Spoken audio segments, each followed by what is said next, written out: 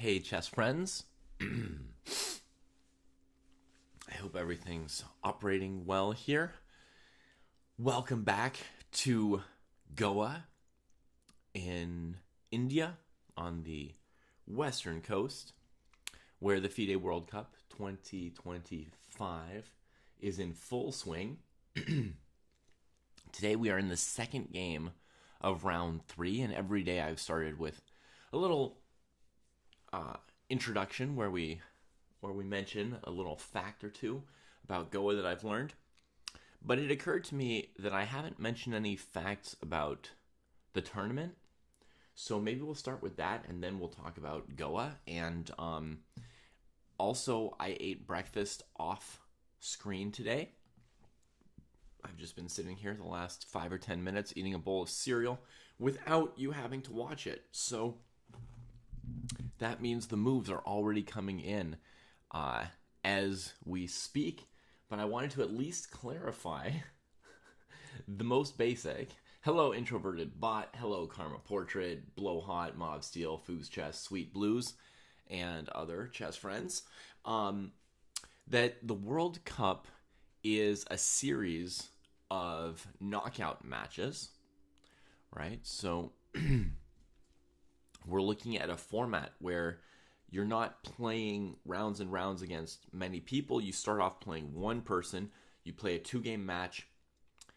The person scoring 1.5 or 2 points continues to the next round. The person scoring 0 or 1/2 out of 2 gets kicked out of the tournament and goes home. So some people show up, play one round, aka 2 games of the tournament.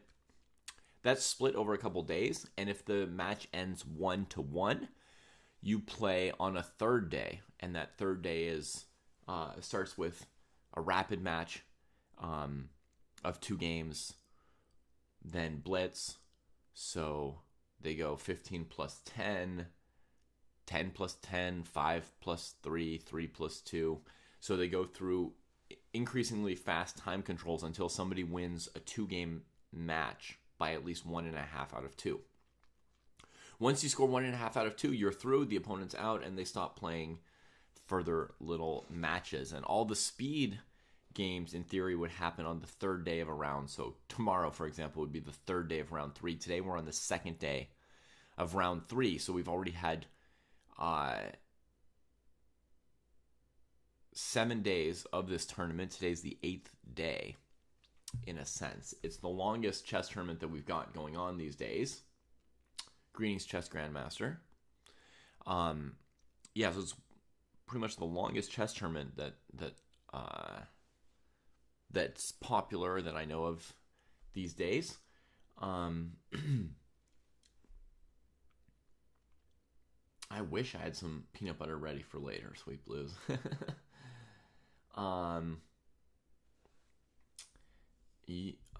Esperoza wishes that the knockouts could find a way back into the tournament, win their way back in after being knocked out. But that would dramatically slow down the tournament. The one format I know of is double elimination. And if you turn a single elimination into a double elimination, it dramatically increases the length of the event, I believe. Well, normally it depends. I mean, I've seen some where the eliminated, a lot of the formats that you'll see with double elimination recently in chess include a different time control for the people who've been defeated once. So they play a different time control, and that's what allows them to get in all their matches and keep up with the schedule. So, but we want classical chess here. We want classical chess.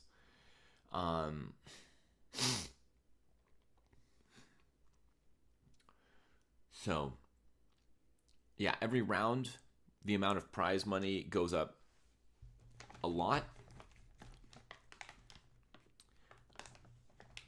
So there's never a round where winning is not a big deal to the players' pocketbooks.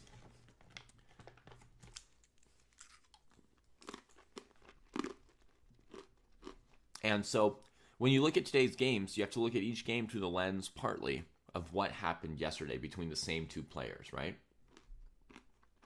For example, Gukesh and Svan, they played a game yesterday. In that game, Svane played an anti-Sicilian, so a non-mainline Sicilian. A lot of pieces got traded off, and the game ended in a draw without anything too dramatic happening. Neither of these players is thinking of, the point that got away yesterday or this or that, right? They had a calm game yesterday, so to speak. Okay, but that's very different if we click to some other board, right? Here, for example, Pranav won yesterday with white against Titas in a grueling, one of the longest games, if not the longest game of the round, 103-move endgame. So both of these players might be tired. Titas might feel like he got ground down, but he might also feel like he's still got chances. He's still got opportunities because he knows it was so grueling. He knows it went to the limit. He knows today he's got white. Maybe he can, break through, tire his opponent down. But he's got that pressure on him, some pressure on him potentially, that he needs to win the game to go into tie breaks tomorrow. If he draws the game, he's out of the tournament. Whereas on this board here, Svane or Gukesh, of course they'd like to win. Every chess player sits down, they'd like to win pretty much. But if these guys draw, neither of them's eliminated. So they may or may not push hard for a win. Gukesh generally does, always. Kind of, one of his exceptional characteristics. But, in the back of their heads, they each know they're not fighting life or death here if the game starts heading towards a draw. Whereas Titas would do anything, to avoid a draw, to avoid a threefold repetition, to keep the game alive. Okay, so we get a Queen's Gambit declined. As soon as Pranav plays b6, with the idea of putting the bishop on this long diagonal, white trades on d5, looking to get this pawn structure here, the CD-ED pawn structure, but with b6 played. With b6 played, the c file will be more vulnerable because black can't just put pawns on b7 and c6 and sort of be done with it to reduce the pressure of the rook dramatically. So here a rook on c1 is going to put a lot of pressure on these squares c6 and c7. So when c takes d5 comes in, Pranav says, you know what? I don't want that pawn stuck on d5. I want this diagonal open for the bishop. So he takes with pieces, not pawns here. His goal is going to be to play c5 and put the bishop on the long diagonal. This is potentially, a pawn sacrifice here, taking with the queen. I think I've seen that before. I think I once saw a game where somebody was really booked up with white and grabbed the pawn and tried to make it work. A teenage grandmaster, and it didn't quite work because even if you're up a pawn, it's a very tricky thing to play a position where you give the initiative to your opponent immediately. But this game, Titas plays bishop e2. This is also an invitation to some more sharp and forcing lines potentially. So Titas plays something simpler here. If black played c5, knight e5 with the idea of bishop f3 might be winning. So I'd expect bishop b7, castles, but apparently this bishop e2 move was enough to send Pranav into thought.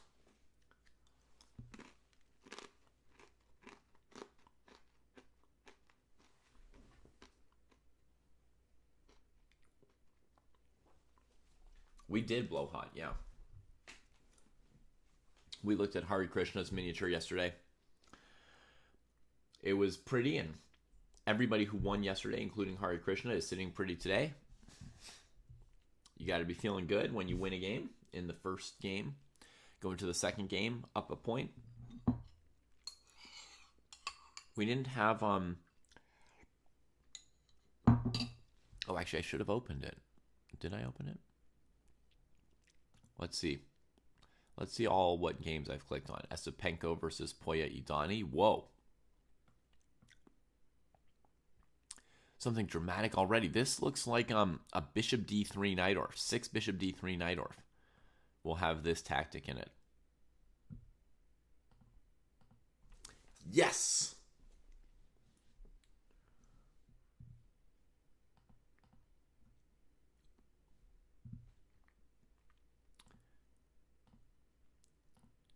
This game here, Poya Idani won against Andrei Esipenko yesterday. So Esipenko needs to win back.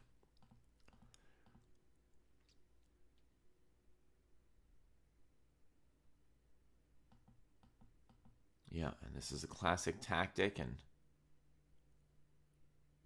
he's acting like he just fell into it. Like he didn't see it coming or something. No, but he spent 7 minutes taking.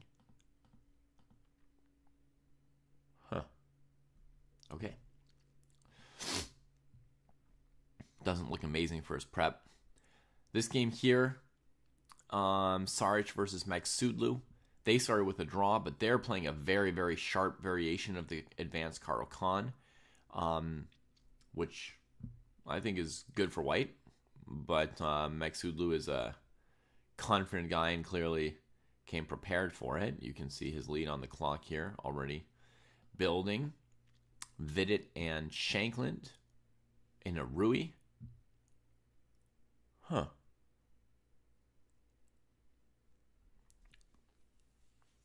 He didn't ask me, but I would have played a Najdorf against Vidit. Okay, Theodoru's got a chance here with white to try and get the lead in this match against Sindarov, maybe. Their first game yesterday was a draw. Slightly odd move order. It looks like it was a bishop f4, queen's gambit with bishop d6, trading and then taking on. And then after the trade, black chose to play knight e7 instead of knight f6, which is a little bit weird. But also pretty weird is queen b3 when the bishop is still here. You know, queen b3 is normally a theme once the bishop has come out.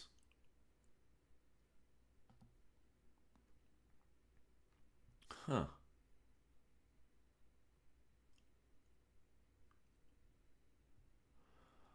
No chess GM. In this line of the Karo, I don't think you can play f4 because after white plays e5, black plays c5. Oh, you think there's a line with f4 here that you think is good? Huh. I don't really know that line. The line that Sarge is playing is the line that I prepared for white myself at some point. I think it's good for white. / the best. Yeah, knight bd2.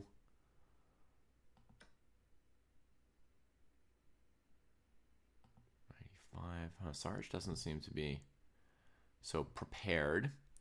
This line here, this is an example when you lose with white, there's a lot of pressure on you. Salem has to win this game with black. So you see him coming with,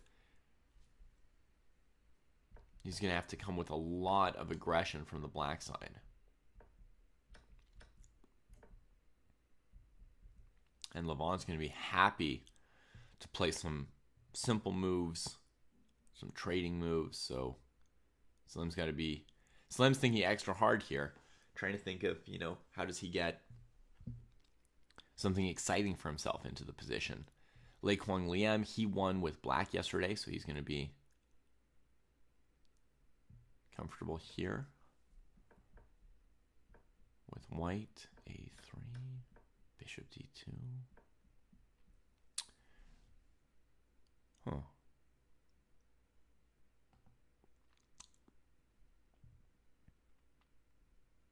Okay, another b5 Rui Lopez. MVL, Artemiev, they drew their first game. MVL's been in good form so far this tournament. So curious to see him play today. Mamedyarov and Grandelius, they drew their first game yesterday. Here is the biggest upset from yesterday was Noterbek Abdusatorov losing with white to Jose Martinez. So let's see, how does he play as black? Wow, c3 Sicilian from Martinez, as played by Aronian.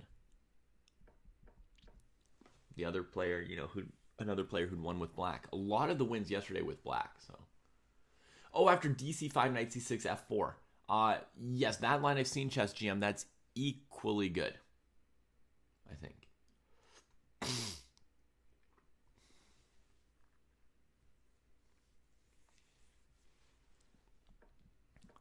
If I remember correctly. So here you see Noterbeck doesn't immediately go for D6.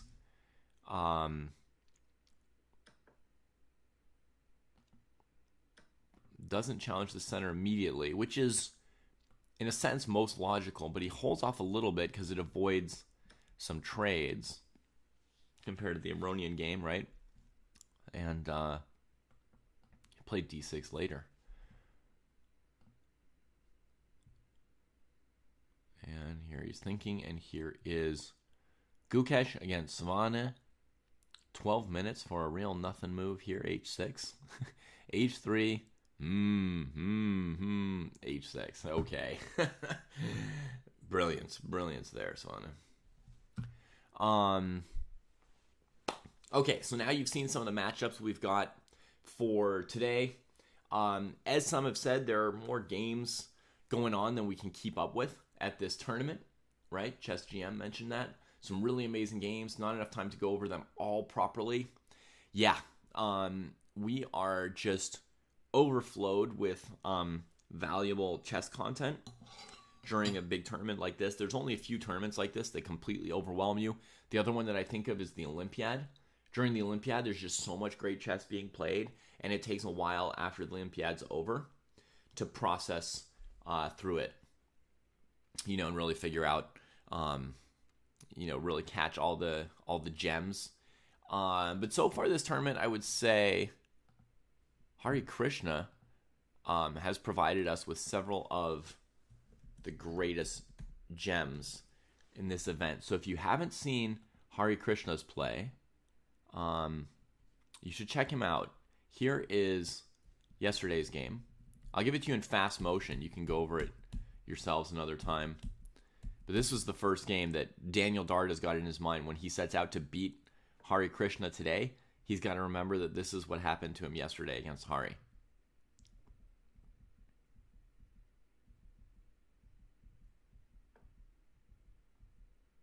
Check. And it's a forced win for white here. Rook e3 threatening rook g3 with mate. Bishop c7 is the only move. I checked this with the computer yesterday, and it recommended queen e3. So, white's really, really winning. Knight e4 threatening knight f6. You got to take it now. Rook here threatening rook g4. You got to play f5. And rook e6. Boom. Threatening rook e8 mate. Black's finished. They have to take to avoid rook e8 mate. And now, very important, queen e6 check is only a draw. Bishop b3 was the plan, threatening this crisscross mate. And if the king tries to get out of the way of it, you can corral him back in with the queen. And these two pieces set up a crisscross again on the other side. So that was one of Hare Krishna's games from this tournament. Here's another of Hare Krishna's games from this tournament. Opening prep, which apparently he'd been sitting on for years here with white. Finally, he gets it. Queen d5, Cecchino, king up. If the knight moves, he'll win a piece, right? So f5, he challenges the knight with knight c3. Idea being knight takes check, right?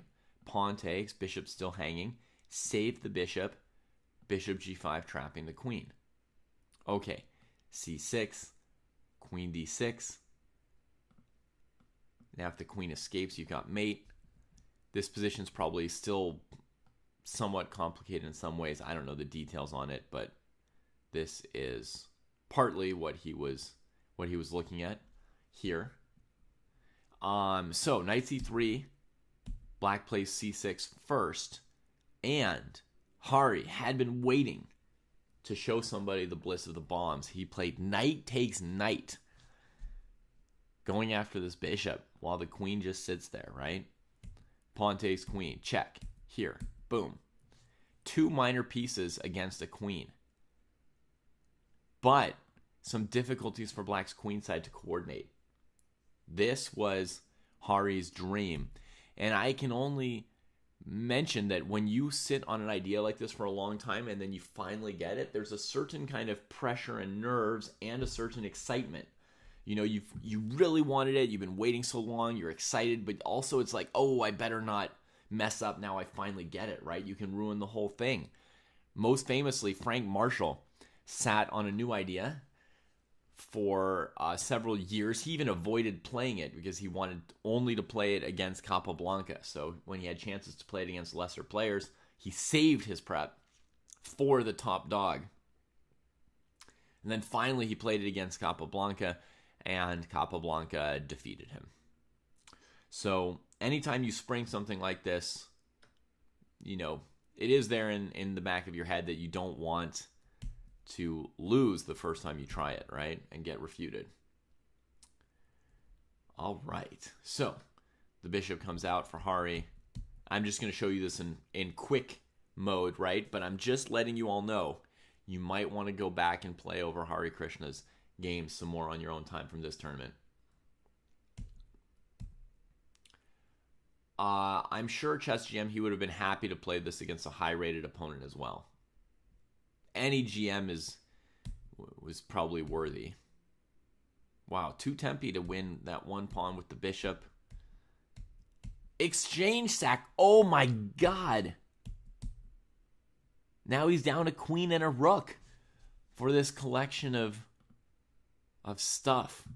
Now if the queen comes here, he's got check, here, check. What? The what? The collection of little guys swarming around like piranhas on this poor king. Nesterov gave back the exchange immediately to avoid that. The king comes up bravely. Oh, smoking him. The black king can now escape through e5. This is no longer mate because the knight f3 has been sacrificed for, right? Bishop g5, king e6, rook e1, holding the pawn, threatening bishop c4 mate. b5, stopping the mate. Maybe it was time for queen e5, but that's lost. So it's just lost. Hari's winning. I remember seeing him win that rook for free and thinking, well, that's that. Bishop comes back around. And black resigns. Bishop still not out. King completely surrounded. Bodied. Queen's starting to get trapped too. Oh my god. You might want to check that game out in slow motion one day. That's Hari Krishna. That's how he's playing right now. So keep your eyes peeled. And let's go to one of today's games. Maybe we'll start here on Noteboom. And folks can tell me if there's some game, blowing up that you wish I cover instead of this game, or as well as this game, whatever it is.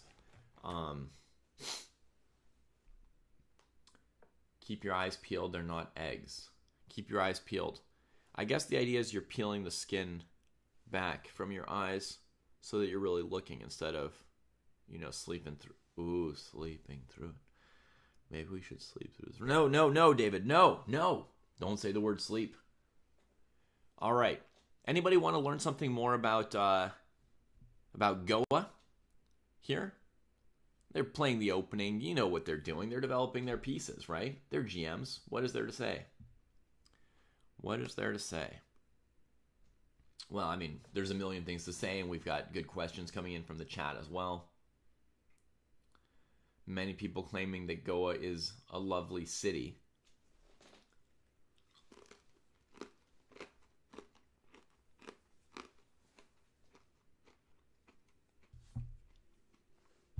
All right. Here's what I got for you today, if I remember.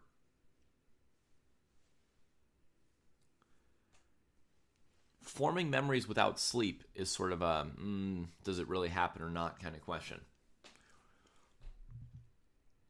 Goa was colonized in 1510 by the Portuguese.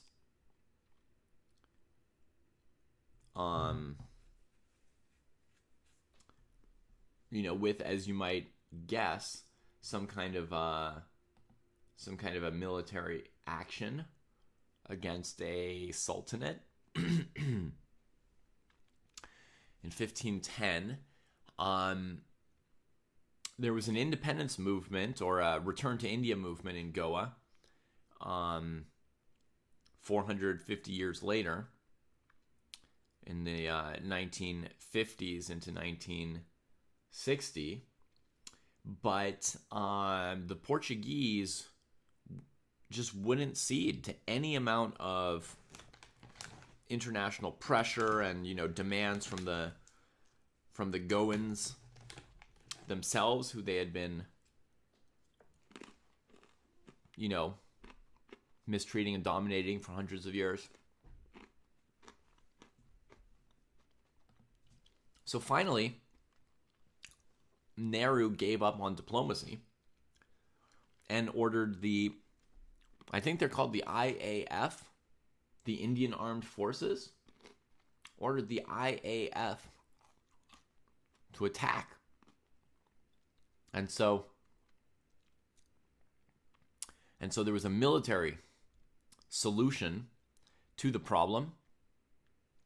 Nehru claimed something like, the Portuguese really gave us no choice. But I just want to warn everybody, I'm not siding with the colonizers here, of course, so don't be a fool. But just want to warn everybody about the phrase, we have no choice. You almost always have a choice, and people saying we had no choice are almost always saying it when they had a choice. Anyway, they had no choice, said Nehru, and attacked Goa. Maybe it's like they had no choice if they wanted to recover Goa or something like that. I don't know. Anyway, they attacked. They had definitely tried other means first, right? So that's fair to say. They attacked. It was a 36-hour battle, resulting in 52 deaths and decisive victory for India. Oh, here's a good one. Something I learned. Oh, look at that. I remember something. Okay. Will I remember it in 2 more days? Probably not. But I learned that the military operation was codenamed Vijay in the Indian Armed Forces. When militaries are preparing to go kill some people, they always have a secret code name to talk about the fact that they're going to go kill people, because they don't want the people who are going to get killed to know about the plans to kill them, right? So the code name was Vijay. I've known several people in my life named Vijay. I never knew what the name meant. Vijay in Sanskrit means victory. So it was Operation Victory. Okay. Yes, like many places, Goa has a very interesting history that does go further back than the Portuguese. But I haven't read about it yet, so I can't tell you anything until tomorrow. All right. So, Jesse's ready. He's ready, boss. Come on, boss. Pay attention. Pay attention, Mr. Mention. Attention, Mr. Mention. Uh-oh, I gotta turn off the Ooh, he's listening to the thing. I'm listening to the thing. Now I'm clear. Yeah, that's good. Clear. Oof. Shock the patient. I was enjoying your history lesson, dude. That was fun. Oh yeah. We've learned at least something about Goa every single day. Let me ask you a little question. Do you know who the strongest chess player from Goa is? No. That's a little tidbit we have not yet mentioned on stream. We've said almost everything I know about Goa so far, but each day I know something new. The strongest player from Goa is Leon Luke Mendonca. Okay. Yeah. Ironically or unsurprisingly or whatever, the top player to get upset in round 1, right? Before the 2700s came in to get knocked out, he was one of the highest rated players in round 1 to lose his match. So he had a very short tournament here. At least he had the shortest commute to get to the event of anybody in the World Cup.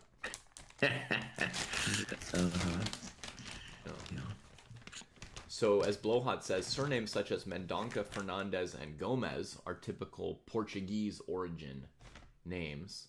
And Blowhot says Mendonca is actually, we should pronounce it Mendonça if we want to properly bring the Portuguese language's heritage into it. Although, I don't know, maybe we should also decolonize it and call him Mendonca to say, hey, sorry, Portuguese. Well, then you're just turning into a Spanish pronunciation. My apologies. That's why you do it. So much for home field advantage. Yeah, sometimes. You know what's interesting actually about that is because I had heard that name Mendonca before, and it had confused me because there's no, in general, there's no, let's call them colonizers' names in India. So, there's Spanish and Portuguese names throughout the world, but not in India. Yeah. Or at least I didn't think so. And now I know better. Yeah. That's cool. That's true. In like British India, you don't see a lot of people named like VJ Smith, right? Like, yeah, Indian people, as far as we know, neither Jesse nor I speaks an Indian language, but Indian people seem to have Indian sounding names versus British sounding names. I think in Goa, the language is Konkani, if I remember my research from day one. Which is a language I didn't even know about before. But India has a lot of languages. All right, so Martinez, 20-minute lead here on the clock. Noterback looking for how he wants to develop this game from here. I think he probably wants to play Bishop E7 and Castle. Yeah, about that position, I would say this is a good way for Black. Black's position he got, I would say, is very dangerous, but good if you need to win. Mm-hmm. Yeah. Right? So I would say White is a little bit better here, but ultimately, like, White is going to have to show aggression and finesse to... It's not a position you can just sit and hold, I don't think, for example. Mm-hmm. Right? You need to try to dominate the knight on A6. You have to worry about knight B4, knight C7, D5 stuff. You have like a space advantage, which the computer's going to like, but, for a human, it's like, whatever. Mm-hmm. Whatever, And right here, you have to wonder, do I need to play A3 like a weenie man? For you, has he already played knight A6 here? Yeah. Okay, cool. I don't see that move yet. That's weird. Okay. I'll refresh my board, see if it gives me knight A6. There we go, knight A6. Beautiful. Wait, my board shows Martinez thinking a long time instead of Noterback now. That's weird. Previously, I saw the times sort of reversed. There's a black knight on H1 in Fedoseev's game. Fedoseev lost with white yesterday to Wojtaszek. So a lot of the victories yesterday, Jesse, were black winning. So there's a lot of people in these like desperate must-win games with black, like Salem Saleh here. Mm-hmm. Like Jeffrey Xiong here against Liam Le. Well, David, I have a pick for today. There's so many games. Oh, yeah. There are still. But let's do friend of the dojo Sam against Vidit, dude. Mm-hmm. I have that game open. Yeah, I was thinking about that. Really spicy. They're already, well, at least Vidit's thinking. Sam is not yet thinking.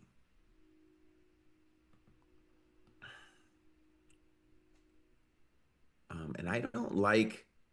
Well, I don't understand these positions all that well, but I don't, in principle, like the move 15 D5 by Vidit. Okay, let's see what we can find here.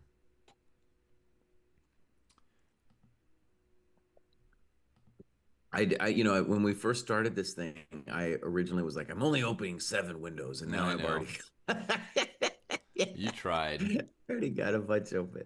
You tried. All right. You don't like to move 15d5. Okay, so just in general, my take on these positions is you don't want to move the pawns. Mm-hmm. So Yeah. now maybe there's something wrong with bishop f4, but that would have been the move that I would have wanted to try as white, to not move my pawns. Bishop f4 is what you'd like here. Well, To basically defend any move. this. Yeah, I don't want to move the pawns. Mm-hmm. You know, the pawns are my advantage because they're controlling a lot of squares. Yeah. And then the second d5 comes. Well, e5 was no good because of knight d5, and then d5, c6. I'm already saying to myself, black is completely okay. Okay. But for folks watching, you Yeah. know, frequently they might think white could just do something as simple as bishop takes b6, dc6, bishop or knight takes, and say black's got this isolated d pawn. Why is this so fine for black? Well, for one, if there's a mild problem in the black position, it's the knight on a5. Um, and so if you let me take and I get to cruise around to e5, my pawn on d6 is so golden because you're gonna have to, you're not at some point you might even want to take my beautiful knight. But number two, you don't want to take on b6 because that develops my queen. Right. Now, I don't want to say necessarily that this is better for black. I think it's very comfortable, but I don't know if it's better. To me, more important than the pawn is the fact that black's pieces are more active, and it's going to be hard for you to move without like hanging the e pawn. And the d pawn someday will probably play d5 itself if I need to. You have no control over the d5 square. It's a bummer for white that the knight's on d2, for example, because it's now like the knight on f3 is in the way. It's not on c3 controlling d5.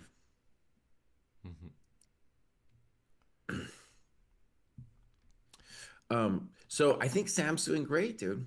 Okay. I think Sam's doing amazing. It feels like he's making a real comeback. If he draws this game, which I guess if you're black, you'd be really happy to draw, then of course we go to the tie breaks, and that's ultimately not a bad thing. But also here, dude, he's up 30 minutes. He's up 30 minutes, and Vidit is already tanking again. Yeah. I think folks can't get too excited about that. That's partly how Vidit rolls, and it hasn't really hurt him too badly. As Korchnoi says, time pressure, it comes for everybody. There's no, you might be an addict or something, and you might be good at playing fast moves, but it's gonna catch you. Yeah. All right. I'm looking for Fedoseev's game because I'm told that it's madness and that oh yeah, Jesse, I have seen you play this position before. Okay. So this is a must-win opening from Vladimir Fedoseev. He got worked in a knight endgame yesterday, and he played the e6, b6, bishop b7, f5. Jesse, amazing, dude. Jesse, as a French player, used to offer this line here against English players. He just played e6 on move 1 against anything. I really tried to make this thing work. Jesse tried so hard to make this work pre-computer, so it was a lot of work for himself. Pre-amazing computer. Pre-amazing. Yeah. It was still like the early 2000s, and I was trying to make that work. And the computer at that time, was like, nope, you ain't doing that, son. Yeah. Well, Fedoseev did it, man. EF5, bishop G2, and Wojtaszek. Look at this. I mean, there's got to be a safer line for white than e takes f5, unless he came expecting something like this.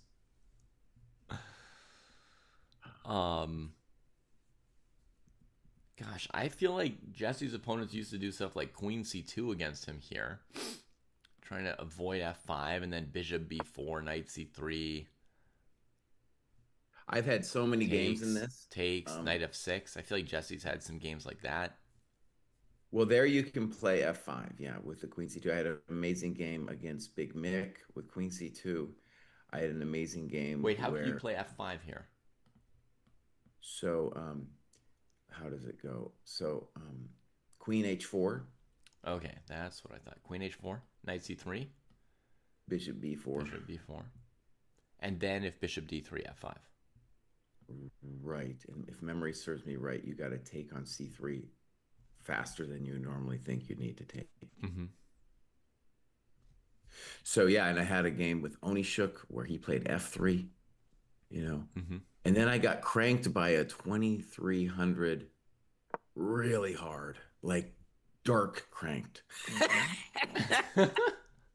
Like dark cranked, and it really upset me, and that's what I stopped. And I guess that was the last time I did that was like 2004 or something like that. But I've occasionally gone back and like checked with the modern computers. I'm like, is there a way to make this thing work? Yeah. You know, And is they there just a way? always still say no.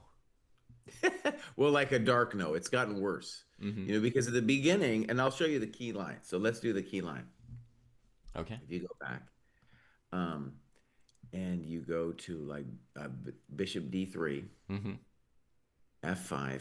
So is bishop d3 a good move? Bishop d3 is the best move. The best move. Okay. It's Yeah, the F5. riskiest feeling move, but Yeah. So f5, ef, bishop g2, queen h5, oh man. g6.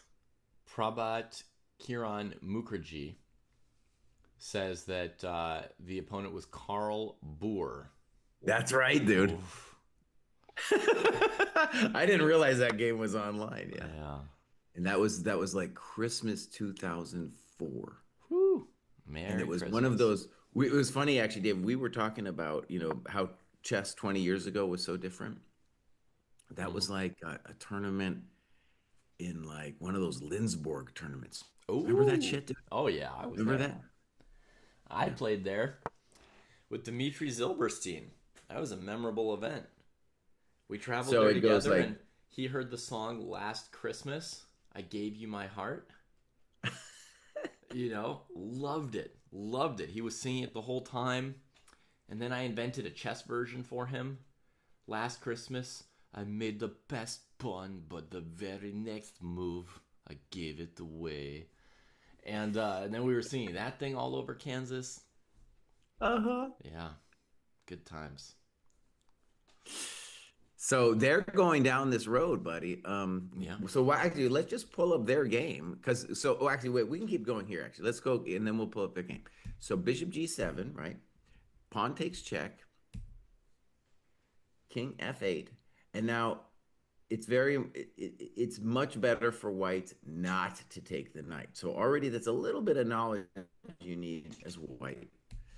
And white knows this. He plays bishop g5. Yeah. Correct. Knight f6. Queen h4. Bishop h1. So now white is down a rook for one or two Down a H rook. pawns. Right. And the problem, it's a really good, I spent a lot of time in this position, and it's a really good example of what a bind is. So white, honestly, here my memory is that knight e2 is the most natural move, and it's crushing. But but that the computer was saying basically everything's winning now for white. So knight c3, knight e2, and even knight f3, I think might be winning. Though it's a little, no, not knight f3, anything but knight f3. All moves other than knight f3, bishop f3. Right, so knight e2 is the most natural. You're going to play knight c3, you're going to castle. When I castle, you're going to have to owe me a tempo with the bishop. And then eventually I'm going to play knight f4. And I'm not even interested in playing like knight g6 to win your rook. I'm interested in hurting you with like a knight h5, bishop h6 kind of stuff. And if I play bishop f3, you'll give me another rook, probably. I think I have options, but I'll play probably castles and rook g1. Okay. So what do you think of Fedoseev's decision to trot this out here, Jesse, in this must-win situation? Does it make some sense, or was it too insane, or he rolled the dice and he's already come up like, oops, Wojtaszek figured it out or remembered it, pulled it out of his brain? Well, it's interesting. I mean, for the first thing we should understand is that Wojtaszek is a deep opening theoretician. And so you do want something where the guy is a little bit thrown. And so one of the things that we can already see from the game is he knew that about this whole thing that I knew about.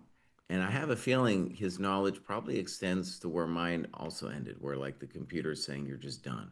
Okay.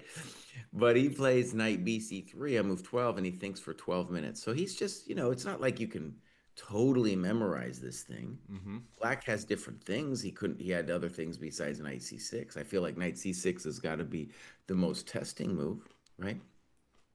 Anyways, he's got all these things. And it could easily go wrong for white. You have to play correctly. But I mean, it's so depressing as black though, dude. Oh, because there's just so many different ways you can get hosed. With like knight h5, bishop h6 someday. Obviously, you don't even need to know anything special to put your rook on g1, right?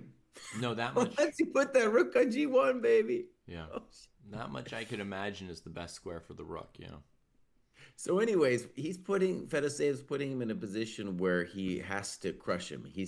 There's no draw variation, anything like that happening. Yeah.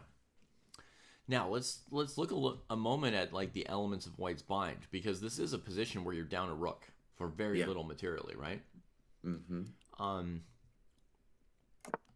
In this position, if the queen moves, bishop takes f6. That's kind of like a main factor, is that these pieces are tied to defending the knight. The knight can't move, and these pieces can hardly move. Finally, the pawn on h7 is kind of trapping the rook on h8 for the moment, right? So that's doing pretty heavy work. That's black's extra rook, and it can't move. So those are kind of like the basic features of the bind, so to speak, and then it's a matter of what else can the other black pieces do to come to the aid of the three pieces that are stuck over here on the king side. Not obvious how to move anything with black.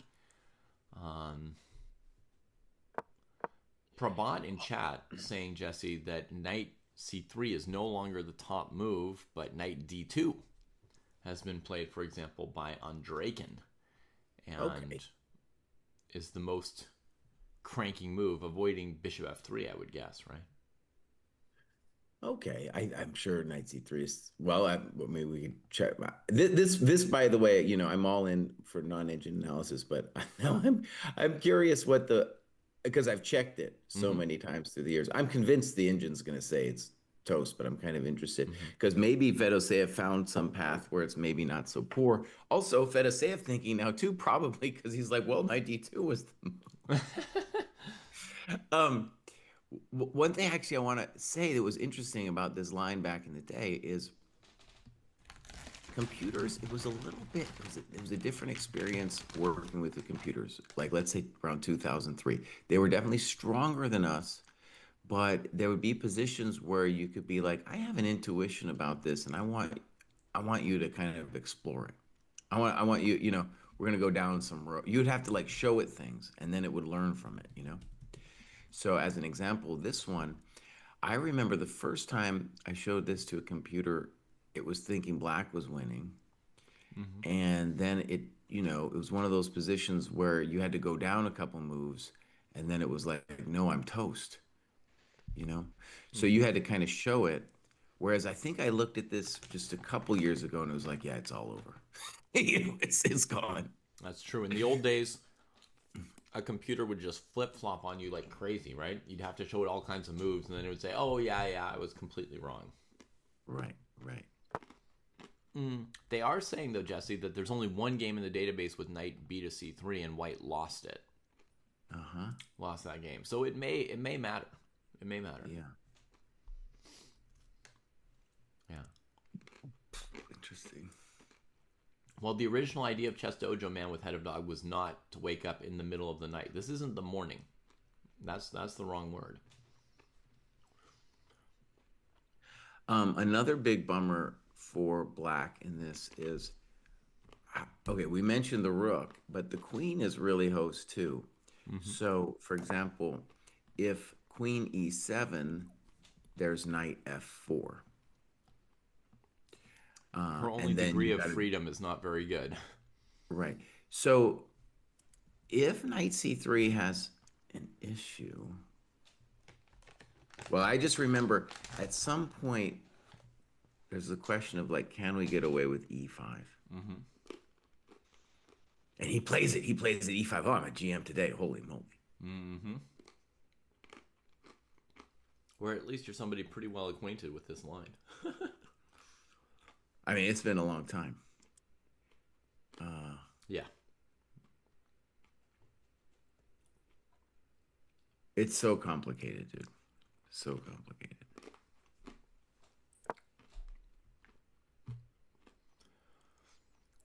Well, I can say what doesn't look very good. D takes e5 doesn't look very good. That would let black's knight into the middle of the board, threatening knight f3, threatening knight d3.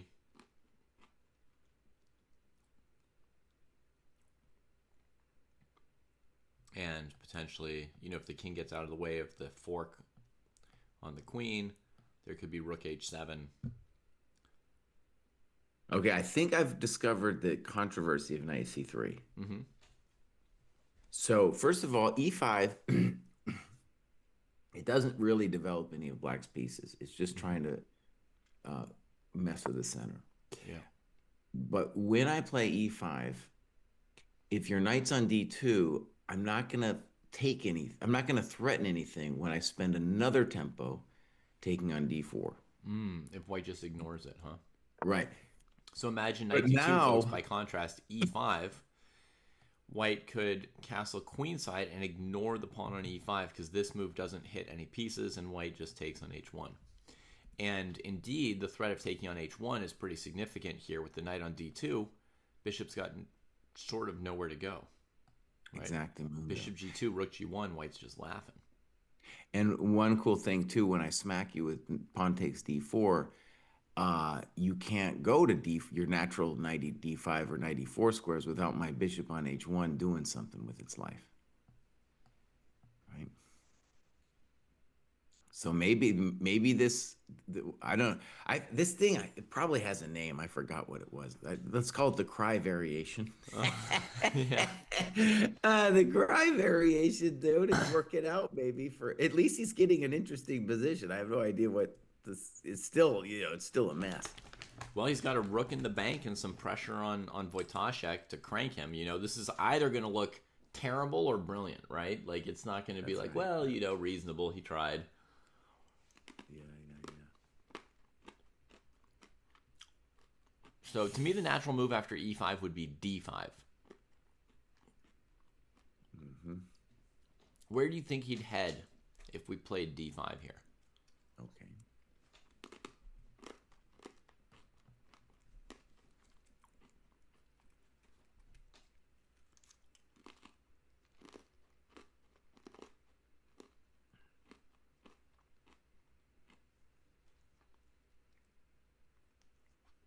And this position, okay, let's just say there's natural moves like knight b4, knight d4, or whatever, but it's so complicated.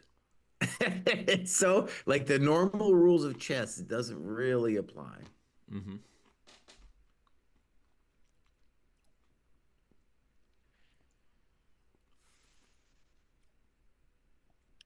One thing I know is in a lot of variations, like knight b4, the dude just plants the bishop on g6 and says, what? Knight d4. So I'm not advocating knight b4 just Something because like of bishop g6.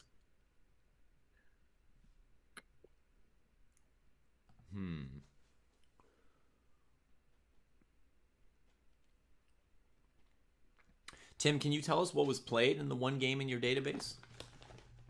What moves did they try here? I think d5 knight d4 makes sense to me, but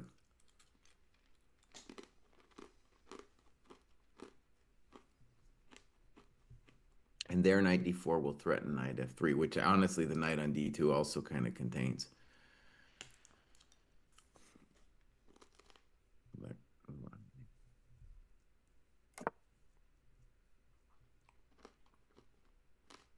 Okay, they're saying d5 did get played. You mean in the other game or something? Mm-hmm. In the one game in the database. Yeah, knight d4 looks reasonable after d5. Or at least white has some questions to answer. Yeah. 17 is saying maybe e4 for black was played in a game that he's looking at. I considered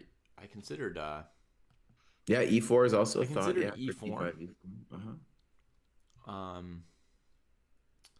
The idea, I guess, is to trade the bishop without losing any time playing the move bishop f3, which would be a lost tempo when white castles queenside. That's also a good move, and then we're freeing e5 for the square for the knight. So say white plays knight e4, you take, bishop takes, and play. I don't know. You could play a weird move as well, but maybe knight e5, with the idea that if I get my knight to f7, I might break the bind. Right? Whoa. Mm-hmm. Good. Yeah. That would be big news. You might also find, though, that if you play knight f7, that's when I play knight f4, and you're like, well, that didn't go well. Well, it was nice knowing myself. I thought maybe here white would play knight f4 to prevent knight f7. But I want to say it was one of my biggest bummers in chess that this line got so busted, because it felt like if that line works, like the joy of chess is greater. Because for you, because you want to play the black side of it. Well, yeah, but also the positions. It's not like the other positions, like black was great or anything. Mm-hmm. It was one of these things where white gets an immense space advantage, and we, are trying all kinds of interesting trickery from the sidelines. So it was a very rich position, like those queen c2 and the f3 lines and all that stuff. It's a very rich position that was just fun to play. Okay, so Jesse, I've got one little line for you. In this position, if white tries to prevent knight f7 with knight f4, black has another more direct threat that I think is completely crushing. Knight takes e4. So after knight e5, white might need to simply castle queenside, and then we could analyze knight f7, knight f4, knight g5, knight g6.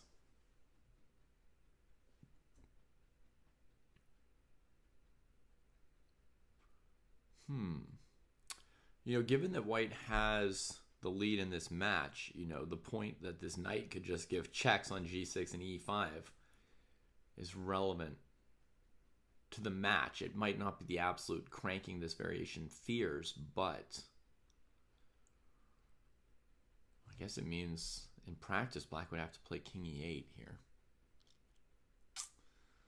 I'm going to go ahead and tell you we're going to be here for a while with e5. Like Wojtaszek, this is so complicated that dude is really going to tank now. Yep.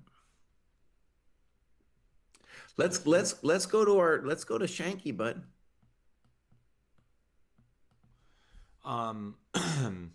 Okay. That was a win for white, by the way, folks. That variation I just played. And alternatively, black could take on e4, and then the knight comes back and we play h8. And again, it looks advantageous for white. So my first few variations on knight f7, knight f4, they're very complicated.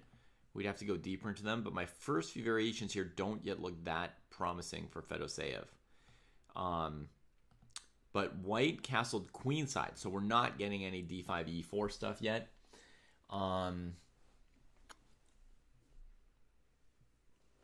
So yeah, and I think now ED is going to come.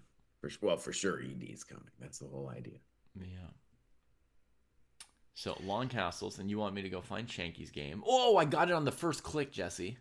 Nice. That's insane. I have 14 tabs here. All I can see is that they're all green pawns, you know. No letters, no names. But okay, let's see what's happened for Shanky. Okay, so check it out, boss. Go back to that c6 move that we left it on. Yeah. Vidit tanks and plays the mildly controversial b4. Yeah, that's a big move, though. Big move. So b4 is making a claim that, well, first, probably that my knight on d2 is poor and I want to trade it anyway. Yep. And that the pawn on c4, after knight c4, knight takes, pawn takes, is going to be a little soft. However, just intuitively, I still like black's position.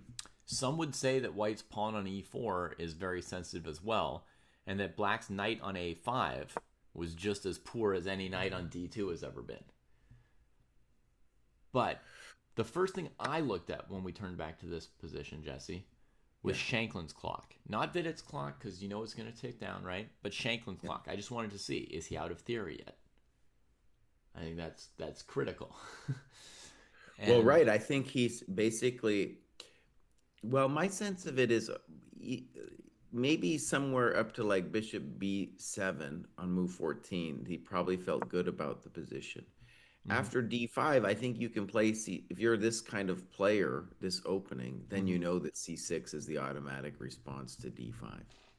Yeah. And then on b4, you have no choice anyway. So, you might as well play knight c4. But knowing that c6 is kind of an automatic choice, do you still play these moves in 10 seconds if you haven't prepared in a World Cup match? Well, I feel like that, this is kind of not like you're putting good pressure on Vidit. You're kind of pulling an Arjun. And I think, actually, let's talk about Sam for a second. He likes to do the Arjun. He loves to have some variation all the way prepped out, right? Yeah. And when he was at the top of his game, that was how he was winning a lot of games, was very deep prep. Yeah. And you do the Arjun and you crank it on the clock. And I think he's doing magnificently here. I mean, I don't know. Maybe I would say, I don't know if I'm ready to say that black's slightly better, but I know I'd rather be black. And your opponent, dude. Oh yeah, that's time. The time doesn't stop for anybody. Vidit, dude. What I saw about Vidit that was interesting too from the Faustino business was that guy's resilient, dude. Holy shit, he's resilient. Poor Faustino thought he had him at so many different points. And so even if he does get a worse position, you're still in trouble, man. Yeah, Vidit is he's very chill, Jesse, He's resilient because he's got peace and calm inside of him. So one of the things, let's just maybe talk about it briefly, is White would like to use the d4 square for one of his pieces, but the problem is that the center is collapsing on e4, so I don't have time to do it. He'd like to maybe play bishop a4, and maybe he's even considering bishop a4, but then, of course, the e4 pawn is got issues. Right? Let's say, folks, imagine that black defends c6. Not that black goes into, knight e4, pawn takes c6, but imagine black defends c6. Jesse's saying, well, then the e-pawn, it might be too late to do anything about it because you've left it just completely dead. Yeah, and honestly, bishop a4, knight e4, pawn takes c6, knight c3. Who knows? Who knows? I don't know. Okay, yeah. I mean, this would be a hectic calculation, but I would believe in white after pawn takes b7. Would be my first guess is that it wins. In any case, right? Like bishop a4 maybe is the move. He's one of the moves he's calculating, but it's ultimately not a move that we should believe in because he's leaving the center. And he doesn't believe in it, but he spends 22 minutes, David. 22 minutes playing d takes c6. Sam immediately gets to play a quick Arjun, bishop takes c6. Yeah. And I'm going to say bishop a4, rook c8. On the surface, we can feel like white's moving the bishop again. Black's bringing out a new piece.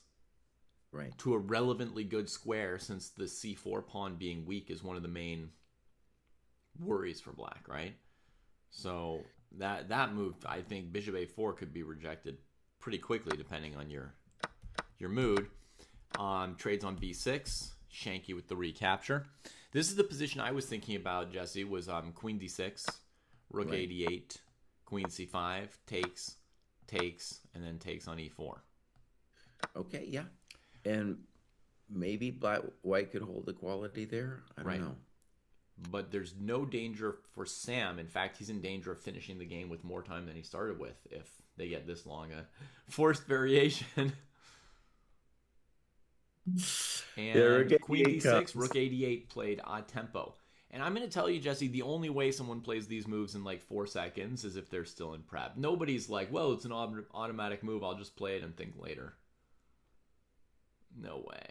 Well, okay, maybe, but he's had 22 minutes. He had 22 minutes to be pondering. So he could do it all on the opponent's time. And rook 88 is definitely like the move.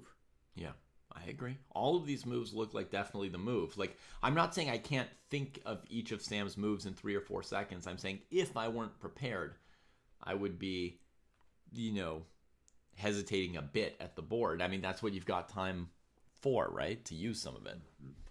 And if I'm Vidit here, I think I need to start looking to do a Tauschmaschine because I'm in a little bit of trouble, dude. Black's fully mobilized. Well, I mean, it's pretty easy to play queen c5 because if you don't, this position's terrible, right? If you go, queen f4 or something, thinking you're playing, and black takes on b4, and they've got the passed c pawn, and you've got this stupid guy on e4, no way. Okay, so let's ask about queen c5. Now you immediately captured. Yeah. Let's just assume that's correct. Queen takes, pawn takes, and now black has 2 captures on e4 that both of them have reasons to be plausible. Mm-hmm. And both of them look to me, at least optically, like that if anyone's better, it's black. Okay, well, let me just throw out a possible thing. Bishop takes e4, bishop a4. It actually seems... Oh my goodness, Jesse. What? Vidit played queen f4. Well, I was wondering about it because queen c5, like it didn't look like white was just going to be worse. Well, okay. Well, bishop e4, bishop a4, white's good. I think black would have to go knight e4.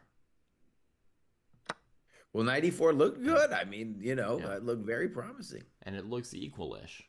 But Shankland... So now I think Sam is a dream position, dude, because he's ahead on the clock. And this looks like, I'm going to call this to be better for black. Right. Well, I think queen f4 looks way riskier than queen c5, especially if you consider you're down an hour. Like, when you're down an hour, you start bailing, right? I mean, queen f4, queen b4. No, but check it out. Terrifying. To go back to that position. So if we go bc5, knight e4, mm-hmm. There's just pure suffering here. So what do you want to do? I'm threatening to win the pawn, knight c5. I was thinking that I would play... I guess originally I'd expected I would take on e4 with the bishop. Right. But now I'm seeing my knight can't really move. No, dude. Well, let's go ahead and put that on the board. Bishop takes, because I'm sure Vidit was looking at this. Mm-hmm. And now you have to wonder about c3, c2. You got to wonder about those rooks penetrating. And it's definitely a situation where the bishop is wildly stronger than the knight. Yeah. You're right. It's not quite a bail. It's still worrisome. Vidit's playing all the critical moves. And, props to him. When you're in your opponent's prep, sometimes you lose your nerve. And he's just, he's just doing what he got to do. So okay, now this time I want to say Sam is moving too fast for my taste because now after e5 he immediately takes on f3. Right. At a minimum for Sam, Jesse, we can say the guy has not gotten up to wander around and stare at other people's games just because he was in prep. Like, he is stuck at the board because Vidit never got a move off without Sam answering it in 4 seconds. The dude is not like strolling around feeling good about his prep. He's working. Okay, and also we got a good note from chat by 17 saying that there's following an MVL Svidler game. Mm-hmm. So this is disastrous for Vidit that he is making this up on his own and Sam is just playing moves. Okay, but And he's playing the critical stuff, right? E5. The idea, folks, was to weaken Black's king with something like Queen E4 threatening mate.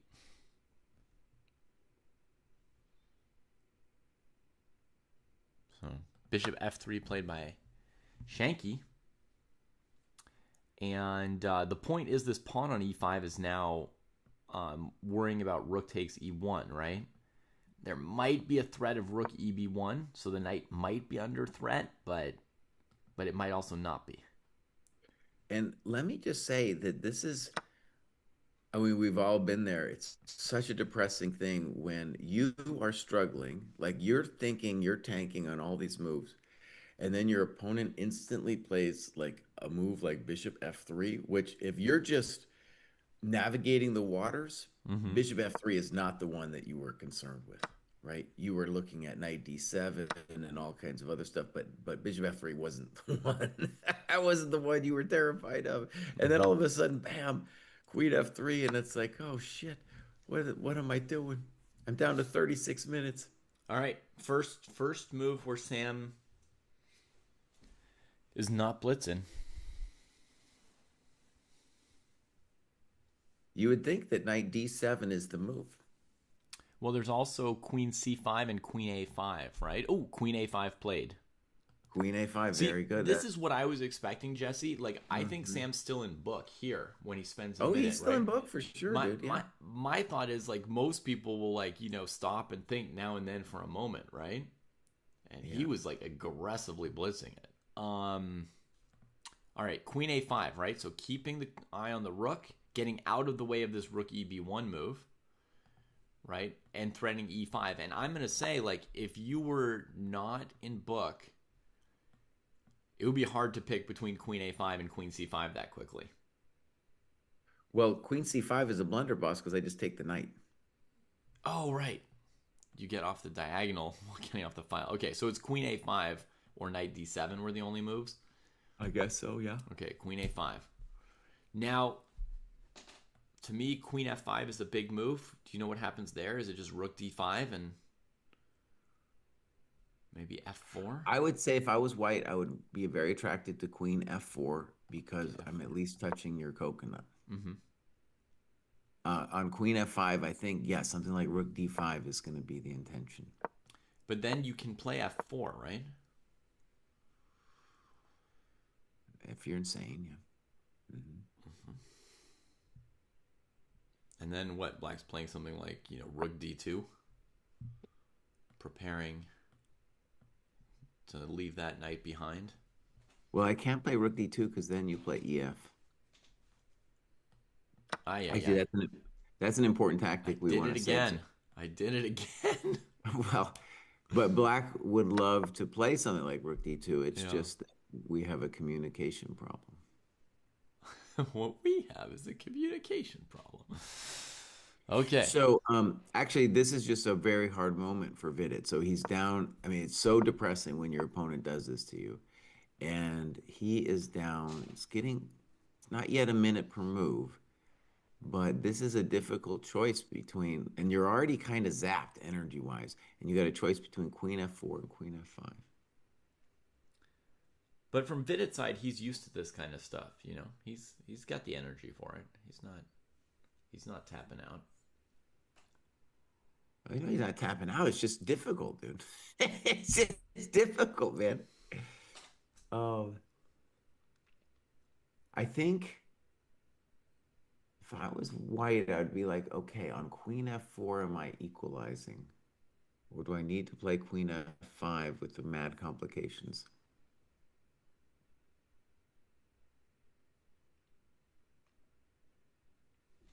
If Queen F5, Rook D5, do we then have to play F4, kind of? I guess so, man, yeah.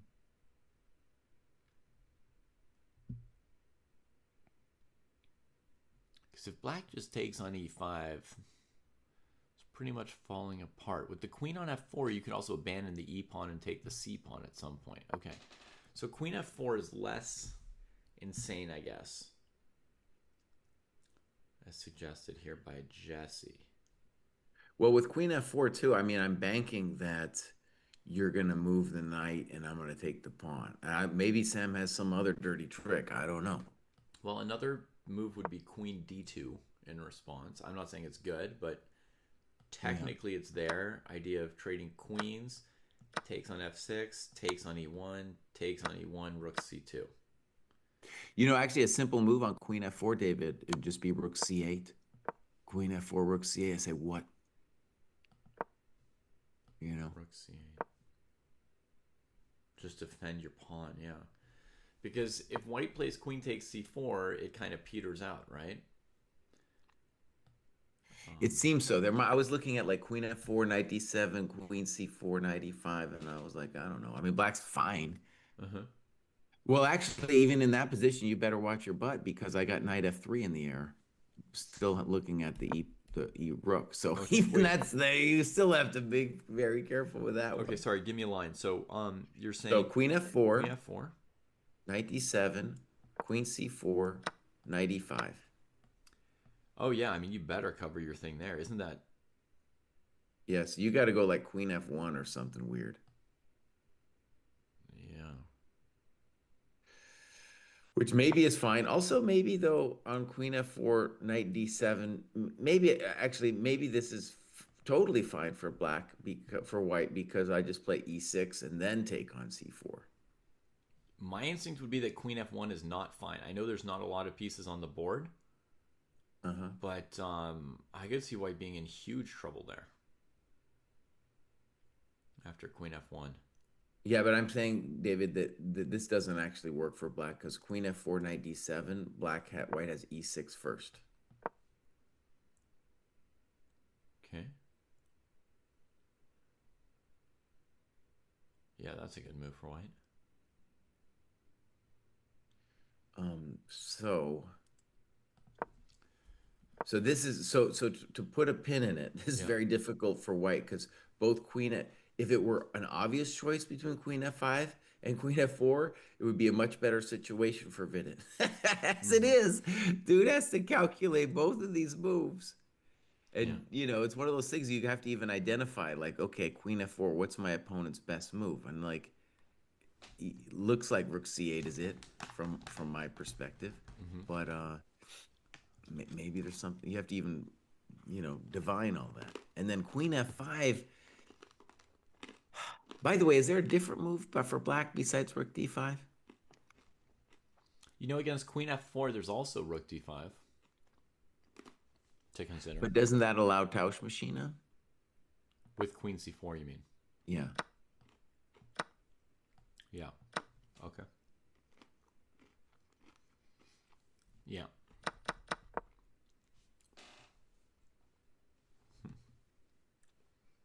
Well, I'm glad we're watching this, David. I feel like this is Sam's... Dude, if Sam won this game, man, oh, that'd be a huge moment for his comeback. Yeah. Actually, yeah, I would say of the remaining players in the tournament, Jesse, Vidit would not be the most unlikely candidate at this point, right? He was in the candidates last time around. Yeah. Yeah. Almost half the players over 2,700 have already been knocked out. Mm-hmm. So, I mean, like Vidit, I don't think he would even be a big underdog or dark horse at this point. He's probably one of the, 5 or 6 most likely candidates, other than the fact that, everybody's chances are 5%. It's a huge crapshoot, but... Right. Actually, I had a question in chat the other day, or we were talking about it in chat. So remember we had him on the podcast and, we were talking about like the reasons that Sam had a hard time. And I think like it was this weird thing where he mentioned a health thing, but then he was like, I'm going to tell people, but I'm not ready yet or something like that. And then did he ever come out? I mean, I'm sure you know, but did he ever publicly say what the grief was? Not that I know of. Okay. Anyways, it's interesting with chess. There's a lot of when you look at players, there's a lot of players who've had some kind of health thing, and then it's so hard for them to claw back. We were talking about Danny Wrench, example with the ears. The ears, yeah. Kramnik had his own thing in the early 2000s.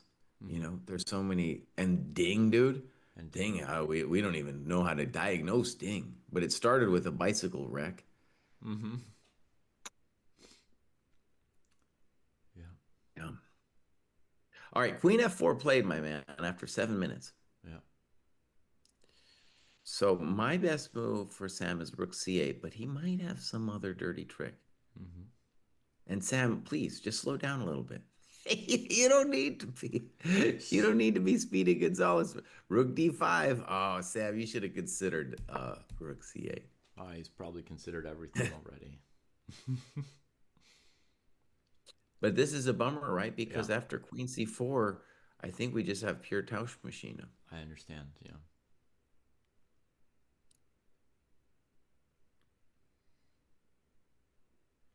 Unless. No. No.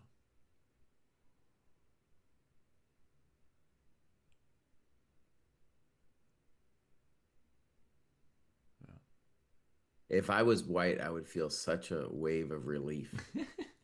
I would, dude. I'd be like, oh God, I might get out of this one alive, you know? Mm-hmm.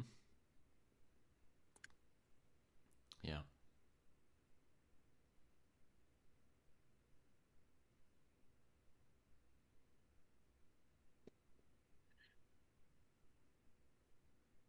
Um, well, should we return to the Cry Gambit briefly? Yeah, I mean, what I'm hearing is that no moves have been played there, but we Well, can we have have a. castles in ED4, and then Wojtasek is in a deep tank. Yeah. So maybe that's what you meant. That you had already seen ED4 on the Yeah, board. chat said that, as soon as he castled, pretty much Fedoseev played e takes d4, and the whole time we've been looking at Sam's game has been Wojtaszek thinking for Yeah, 25 minutes by now. it's a difficult moment, Tito. You got knight D5, knight E4, knight F4, maybe some other weird move. You know? I mean, as you said, knight d5 or knight e4, this bishop gets to whack with tempo without having to Yeah, even pay a tribute to the rook on d1. yeah, yeah. Um, we could look at knight f4 though. Knight f4 is probably the most hectic move. The thing with knight F4 though is I think then I just play knight E5, right?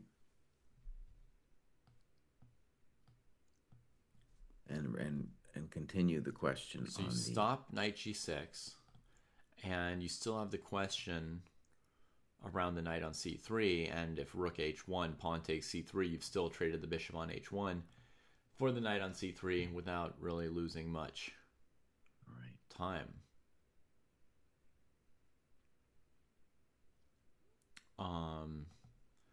Got a hectic variation suggested by Baymon. Let me just take a quick look at Baymon's variation. So Baymon says knight f4, d takes c3, knight g6, king f7, knight h8,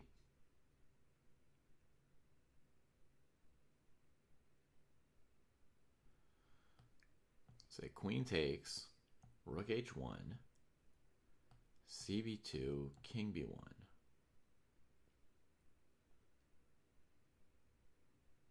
Well, there's like That doesn't look very easy for black, does it? that looks like a computer variation. Why would you take on H8? Yeah. What are you doing? I don't understand. Yeah. Yeah, taking on H8 is not a human move. I don't know. I like your 95 though. 95.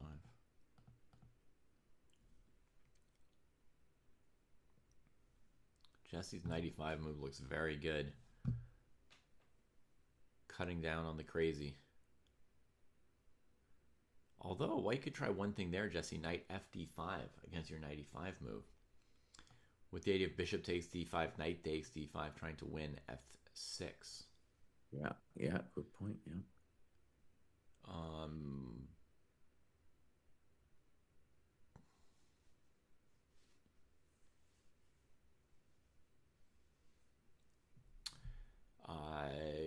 correct me if you see a real variation for black, but I'm seeing knight e to g4, h3, c6 as like the only thing I see. That's an interesting. I had kind of given up on black, but that's a good attempt. Yeah, good attempt. Yeah. Might also be able to try knight f3. If bishop f6, knight h4, yeah.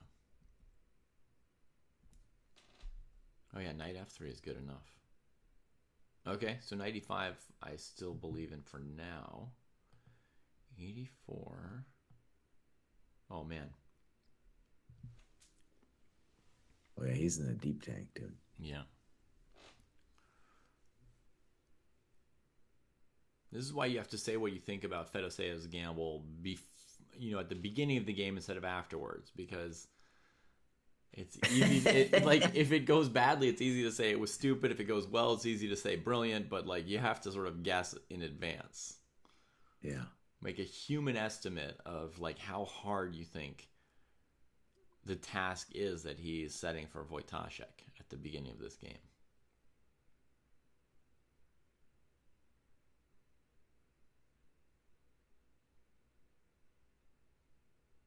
I guess we should also say the other big, well, there's so many big games of the round, but Yospem against Abdu.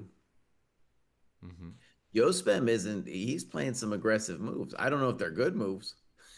They are some aggressive moves, my friend. You kind of said he'd be obliged to, right? By the way things went. By the way, Jesse, in the Shankland game. Yeah. Okay. First, we've got an updated move from Vidit, which is Vidit did not Tauschmaschine. He played e6. Trying to give black that slight light square weakness, right? And secondly, Ivan is chiming in about the MVL game. So he's saying the MVL game, instead of queen f4, went queen f5, rook to d5, rook a b1, and then they just traded stuff off.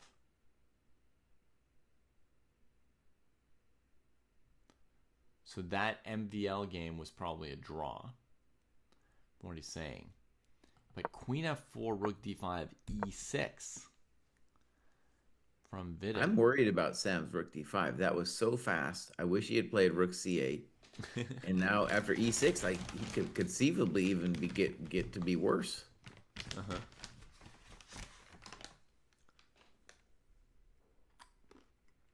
Mm-hmm. He also has a very ill move possible here, which is queen c3.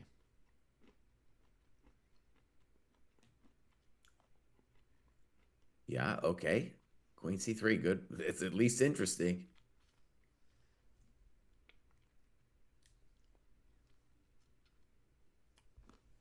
I don't know how it works against rook ac1, though. Or rook ec1. Or either rook one. ec1, yeah. It seems like white's fine after rook ec1. Sam also in this position has moves king f8 and king h8. Right. But in either of those, I can still take on c4. And what have you done? Yeah.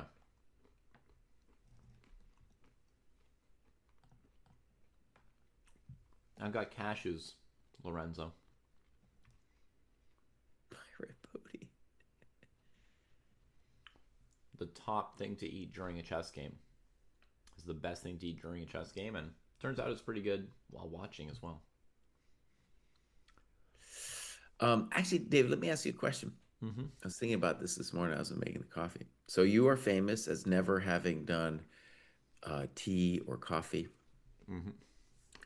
And I didn't know the word nootropic until recently, but this word just means that it's something that's going to improve your mind's ability to think. Caffeine is listed among those things, which helps your mind. Mm-hmm. There's a variety of other things. But I wanted to ask if there was some kind of drug, or maybe use of a natural drug, something natural if you're opposed to synthetics, would you be interested in trying it, or would you have like a principled no against it? Like if you could Eat a bunch of mangoes and be a little smarter. Or anything really.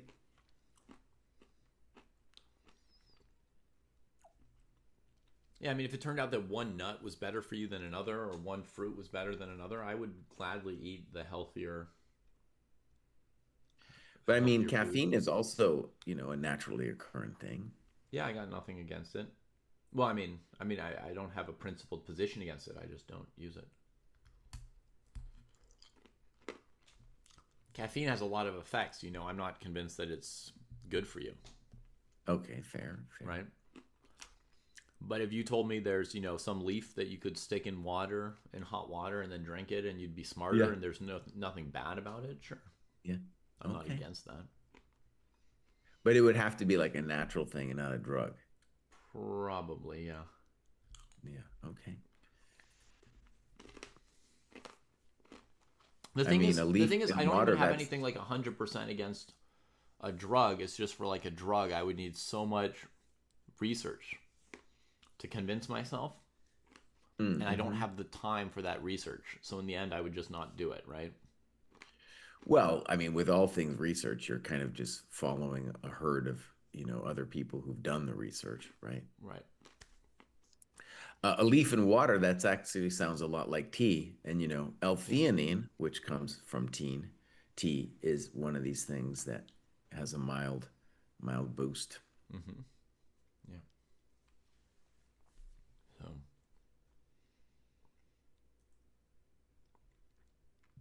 So. Okay. Slavo, I think that Vidit's obliged to take his pawn back. I don't think he can just play the game without his pawn. Because you're saying rook e6, fe6. He's not going to take the pawn. But that pawn is black's biggest asset, and it's keeping the bishop on c2 from being as good as it could be. And you're not going to avoid a queen trade by not taking on c4.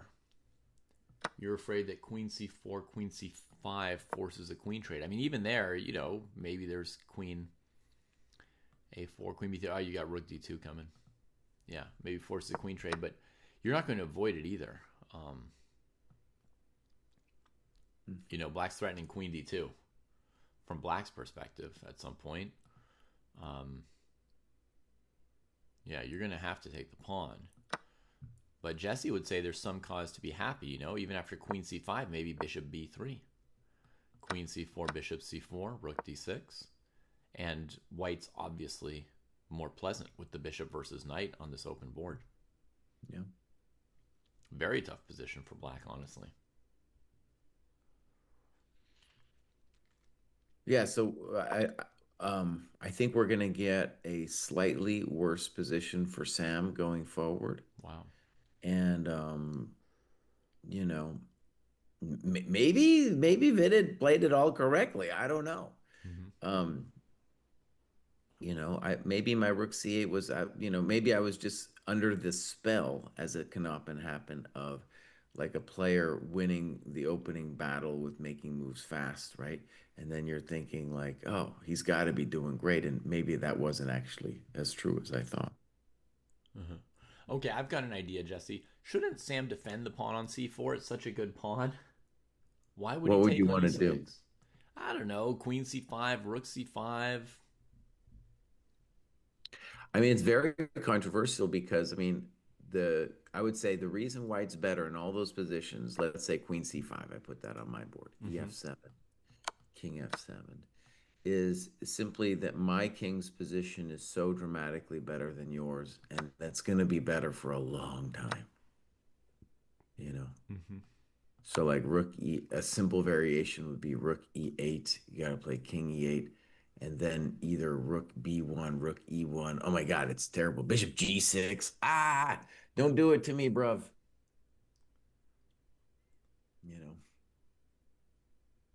So yeah, I think he's got to have to take that thing and prepare to suffer a little bit. I don't know. I don't think it's terrible. I think you're a little worse and stuff, but I don't think it's terrible. I think Samson's worse than that. But it will be an easy-ish position for white to play in time pressure. And it is something he can generally, he's in the command of whenever he wants to bail. I think he can bail.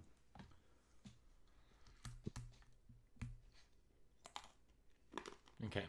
So basically, if Sam takes on e6, white takes on c4, and Sam's got a weak pawn, plus the bishop looks better than the knight. Right. If Sam defends c4, the c pawn looks like a very nice asset, but his king position is very suspect. And that becomes the issue. Yeah.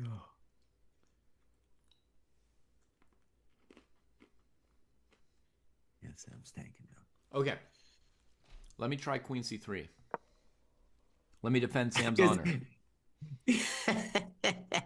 Okay. I don't know which one to do. I'll play rook ac1 because you mentioned that Rook first. ac1. Rook ec1 also looks fine. Yeah.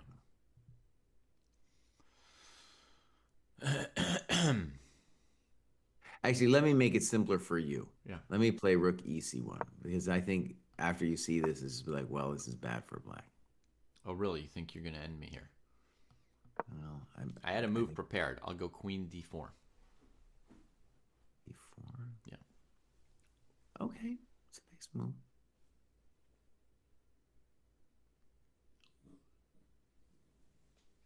I didn't play rook d2 green t because I was afraid of bishop h7 check, followed by rook takes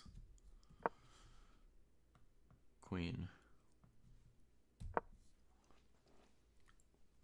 Now, granted, maybe I want to do a take back and play rook ac1, but even here I got like, yeah, okay, I'll do a take back. So rook ac1. All right.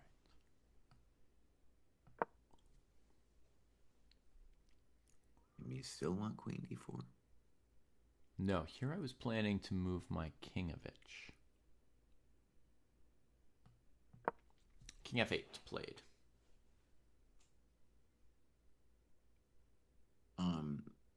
What's your big idea on like bishop g6? Shoot. I also didn't really look at bishop a4. Bishop a4, bishop b3. I can't get all fancy here, Bruce. King f8, buddy. Ay, ay, ay. You're a fancy man. Me duele, me duele.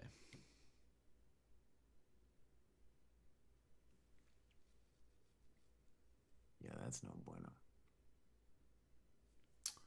Ay, ay, ay.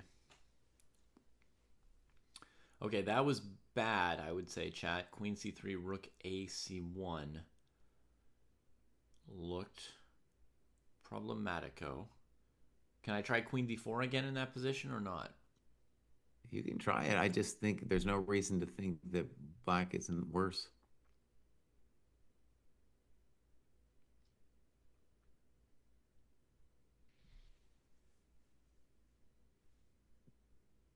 Yeah, he's just worse.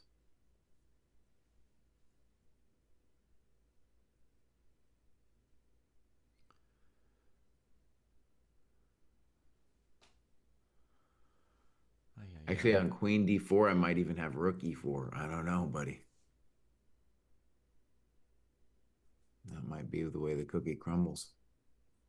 Was Sam still in prep a move ago? Yep. Yep.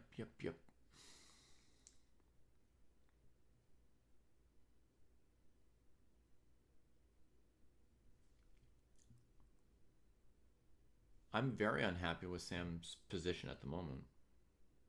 Oh, I don't know. Very unhappy. I'll defend his honor then. All right, it's on you.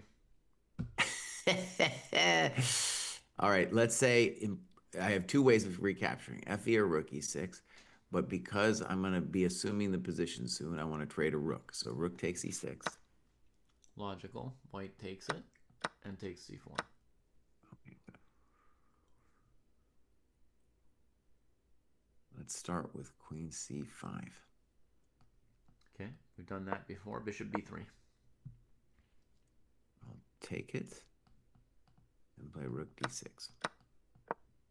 That's exactly the position we had before. Okay. I feel fine here for black. I mean, I feel like this is holdable. Not like I feel great, but I feel like this is holdable. So here I have two ideas for black. Well, obviously king f7 someday, but both knight d7 and knight d5, depending on what you do. I feel like if you think about it, principle of two weaknesses, right? Might just have one.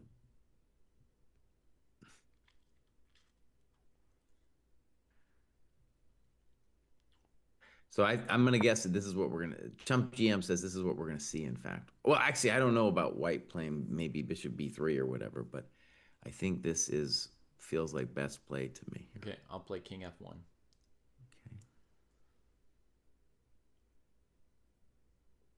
And let me just say, oh, I'd be so happy to play this position as white. So happy, Jesse. I'd be in my happy place.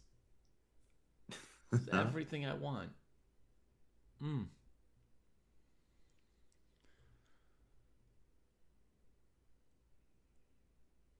We got to move. Rook takes E6. Oh, I'm a GM today. I'm a GM today. Sam takes 14 minutes there. Rook takes E6. Mm-hmm. And I guess, my friends, the debate we're having is just how bad it is for black. I'm saying black is a little bit worse, but it's not the end of the world. David is like, dude, I'm dying. Definitely think Queen C4 is now the main move. Queen C4. Now, maybe there's something else besides Queen C5, but in general, I want to get the queens off so I don't get mated. And Queen C5, I think forces the queens off. Well, I don't forces, but if you play something like Queen B3, then Rook D2, I assume, is annoying. Any queen move, I think Rook D2 is going to be annoying. Mm-hmm. No, I agree. Queen C5 forces it off. I just think it's... I think white wants to play rook and bishop versus rook and knight. Mm-hmm. Bluebaum is through, says Sweet Blues. Dang, Bluebaum, dude. He's gone to the next level. Actually, one thing that's fun about Bluebaum is if he actually has an incredible run, makes it to the deep rounds, he's going to hit 2,700. And that would be cool. I mean, we'd have everybody at least over 2,700.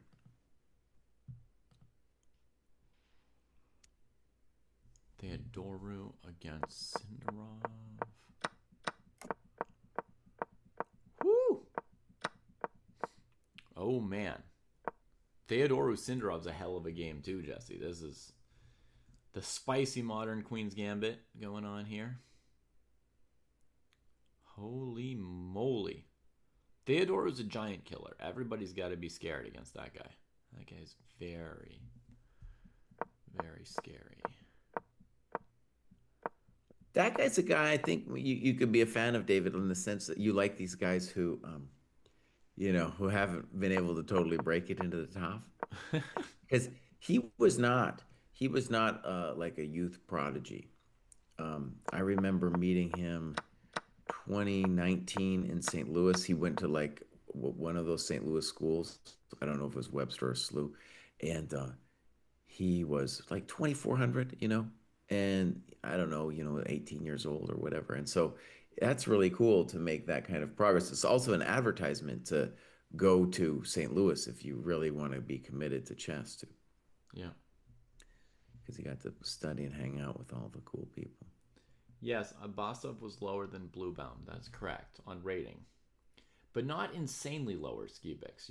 Abasov was 2,670 right after his career high, right after his World Cup. Because as Jesse said, to go through 6 rounds of the World Cup, you actually have to pick up a ton of rating points in the end.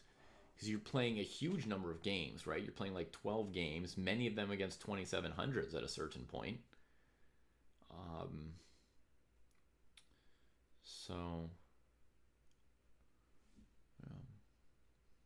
Sam, by the way, played the cautious King F7. Well, I don't know if it's cautious. I take that word back. It might have been a lot of things, but I don't know if it's cautious. And yeah, so avoid Queen C5, claiming that white can't do anything right now. Yeah, I guess part of the idea is it frees the rook, right, by defending the pawn. And so the piece Sam would like to trade is the rook, right? Like he's kind of hoping that, White's best move is something like rook d1, where he could just take the rook and play queen and knight instead of rook and knight.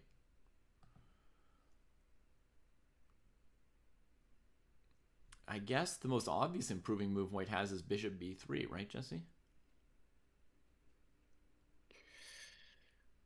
Okay, yeah. Queen f4 playable as well.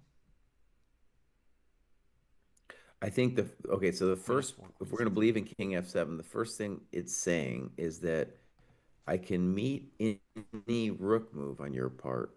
So rook b1, I can meet with rook b5, rook, and then and so I can just, and if like rook b1, rook b5, if you Mm-hmm. go rook d1, I'll go rook back to d5. Mm-hmm. You can't play rook e1 because my queen's looking at that square. Mm-hmm. So the bishop b3 looks good. Maybe it's the best move, but it's also true that the bishop was doing something on c2. It Sure. wasn't like it wasn't like, uh totally chump change on c2. Um and I think once we see the bishop on b3, that's my sign to probably put my knight on d5 at some point. Mm-hmm. Yeah, actually, this is making me think of another thing I might have done for Sam last move.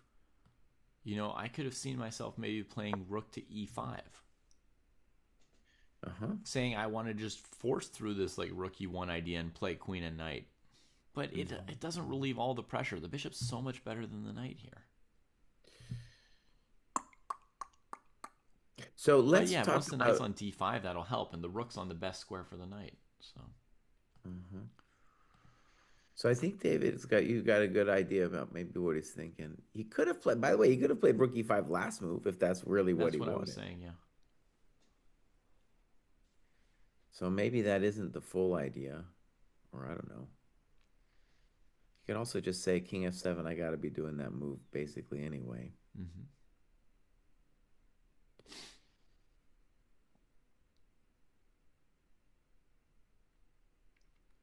One thing that David's saying is important we should note is that the reason the rook rather than the queen's coming off, we got to move Rook c1? No, rook b1. rook b1, which seems to force rook b5. But I just want to make the point is that rook and bishop versus rook and knight, we talk a lot about it a lot as the Fischer endgame. And the endgame, that endgame, perhaps especially with the pawn on e6, you could characterize as really great for white with the principle of two weaknesses, saying that the pawn on e6 is weak and the rook and bishop versus rook and knight is in itself an advantage. Mm-hmm. Anyways, I mean, uh, I would actually say in an interesting way, like the a pawn on its own could be a sufficient weakness against mhm, with the action of the rook and bishop and the knight potentially staying closer to the king side right. instead of it being the isolated e pawn. It's really the a pawn that's in many cases enough. Like you could put your e6 pawn on f7, I don't care, I still am pumped about that endgame for black. For white, right? Well, let's think so okay. And let's try to divine what the idea of rook b1 is, because at the first glance, I would say, no, I don't want to do that because of rook b5. Mm-hmm.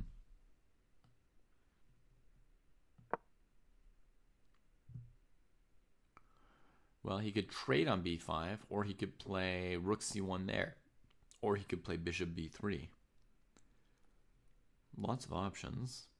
Let's say I go bishop b3. Bishop b3, okay.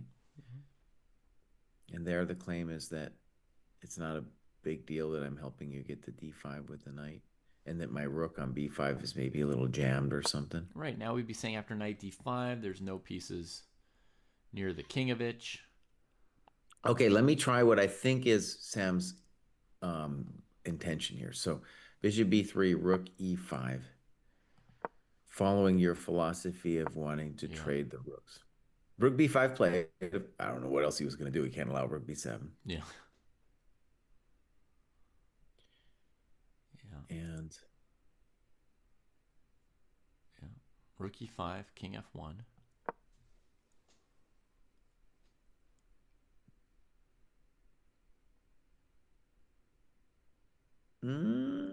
I don't know about that, Mr. Bruce. I got 94. Welcome to the dojo, maybe. Yeah, I was wondering about that. Well, that went that went south. Well, it's not so bad. We'll just go king g1. Okay. Repeat a little. Okay. So, let's see what if Vidit's got an idea here after rook b5.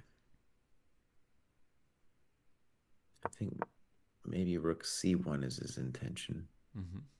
Yeah, I think rook c1 and bishop b3 are the two likely moves here. And honestly, rook b5 is not terrible, but I'll show you one variation I had calculated. It was rook b5, queen b5, queen b5, a b5, a3, and then knight to d5.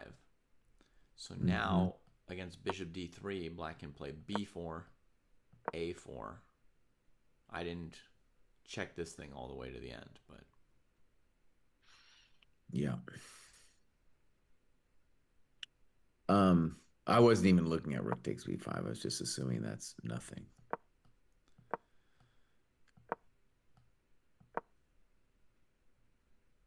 Yeah.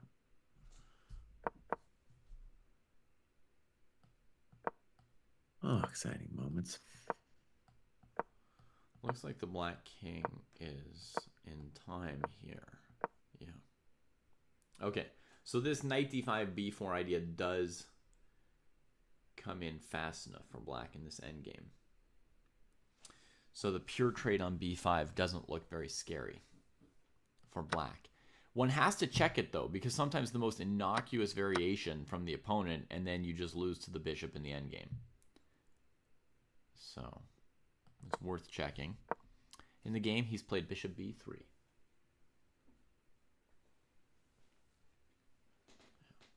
You're a GM today. Thank you. I think rook e5 is Sam's intention, right? Like this behind this king f7 move.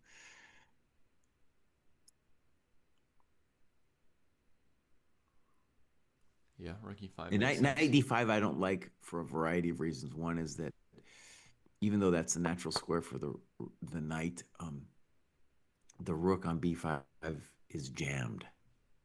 Yeah. So like knight d5, probably rook c1 or something. And I feel like I'm making a little progress. So we're anticipating rook e5. We'll see if we're GMs today. By the way, that Fedoseev game, dude, holy crap. It makes my head spin. I'm not even sure I want you to go there.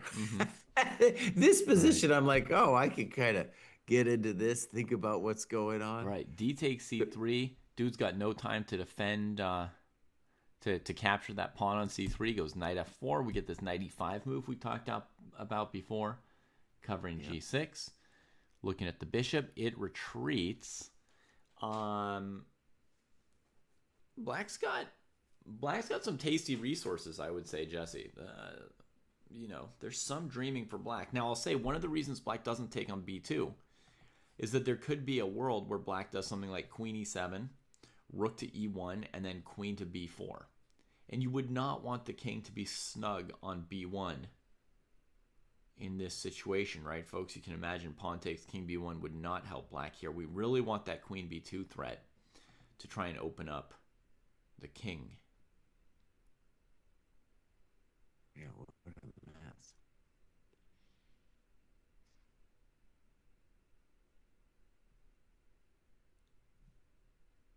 So we're up a rook.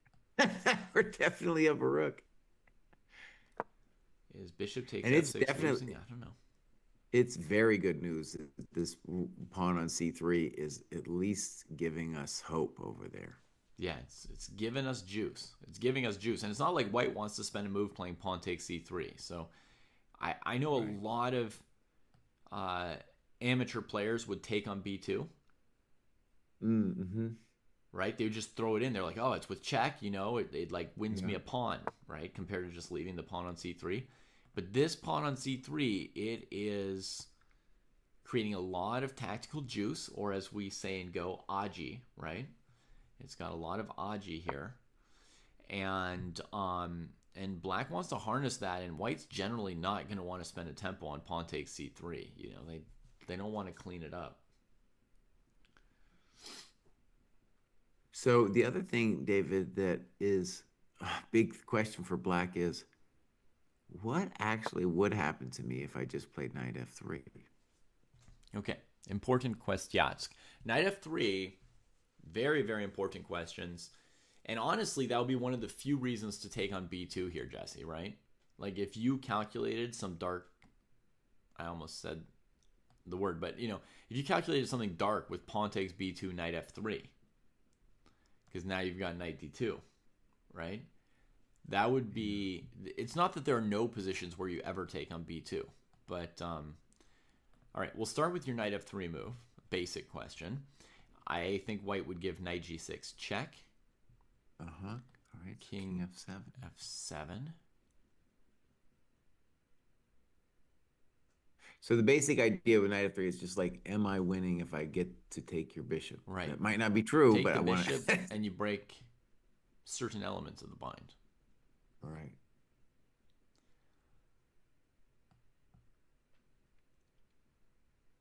One bummer might be that once I take on g5, the g6 square opens up. So like king f7, knight takes. I don't even know which way to take back. Let's take briefly back with the bishop. Queen, I don't know, h6. Knight g5. You could throw in bishop g6, but let's just start with queen g5.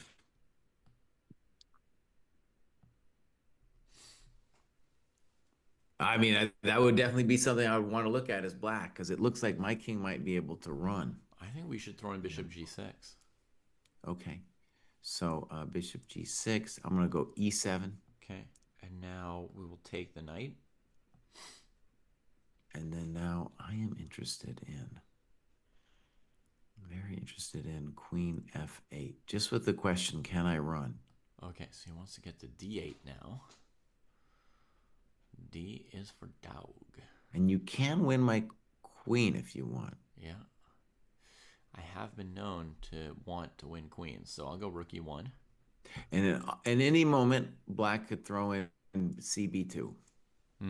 Yeah, you can have it whenever you want. I'm not planning to defend it.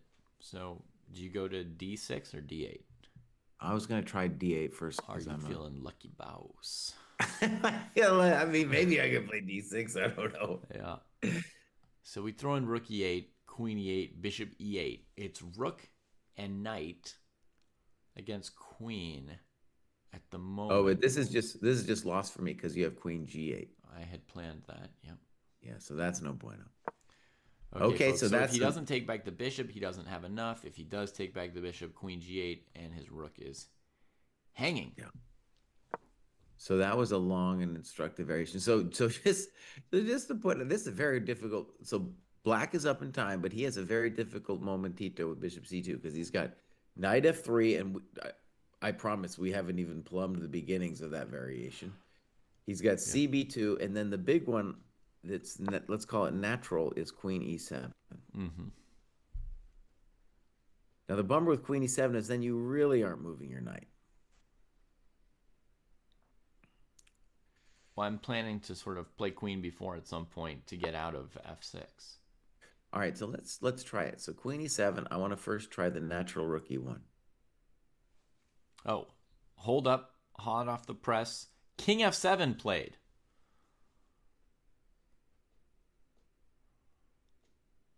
A move on which Fedoseev thought about as long as Wojtaszek has to think on the next 24 moves.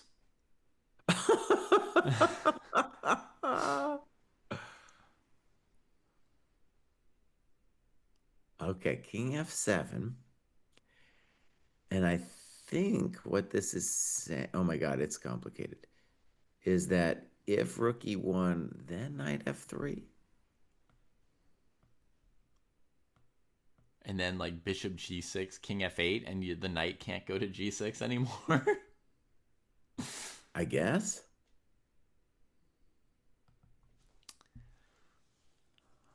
I'm gonna stress the word guess in there. This is really difficult. Yeah, there's some guesswork involved.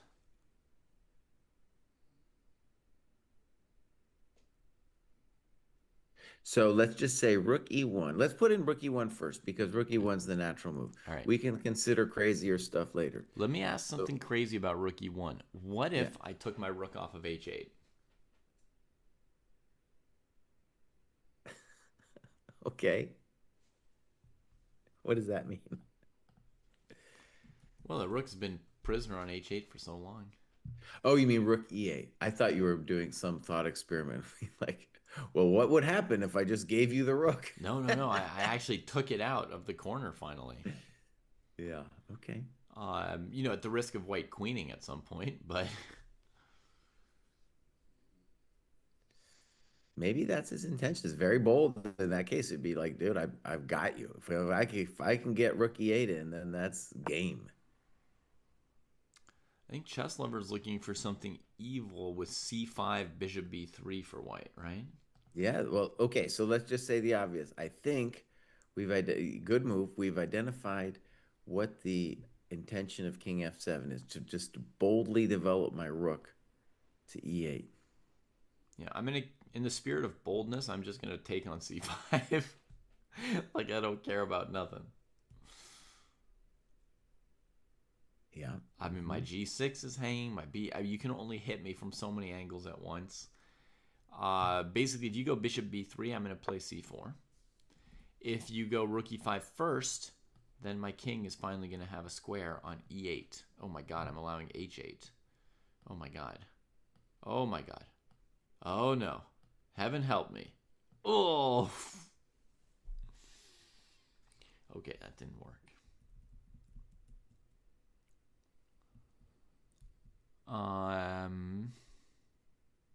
Maybe I'll play d5 here.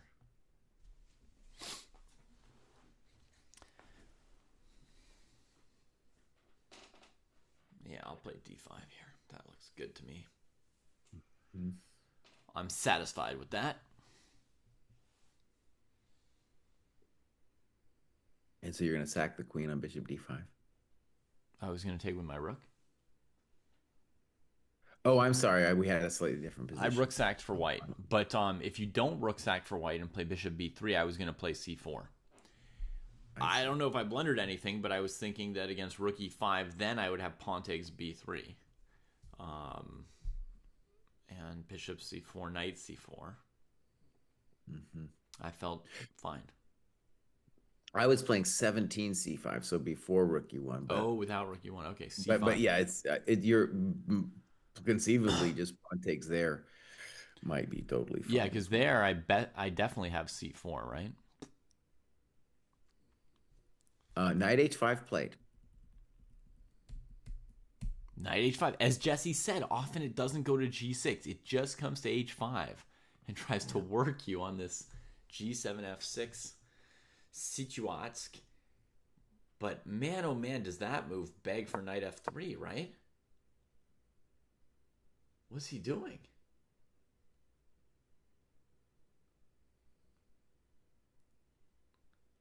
I haven't figured it out yet.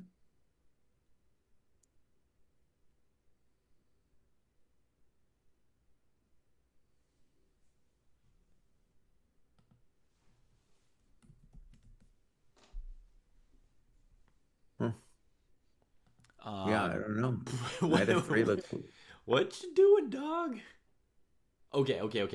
No.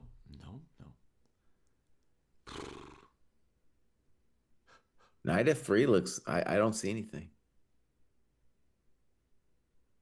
I don't see anything after knight f3.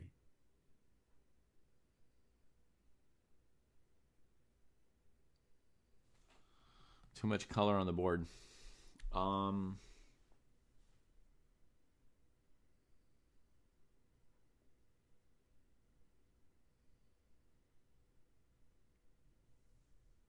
What? There's a fair chance this game is decided by move 25, one way or another. Yeah. Knight f3.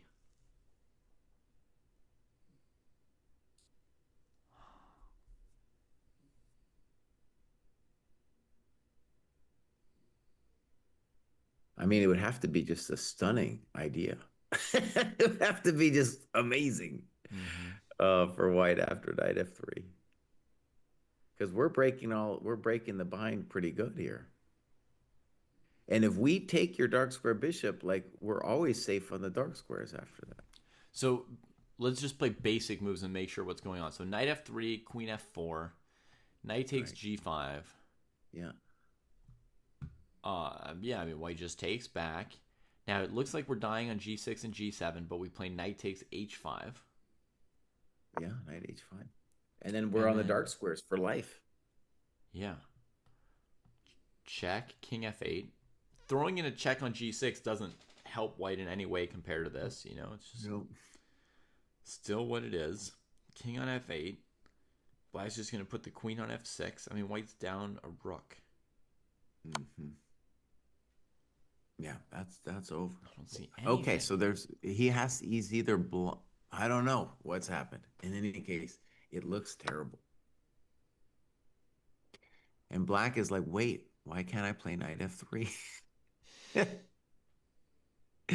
I think it's really hard. One of the things I know is a difference between myself and the 2700s is, for me, it would be really hard to not play knight f3 here.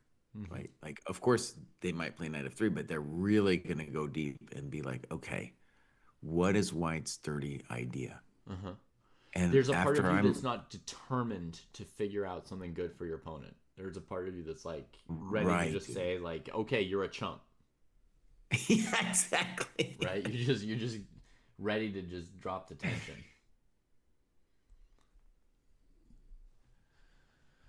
Yeah, it would be really hard. Knight f3. Somebody mentioned bishop g6. Of course, I looked at every check here, and there's king takes g6.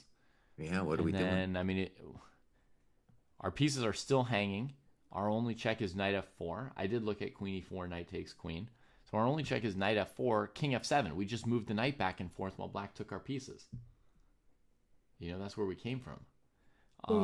I just don't yet see it. Knight f3. King f7 might have been a really quality move too. I mean, that was not on my radar, and that was just like, let's take control. Mm-hmm.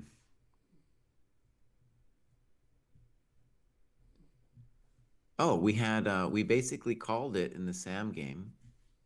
Mm-hmm. And I think Sam's fine. Now, Bruce might still think that white has something, but to my mind, Sam has gotten the setup that he wants here.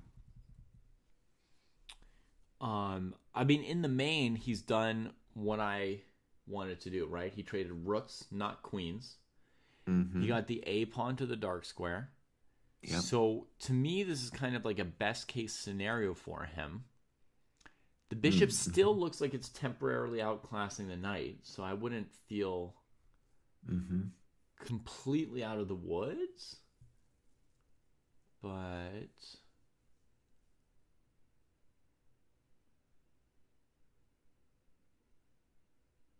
and it's hard for white to avoid perpetual checks. For example, if f4, knight g4 instantly ends it.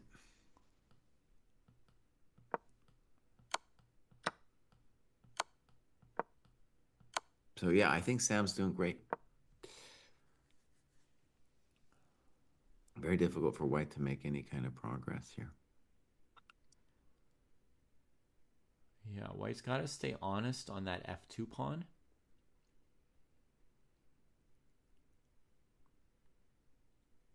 Looks reasonable. And black has the idea of improving the knight to d5 maybe in some cases. Yeah, of course. Could be fair. I don't see anything impressive for Vidit right here. So I think Sam did a good job of keeping his cool there in a position that looked fairly dangerous. We've got a lot of calls for the Martinez Noteboom game, and that is let's one of the go most check it out. important games of this round, Jesse. So I'm gonna head over there for a moment. It looks like they're only 19 moves in, so they're gonna. Well, and let's back it up to show people Yeah. what the way he played, because it's very aggressive and principled. So like maybe go back to move 12. Mm-hmm. I think you're there actually, yeah. Yeah, I was. So H4, and it's kind of like Right. It's almost a French structure, but definitely the pawn's pointing towards the king side. So Yospem's like, well, I'm gonna have to kill this fool. Yeah. Castling and would be that's the what move. Jesse said, folks, on move 6 when he saw the setup that Noteboom took in this game. He said what he's doing is maybe a little bit worse for black, but what he's forcing is the way for Martinez to play is he has to try to kill Noteboom. That's like the proper way to play. And so he's putting that kind of pressure and onus on white in a different way than what Fedoseev did. Less dramatic, but similar, right? He's putting some pressure on him to play an aggressive game. And if he had just played, let's say, castles, the chump move, then black could really hope to slowly get an advantage with knight d5 and slow moves. And as you said, to F6 Kostya, at some point. some F6, some French bullshit. Yeah, just play a move, buddy. Okay, so H4 threatens bishop H7, H6, bishop D2 makes sense. Yeah. And now F5. Good move. The bishop was no adornment on C3. Yeah. F5. He quickly takes it. Bishop takes. And Rook the H3. lift, yeah. A man move. Classic. D6. Rook C1. Queen D7. Bishop B1. Knight D5. Ooh, he wants to hurt him. Queen D3. King F7. I don't care about nothing. Well, I think he cares.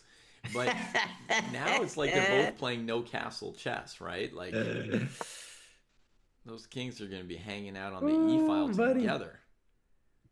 King F7 is a cool move because he's saying, I can put my king on E7 and you can't touch me at all. Oof. The thing is, I think right here, Jospa might have knight G5. But if I just play king E7, I don't know. I mean, or maybe knight H7. Then I go knight H7, and I finally get some purchase. I'll say Noteboom's idea here, I think. Noteboom's idea is that in this position here, the white rooks are disconnected. So he's saying, I can chill on E7 while you chill on E1. But I'm going to play rook C8. Right. We're going to trade a rook, reducing the danger to my king, but giving me the C-file. And then I'm going to try and work you positionally while the rook on H3 is built for, murdering kings, not for defending that position. And Yospin pretty quickly plays rook G3. He needs to find a way to do something juicy, right? Like black's claiming that he's got every square covered and that there's no way to get things started. But white's got a couple mechanisms to get something started. White's got bishop H6. White's got knight E5, knight G5, and maybe rook G3, rook G7. Let's see if he's threatening rook G7, Jesse. If it were white's move again. Or let's even play a reasonable move for Noteboom. Let's play rook A C8. Like just a naive, normal move, right? Rook G7. Okay, the first variation we can calculate quickly. King takes rook. Queen H7. Good variation. That's mate in twos, right, Jesse? That's right, buddy. Okay, so it's got to be bishop takes, right? Then we Queenovich. Yeah. King G8, Queen H7, King F7, Queen G6. Remind Noteboom that we won the game yesterday. He plays King to E7. Now we go Queen G7 check. Now, if King E8, Bishop G6. That's wait, but Mr. Bruce, I got something better. Don't go Queen G6. Okay. Just to remind him. Yeah. Queen G6, King G8, Queen H7, King F7. Play Bishop G6, check to the miserable king. Okay. King F6. Bishop G5. Bishop G5. Takes. Here. That is even better. Jesse. Good. Rook G3, dude. That's a nice move. Okay, so I think we've pretty much established that he's threatening Rook G7. Rook G7, X-Clan, bud. So Damn. he's found a way to come into, into contact here with Black. Black trying to say, there's no way through, and he's saying, well, no, don't be so sure about that. So obvious move for Black is something like King E8 or something like that, just moving away from the theater here. And okay, Mr. Bruce, hold on. Could I play? Let me try something else though. Mm-hmm. How about I play Rook FC8? Okay, Rook G7. You're going to go to F8 now? Bishop G7. I didn't see how you Queen check, here, King F8, right? Yeah. That's a nice square. Okay.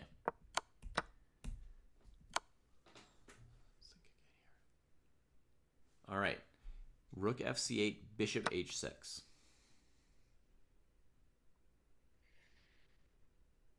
Bishop H6. Now you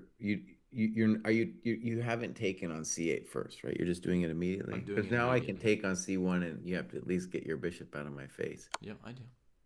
Okay. My bishop leaves your face with a pawn in his pocket.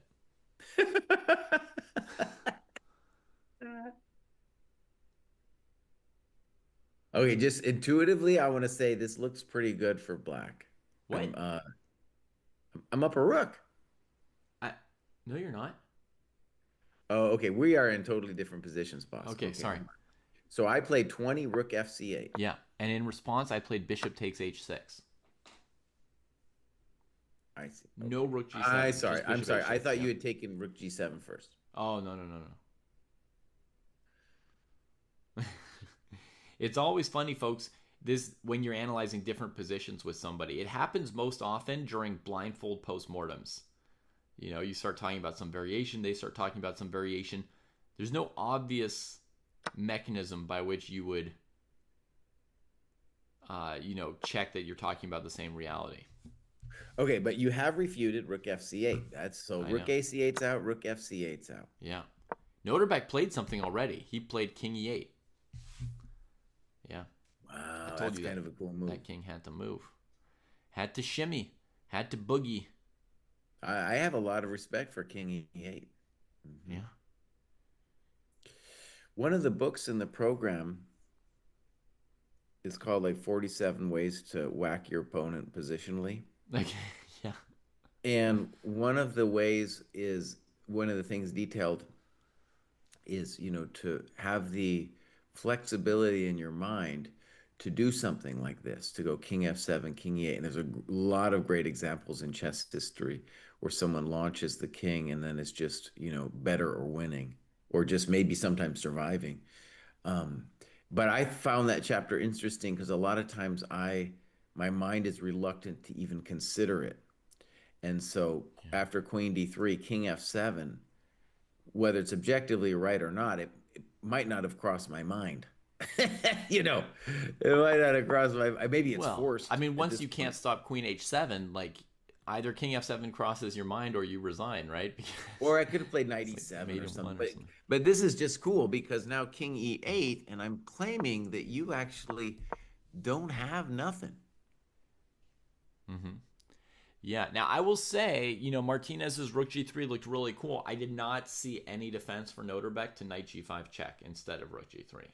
That Good. seemed Let's ask that question. Much simpler to me for Martinez, the previous move, And, Rook G3 is so beautiful, maybe you can't help yourself, but Knight G5,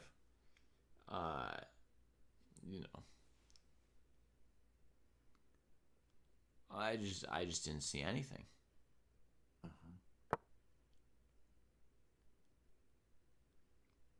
So let's go King E7, Knight H7.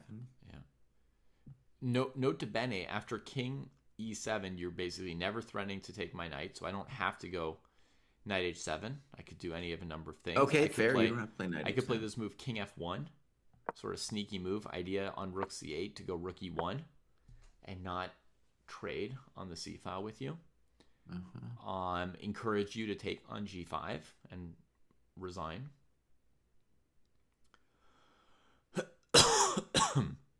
Yeah, I think okay. So I'm gonna say knight g5 looks.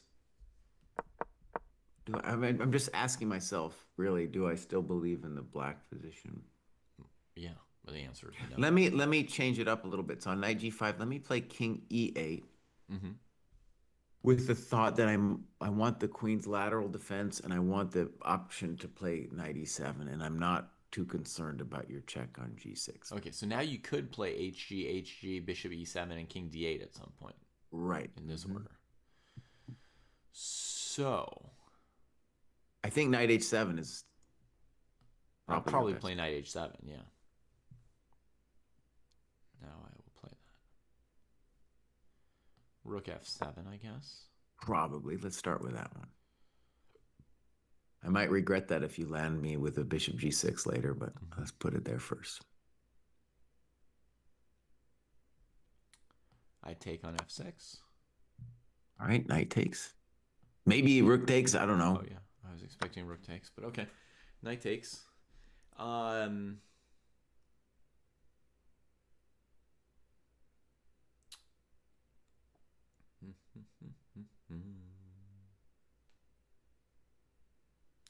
I think maybe I just start. But here you would probably end the analysis and you'd say, "Look, I feel good about my position," or "I feel that you'd make some assessment Yeah, because yeah. their I wouldn't rook in a f6 is game. I also wouldn't be possible." calculating further than this, but Right. I would tell you my assessment is white looks pleasantly better. I mostly agree It with looks you very there. pleasant because once the black rooks are disconnected, Notre Beck's big idea is gone, right? Of taking over the c file. And to my eyes, I've just taken the bishop pair. E6 is sensitive. I'm just playing very freely, and my rooks look fine. In fact, they're more connected than black's now. Well, let's honor Yospen here for a second. Yeah. His intuitions. Now maybe he was taken aback by King E8, but at the same time, No, it's not a surprise to him. King E8. He must. He must. but I'm just saying, like, you know, Rook G3, the argument against Rook G3 would be to say he's playing for a nice trick, but he's actually not appreciating the full intent of Black's idea. Mm-hmm. Because here we're saying maybe the Rook on G3 is actually a chump because the G7 square is not actually your target square. Right. It requires a very specific tactical confluence to take G7. Right. But on the other hand, Black's rooks now are disconnected, as are White's. Yeah. And Black, sure, maybe Rook C8 is a nice move, but it's not like Black is suddenly crushing us or anything. No, white's not crushed, but I feel like there's a danger that white missed his chance to punish black a little bit because the knight on f3 is a bit of a chump. The rook on g3 is a bit of a chump. Like white needed to sort of get some juice going for the position to really make sense to me. So Grapsu says maybe bishop g5, but I'm not sure I follow. If black takes with the pawn, how do you get a bishop trade? HG, I'm going bishop e7.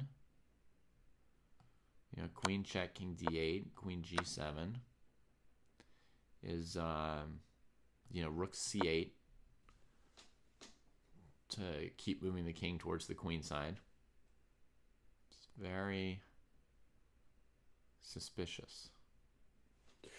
So actually, we'll say that in at least two of these games, Black needed to play and win, and both of them got the opening, the kind of game they wanted. Mm-hmm. Refuting the claim, at least, or seemingly, that you can play as white, you can play for a draw. Yeah. The other game, Fedoseev, just we were right about knight f3. Don't even go back there. It looks lost to me. Queen f4, knight g5, queen g5. He's thinking about knight takes h5. I mean, it's over. Right. I mean, black won in 17 moves. Mm-hmm. With the cry gambit. He put his soul on the line.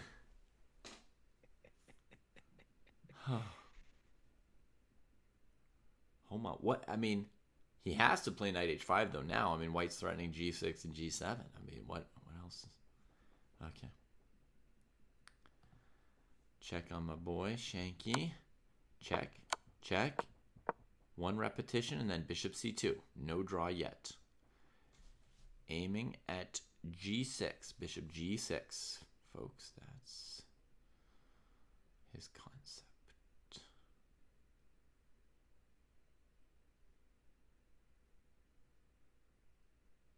If knight e4, queen a8. So that's not stable.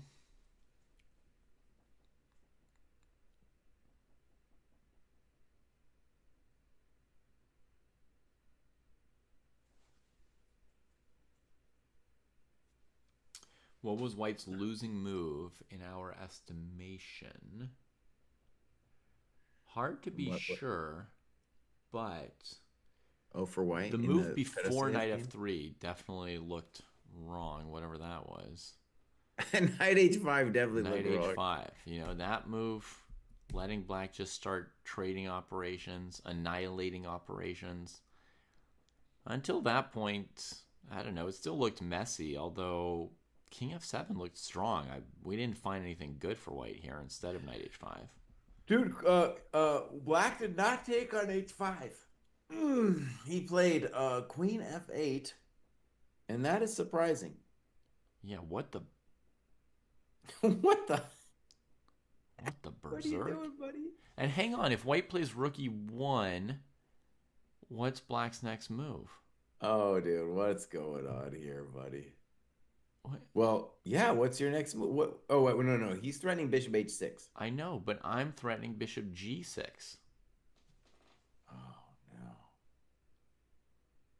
no. Okay, wait a second. My mind has exploded here for a second. The first thing I need to do, Mr. Bruce, is I need to understand what's wrong. What was wrong with knight h5? Nothing was wrong with it. It was completely winning, and he blundered. Really, bro? Well, I mean, I don't have a space bar to tell me, but I mean, I'm Well, looking I'm at just the saying position. he was worried about something. I don't know what questions the interviewers were going to ask him. Okay, wait. How about maybe he was worried about queen h5? Let's put it on f8 for a second. Yeah. And then queen f3, and then you got to block with your bishop. Okay. I still don't know why that, but I'm just trying to imagine, like, what if I'm Black? What am I concerned about? Yeah.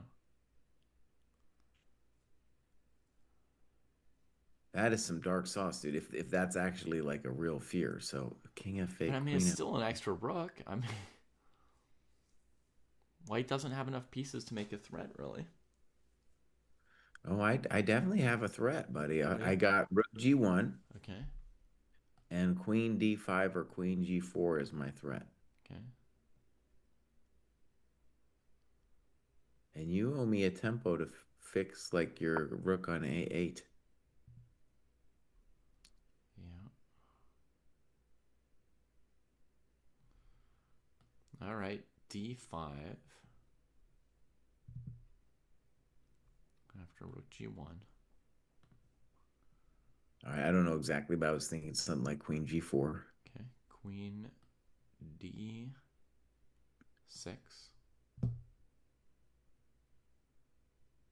Maybe bishop g5 there, but all right, queen d6, queen g8. And are you just running towards the hills? King e7.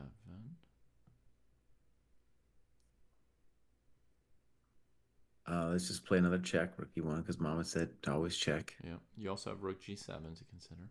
Rook g7, that might be a thing. I didn't think about it. That might be a thing. King d7.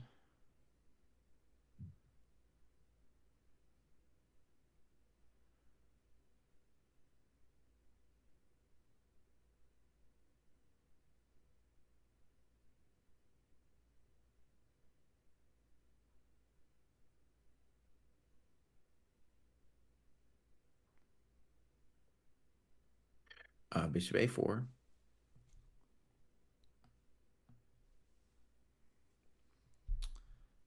Dark c6. Queen f7. Bishop Blockovich. C takes d. light squares I are don't not. know, dude. The light I squares are have not no idea. looking good. That did not seem forced at all to me, but I'm just trying to imagine, like, Yeah. by the way, this is a good example of like I would have probably played knight takes h5 and not Mhm. thought too long about it. I play rook a to f8. Thank you, Sweet Blues. If you happen, by some unfortunate chance, anybody to have seen the engine lines, don't tell us. Don't tell us. We know that engines exist. You won't be revealing something that we didn't have access to. All right, David, let's do it again from the top because I'm sure that feels like a long variation, wrong variation. So knight h5, queen h5, king Wait, but f8. before you take it again from the top, which of us Yeah. resigned at the end? I thought I didn't know. I didn't Okay, know. we didn't even I have. just know we went too far. Okay. So queen f3, rook. Okay, I think now by the way, so after bishop f6, I think rook g1 is the move. Mm-hmm. I don't know, maybe I got something else, but rook g1 looks right. Mm-hmm. d5, and this is where I feel like I need to pause and for a momentito. Mm-hmm. So I played the natural queen g4.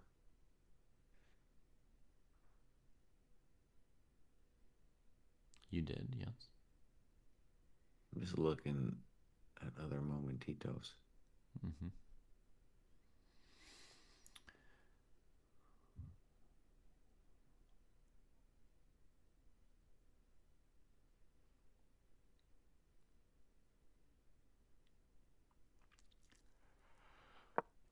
Like rook g6, maybe. I mean, there's a lot of, man.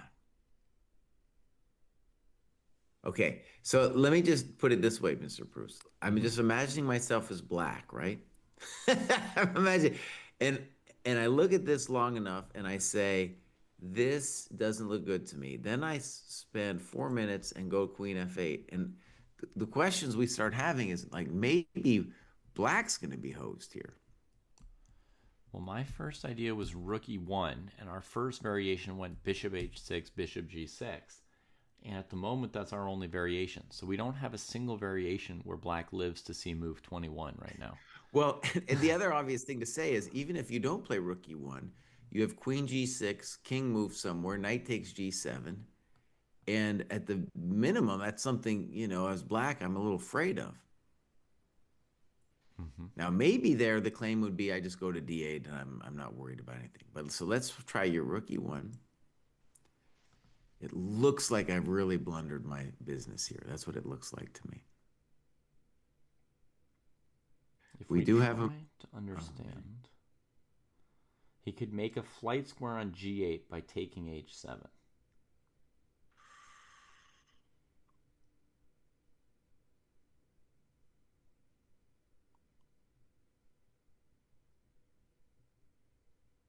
Right? Maybe there's a lot of darkness there though, because once your knight moves, I have queen d5. Right. Well, here's the simple line. Rook h7, oopsie. Bishop takes h7, knight takes h7, rook e7, queen e7, queen g7, king e6, knight f4, king d6, queen d4, king c6, queen d5.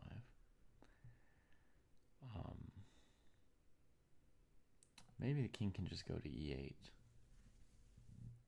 Yeah, I think forgot king the just knight goes to h7 E8. was stopping knight f6 there.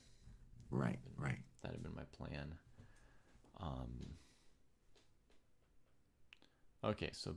But David, on knight takes h7, isn't queen d5 like finito? Maybe it isn't finito della commedia, but I'm worried. King has to go to g6, huh? And then rook g1. Yeah, that's killer. That is killer. I mean, maybe it's not over. Maybe you're somehow surviving this. Bishop g6 played. Bishop g6. Yeah. So not queen g6 winning g7, not rook e1 trying to mate, simply bishop g6. Would you look at that?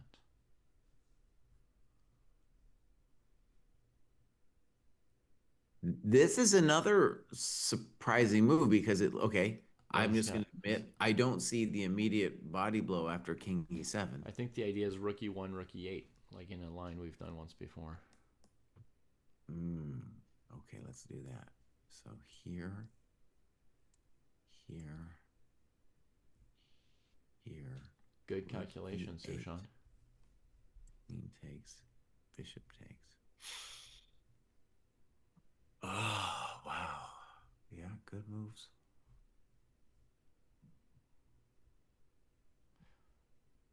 Wow, okay, this might be winning.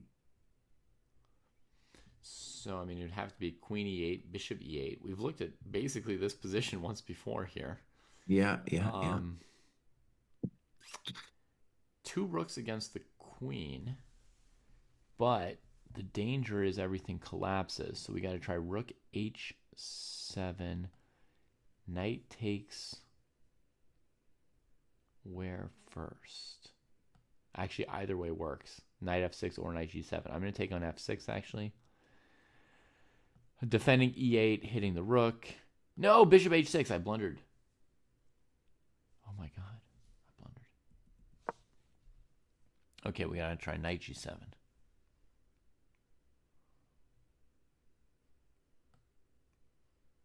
Rook G7, Queen G7, Knight E8. Queen G5, King C8, H4. That's just pure pain. That's just the pure pain. I mean, they don't have to calculate that. Okay. White wins at the end, folks. That's not a very long variation, and it's not a wrong variation. That's the end of Fedoseev's run here. Rook E1, King D8, Rook E8. That's done. And if the king came up,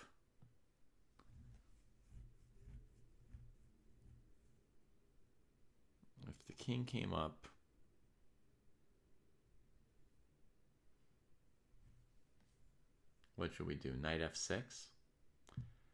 Threatening mate on D5. Bishop H6.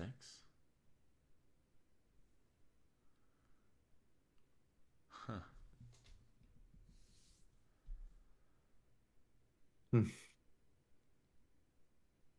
Strange. I don't. Oh, I see what you're doing.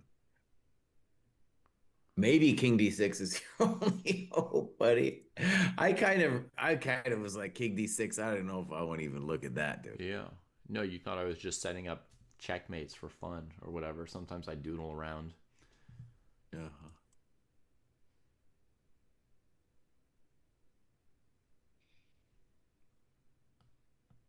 Queen E5. King C6. Bishop E4. All right. You were right, Jesse. Was I right, though? You were right. I was right. But on Bishop E4, I have D5. And then you got to go Bishop D5. And I got to try, what, King C5? I don't know. Kings, yeah. I guess you could keep it going. No, I don't want to. I don't want to keep it going. I mean, at some point, you're better off dead than living this reality here. Wait a second. So Bishop D5. Wait, I go King D7.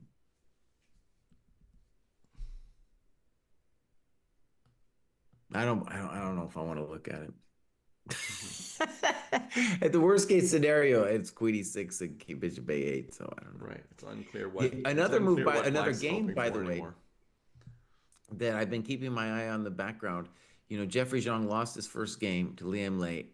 I think he's better. He's playing. He's also playing black. Needs to win. I'm gonna say he's a little bit better in this position. By He's the got way, the better bishop. that was the end. Fedoseev resigned after Bishop G6. Damn.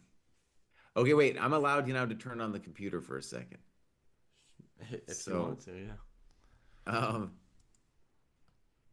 Computer says knight bc3 was wrong. It still likes e5 a little bit better for white, but it says it's unclear. Castles. Snip. Okay, so it says knight bc3, e5 was a good try. Castles, ed4. White should simply capture on d4 with the knight. And after ED4, it wants the ridiculous bishop C2 that I'm sure didn't even cross his mind. Or knight takes d4, either one. Yeah, I don't understand bishop C2. I'm not even going to begin to understand that. So, rook H1, snip says black's better. Knight F4 says exclam. Knight E5. Yeah. Bishop C2 doesn't like. King F7 was the mistake. It says knight F3 was winning there immediately. But the amazing thing is, Mr. Bruce, is that Fedoseev, like us, was like knight H5. What a chump move. But knight H5 is an exclam. I didn't believe in, I was like, excuse me, knight H5, we're playing knight F3. This is like the variation I had a million moves ago. But and it says queen F8 double question mark, but knight H5. Oh, okay, let's do that, Mr. Bruce. Let's do that variation where we went down the road, because I was wondering, like, what was wrong with knight H5, right? So knight H5, queen H5. Sorry, so you're at king F7. This whole thing that we were going down the path, I was like, well, what was he afraid of, right? Yeah. So queen 8, after to go to the position with knight H5. Yeah.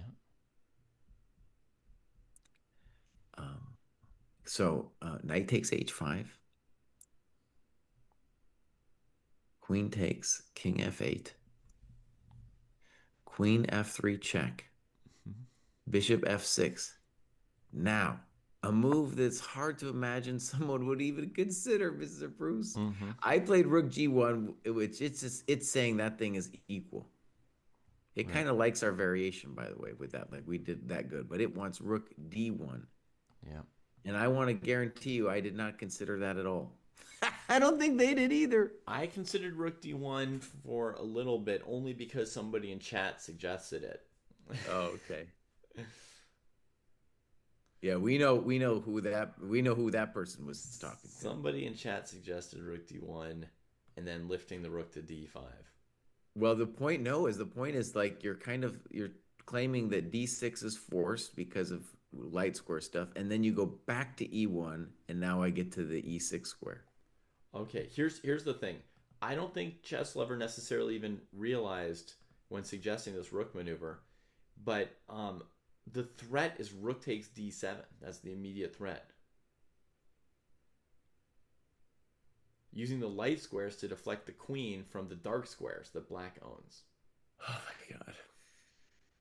That's a huge threat, as well as preventing D5. So black has to play D6 there, and then the only move for white, rook E1, preparing rook E6. And even this I don't get. I mean, look at this. C6, rook E6, forcing king F7, and then the rook just drops back to E3. I mean, this is like beyond dark. There's no way Fedoseev was even afraid of this, Jesse. This isn't what scared him off, because no one could think of this. I'm sorry. Wait, but something scared him off. Something scared him off, but he didn't see rook E1 to E6 to E3. I mean, okay, but here's maybe a way to think about it. Like he might have he probably saw rook G1, which is what I played, right? Like that's the human way to play. And then maybe he was scared, and then he was like, he probably did one of those oh shit moments where he's like, well, none of this is really working for me, so I'm gonna go and play queen F8.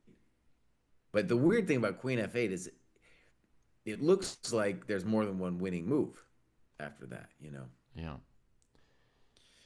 So anyways. Important thing, though, Jesse, is we looked at knight F3, a move before king F7, right? We didn't count it as this fancy king F7 move he played. We were looking at direct knight F3 then.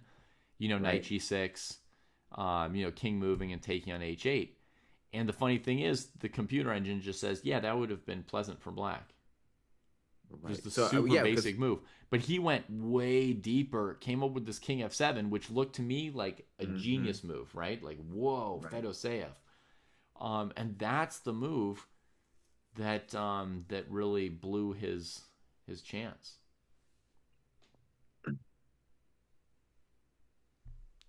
All right, folks. Well, that was a brief visit to Planet Engine, a scary, scary and crazy place. Fedoseev played bravely there, folks, and I think you got to see the kind of game that you will rarely see between GMs outside of a knockout event, right? Or outside of some like extremely high stakes must-win situation. You're not going to see a lot of 2700s playing this variation. The Cry Gambit. Okay. Well, dude, let's just say a little bit similar to the Cry Gambit and a lot of the variations we were looking at was the Yospem versus Abdu game. Yeah. And dude, Abdu walked the king all the way over. Yeah, that's the game I wanted to get back to next. So King E8, King F1, King D8, Rook E1. Yeah, looking at that E6 pawn. And the king just walks. I don't know if you should have let the king keep walking so easily. Yeah. Or at least after King C7, you've got draw odds, right? Play Rook C1 check. I mean, ask him if he's going to go to B8, no? The rook, trap that rook on A8. So just optically, I want to say the position looks roughly equal here. Mm-hmm. Yeah.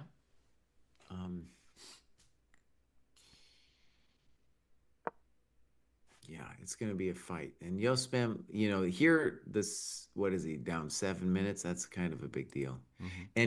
And it's hard for White to play. Like, he's playing Queen D3. It's not really clear what that does. Yeah. The rook on G3 really is in danger of being off sides. But it's also not clear what Black is going to do pronto. Mm-hmm. Agreed. Not clear. Maybe, like, at some point, Queen A4 intending Bishop A6 might be a thought. I don't know. I have no conviction on that one, though. Mm-hmm.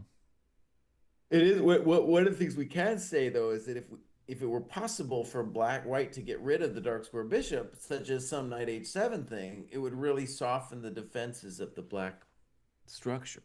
Mm-hmm.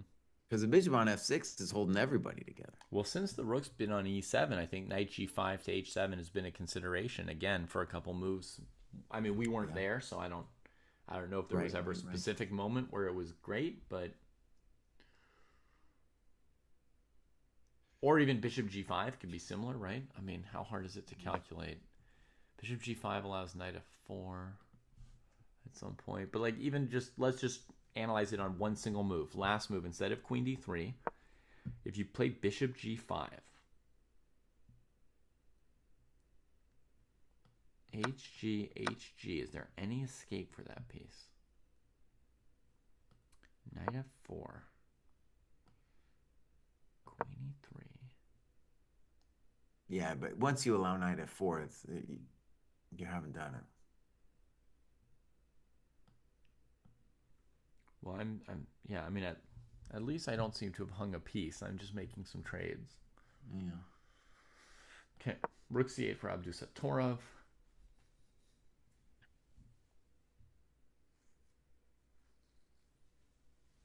And I've been in a lot of positions like that, and one of the weird things is your rook on F8, it's hard to move him because you're like, I'm so proud of that F file, but you got somebody in the way, and that somebody don't want to move nowhere.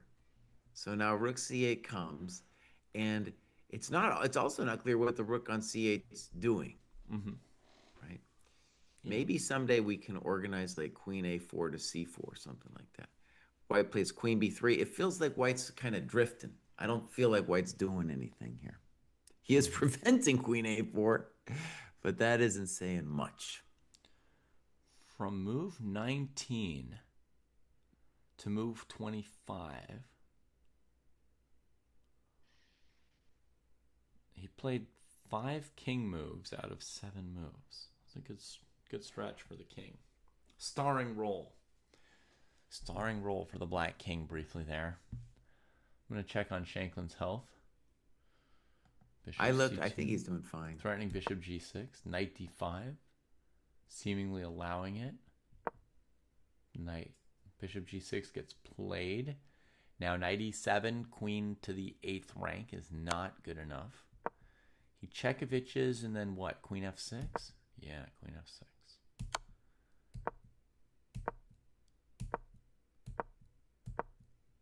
Okay, I'm gonna go ahead and say Queen this trade. this is a little scary.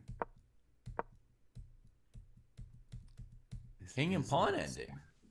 Whew. King and pawn ending. How sure are we of that? Shankland with just hours on his clock. He really does have hours, dude. I mean, he sent Vidit into the second time control. You know, Sam's clock, I don't know if it's showing his extra half hour. He might have 2 hours here. No, he went down to 1 hour and then he got a half hour at move 40. Okay. So there's no immediate king and pawn ending win for Vidit. I just calculated bishop d5, ed5, king g4, d4. What white wants to do to win the endgame is play f4 and recapture with the king, not the pawn, right? If you consider bishop d5, good, yeah. ed. If white could play f4, then they're just winning, period, I think. ef4, king f4, then you go attack the d pawn with your king. Black defends it with their king, then h4, g4, h5, g5, etc. You lure their king away and you win with the a pawn. It's X's and O's. So, let's interrupt ourselves to report that Submarine Mike has supported the Dojo's coverage of top-level events. Thank you, Mike. Nice. Thank you, Mike. Another 5 people like that, and we might be able to do this for one more day. Okay, so bishop d5, ed5, king g4, d4, king f3, king d6, king e4, king c5. And then in that position, I think basically black's alive, because if f4, gf4, you have to play gf4. I think that's okay for black with the split pawns. So I'll put it on the board for anyone who wants. Yeah, I'm gonna go make myself a cup of coffee and see what the status of my animal. I got to deal with some kid stuff too, but I just want to say this is a moment where if I was white, I would want to really tank. And he's only got 24 minutes, so this is a real tanker here. Yeah. I just, that memory flashed back where Keimer beat Vidit in that pawn end game where it was very tricky and Keimer really did some nasty things to him. Oh, yeah, that was an instructive one. I figured it out in about 30 seconds, by the way, Jesse, that one. When you say that one, you mean the variation you just... How Keimer should win that king and pawn ending against Vidit. Oh, okay. It was like not a very difficult puzzle. Okay. So this king and pawn ending is not great for Vidit. So I think he's going to keep the bishop versus knight here. So what are his candidate moves? All right, I'll be right back. He's got king g4, king e4.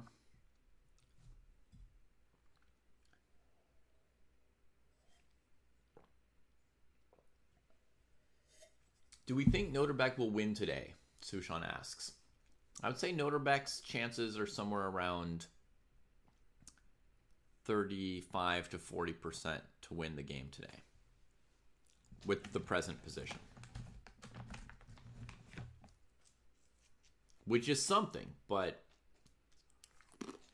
draw or win for Alcantara a little bit more likely still.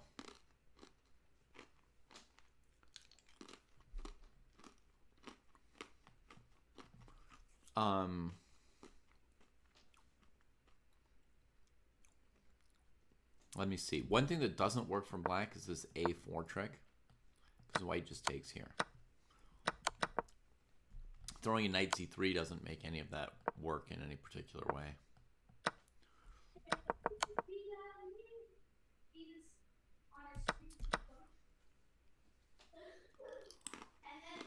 Sam had a lot of opening prep today, SB McManus. 20 moves of opening prep, and then he's just trying to keep the pressure on Vidit, keep the tempo of the game going.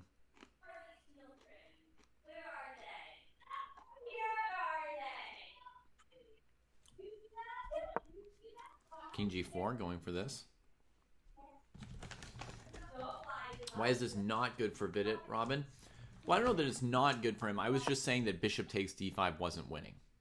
I was just calculating the king and pawn ending. White doesn't win. As far as the overall valuation of the position,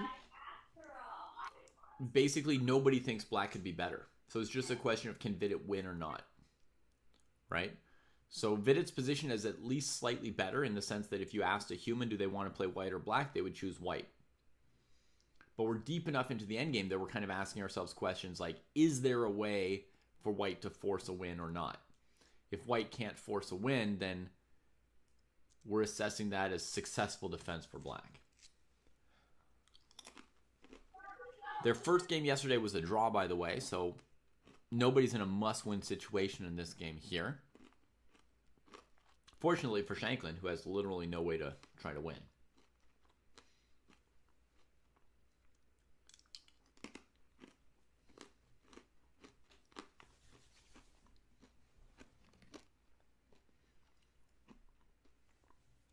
Okay. So I think we've got the lay of the land on this. We're going to maybe go check on another board for a moment. Follow Chess Lover's suggestion to check out Adams and Lodici. At the moment, I don't see a clear breakthrough for Vidit.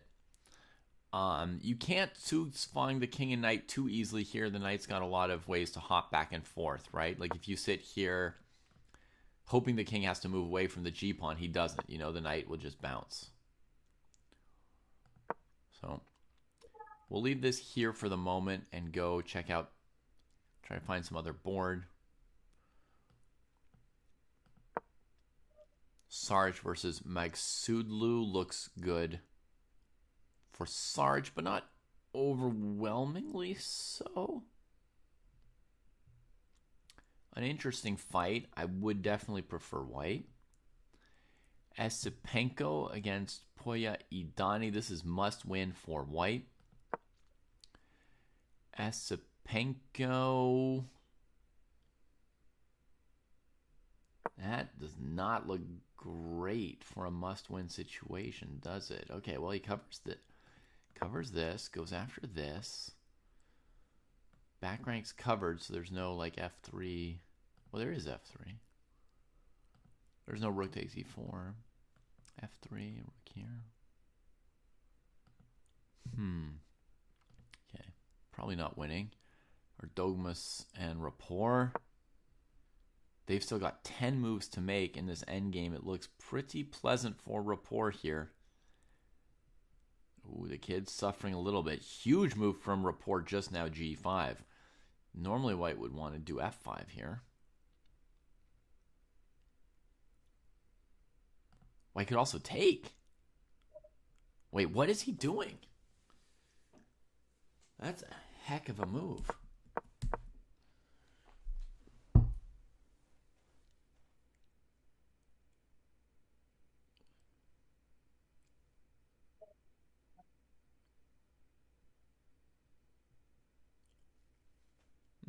I hear you, Sushan. That would be something I would have in mind as black as well in the Shankland game.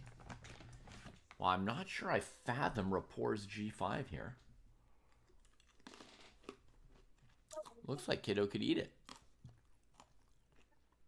Looks like the Kiddo could eat it.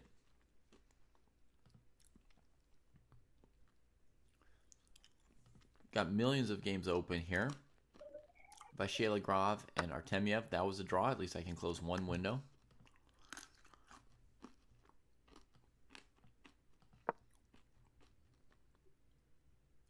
Holy moly, that game looks madness. All right. Here I could try to find the Lodici game maybe. As recommended to me.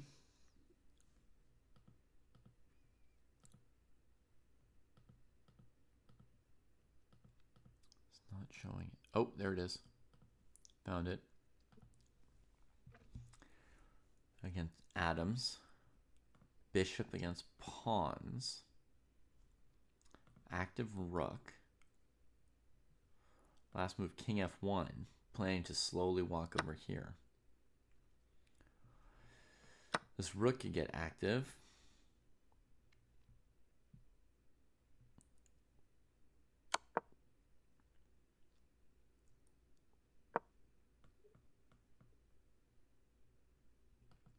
Looks pretty good for Lorenzo Lodici to me.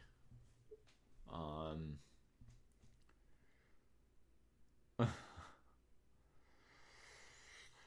um, hmm.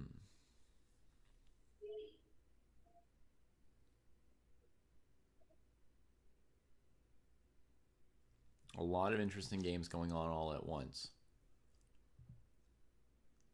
Um, just clicking through this Mamedyarov Grandelius game looked super bonkers to me. Odds are that Mamedyarov's winning, though. I mean, bishop pairs are amazing. This knight looks like it's in bad shape. Black's kind of banking on back rank stuff. But this bishop can tuck.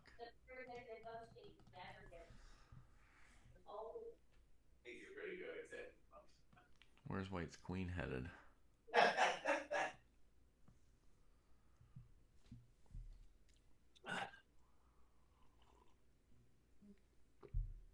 All right, bro. What did I miss, man?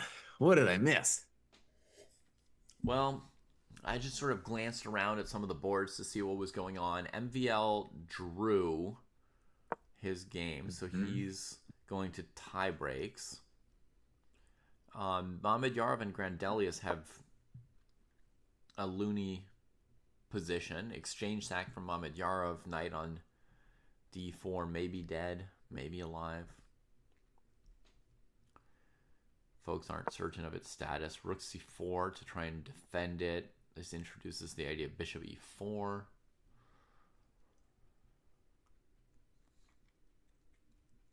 Maybe then black plays g6. Bishop e4, g6.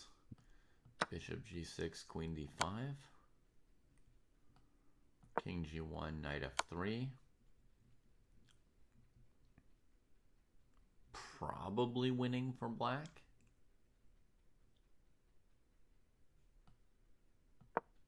King g2, walking into double checks. Knight e1, that's mate.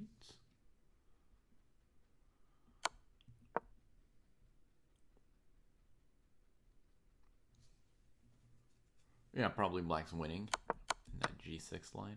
I don't know. But it's a crazy one. Mr. Bruce, go back to the Sam game for a second. I have an idea for Vidit that I think he's calculating right now. Okay. And he's beginning a click on the board. He traded into the king upon ending with the kings over here, and now he can take with the king on f4. Exactly.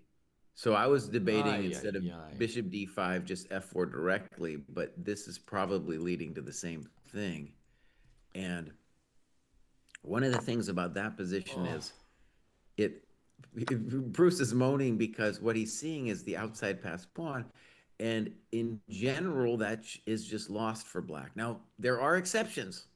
Okay, it's not necessarily over, but in general, the outside passer means you're toast. Now, one of the things, though, Mr. Bruce, about this is there is a rule given in Dvoretsky about how far the king needs to be away. Because let's say we now play gf, which happens. King takes f4.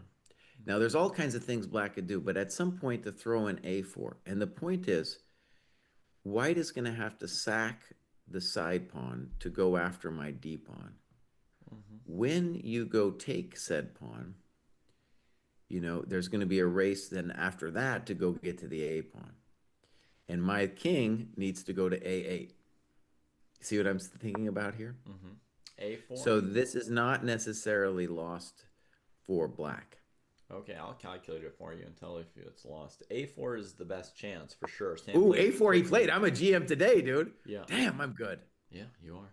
So, by the way, so this A4, Sam is guilty of moving too fast. Okay, but no, he is understanding the basic dynamics, I think, which is just our king is going to mop up the H pawn, and then whilst the white king gets the D pawn, the race happens back towards the queen side, and our king will get to A8 in time. That is the claim. Random Elo guy says this is his bars rule. I don't know what it was called. I don't know what it was called, but it was a dark rule. So, Mr. Pruz, I think it's drawing. They're just conceptually, I think it's drawing. But of course, you know, Vidit's going to want to think about it. If h4 now, I think g5 right away might be a good move.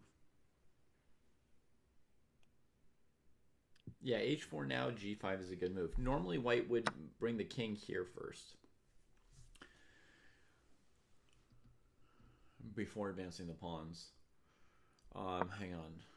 a3, you have to play first. That's correct. Then king e6, king e3, etc. My intuition is also after a3 that g5 is drawing.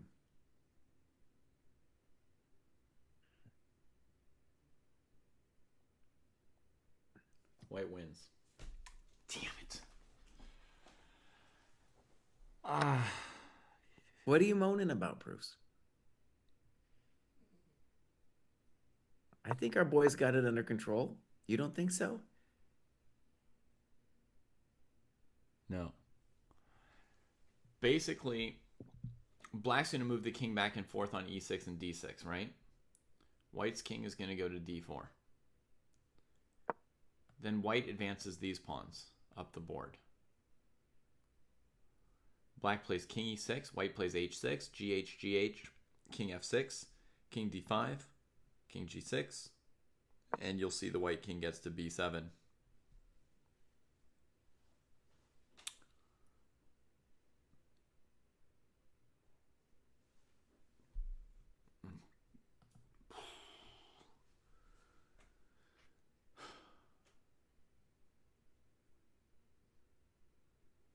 Okay, I'll try to defend his honor. King e6 was played. I was gonna play pawn g5. By the way, the speed in which Sam played king e6 suggests to me that he's got it figured out already. I mean, he only has so many things to do. Advancing the g pawn makes it easier for white. I calculated that to be probably a draw. I would want to double check some variations, but I had you can faith do it. in that. I'll play king e3. But let's play. We're gonna do Sam's variation, right? So king e6, king e3. No, we can play your g5 real quick. No. Let's just see, because I want to see conceptually what Sam's doing here. King So e3. let me just try e5, king e5 first. I'm just trying to follow his logic. King d3.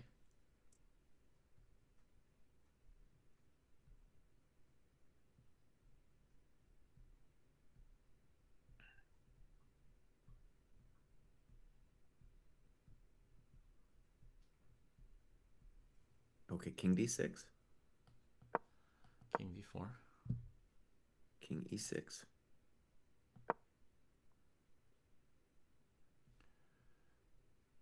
h4. Okay, why isn't king f5 just not drawing? I don't know. I hadn't checked that.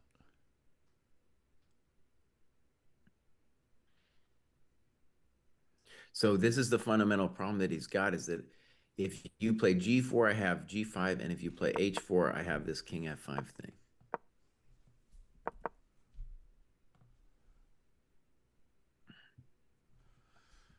Okay. So you play king d6.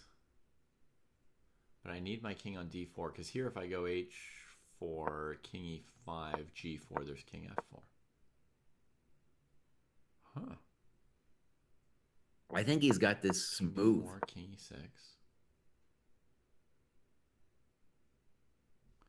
And king c5, king e5. Well, yeah, then my white might lose. King d4, king a4, king c4.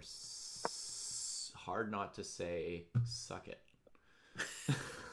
That's just some beautiful king work. No, dude, Sam understands. That's why he's moving so fast. He understands conceptually what's going on here. My g5 maybe, but this is much cooler. This is much more simple, because we're just saying your white pawn's no puedo mover. Mm-hmm. And if you play h4 or g4, I think I can start immediately with d4. I don't want to think about it, but looks like it. Well, this king f5 move is very important, Jesse, because I had assumed, like, king d6, g4, and white gets that in. And, I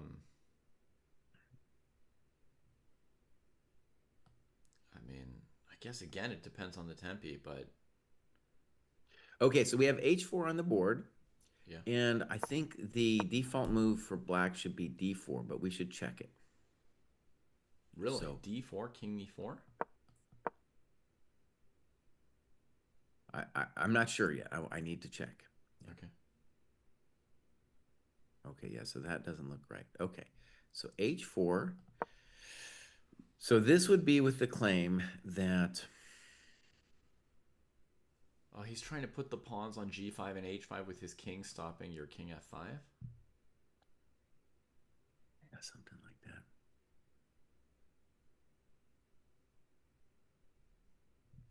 Okay, wait. How about just the simplicity?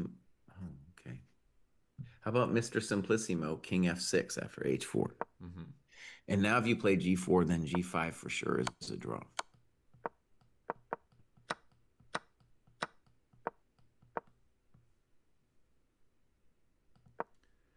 King f6. Okay, that looks reasonable. And white's candidate moves are maybe down to h5.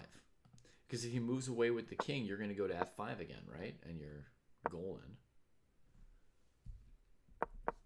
But on H5, I think now I'd launch it with D4 pretty easily. Mm-hmm. G4. D3. D3. Check. King E6. King e6. King e3. King F5. King f5. h6. Snip, snop, King G6. Let's just make sure, actually, with this bar's rule or whatever we want to call it. So, am I close enough or am I hosed? It's I just barely make it in that variation. You snuck in there. Baby. Snuck Ooh, in baby. there. Yeah. So that highlights, everyone, why the pawn going to A4 is such a cool thing. Yeah. And in the Dvoretsky book, it's like, you know, there's a certain amount of files and yada yada. But I think on a more practical level, if once you see the idea, you're like, oh right, if I can get my pawn up to A4, like Shankland quickly played A4. I move 48 out. He didn't really try to calculate. He's just like, yep, I know that my pawn belongs there. Well, I mean, he would have put it on A3 too if Vidit let him, right? The further Sure, down the right. board the black pawn is, the further the white king is from B7. B7's the winning square for white, and C8's the drawing square for black. Correct the mundo. So,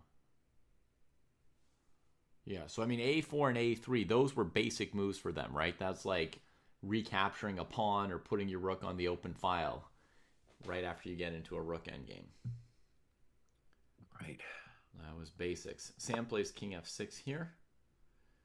Oh, I'm a GM today. Okay. Yeah.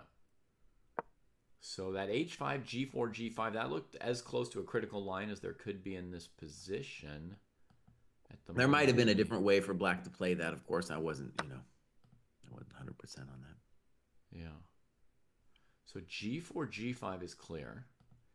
King backing up to f3. Black can play king f5 with nice territory for their king. G4 check, king e5. Fine. I like that word, with nice territory. D4 here, here. Take, take. Now we don't even rush to c8. We just play g5 and queen on the fool.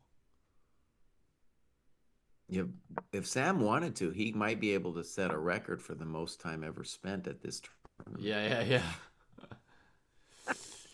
All right, I'm being called to Martinez versus Noterback. Okay, Jesse? Let's do it, We're bud. going to refresh Let's do it. that baby. So we had a big think relatively from Noterback here after queen b3. I don't know why this was such a key moment, but he spent half his time on queen d8.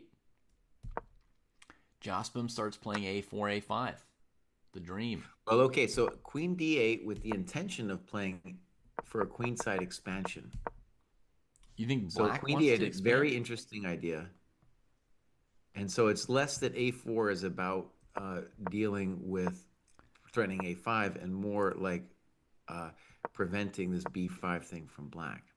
More original maneuvers for that rook. Now Oh, the rook 95. goes to g4.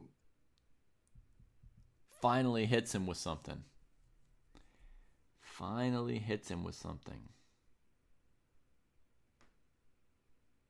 Rook G4, Knight E5. Oh, wow. We're in time pressure now, my friends. He calmly goes back to D8. D8.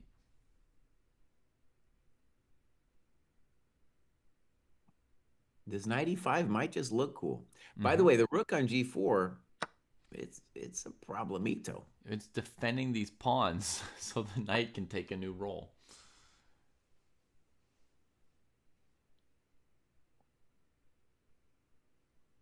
So, for example, on Knight.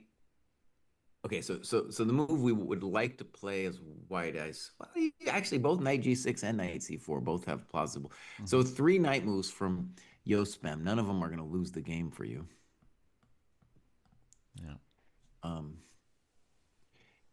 And I think the white rook would really dream of coming maybe to E4 someday. So that's an interesting little maneuver Yatsk here. Rook G4, man. Holding the H4 pawn, dreaming of rook E4.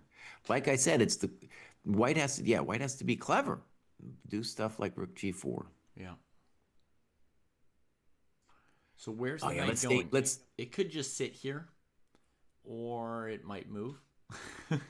That's true. Actually, I was mentioning all these knight moves, and the knight still is fine sitting there. Yeah.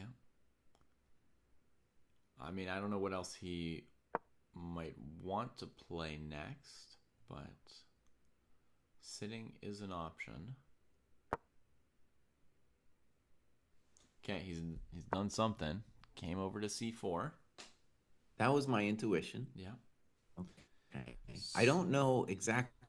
It's not like we're threatening anything, but I think we'd like to. Oh, and immediately G5. What? That's a fighting man's move right there. That is huge, but that is a fighting man's. That pawn was solid on G7, and now it's a target, right? Positionally, the guy on D2 just woke up. He just woke up and said, "Oh, yeah." But think about it, dude. But especially from a practical point of view, it's not what you want to see as white, because now the rooks are now open up on the H file. And there's going to be some major questions here for what white's king. Okay. Now, whether it works or not. HG, Bishop G5. Question number 1. Queen G8, maybe. I don't know. Queen G8, Bishop. I just want to say Queen G8 gives me the heebie-jeebies because the knight takes D6 and all this other stuff. So I don't know about that. But I play Bishop F6 in response. You take the rook, I assume, and then I take on E7. Let me do something simpler, Mr. Bruce. So on Bishop takes G5, instead of going loco in La Cabeza, let's go Bishop F4, Rook F4, Knight F4. I think that is more. What do you want us to do? So on Bishop G5, let's just be simple and take on G5 and play Knight F4. If I was white, that would be like a key concern. Bishop F1, we drop back. And now when you played Bishop F1, you gave up the H7 square. So now I can play Rook H7. Okay. Oh, and I don't think you wanted that, but... Well, we'll find out. Rook G4. What are you doing? Okay, so you're claiming that I can't go Queen H8. You can. I just have a plan to hopefully stay alive. I see. All right. So Mr. Proust is going to want to do some fancy stuff with Queen B6 or God knows what. Right. So we go Queen B6, defending the D pawn, and then play F3, escaping the king, hopefully. And my rook on G4 was sitting here in advance to stop Queen H4. And the queen on B6 is protecting D4. Yeah, that's why I threw that in. Maybe. Now, if I was white, though, I'd be terrified. Let's just say it. I was somewhat terrified. Jospin took on G5. Bishop recaptures. Noterbeck says, let's trade it all. Whole hog. Yeah, makes sense. He wants the F4 square, so that's our sign. Like, he wants that F4 square. No question about weird pins on the G file, that kind of fancy tactical stuff. He's just direct, like, we're opening it up. This is a clean, like, positional pawn sack, right? Full pawn sack, no pretenses. We're trying to get at the king. Eventually on the H file, maybe the G file. And, I mean, I don't fully believe it. I don't 100% believe it. It's, like, plausible. And it's a reasonable time to make a move 5 minutes before time control. But I think Josbum can handle this. By the way, I got a update. Sam did hold. Congratulations, Sam. You're going to the tie breaks, buddy. That's amazing. And Jeffrey Zhang drew his game. I was kind of looking at that. We never looked at it, but he drew, so that means he's out. Okay, where was Jeffrey against Lei Kwang Liem? He had lost yesterday. Today he had black. Must win situation. But it was against Liam Lee. It wasn't against Lei Kwang Liem. Sorry, Liam Lee.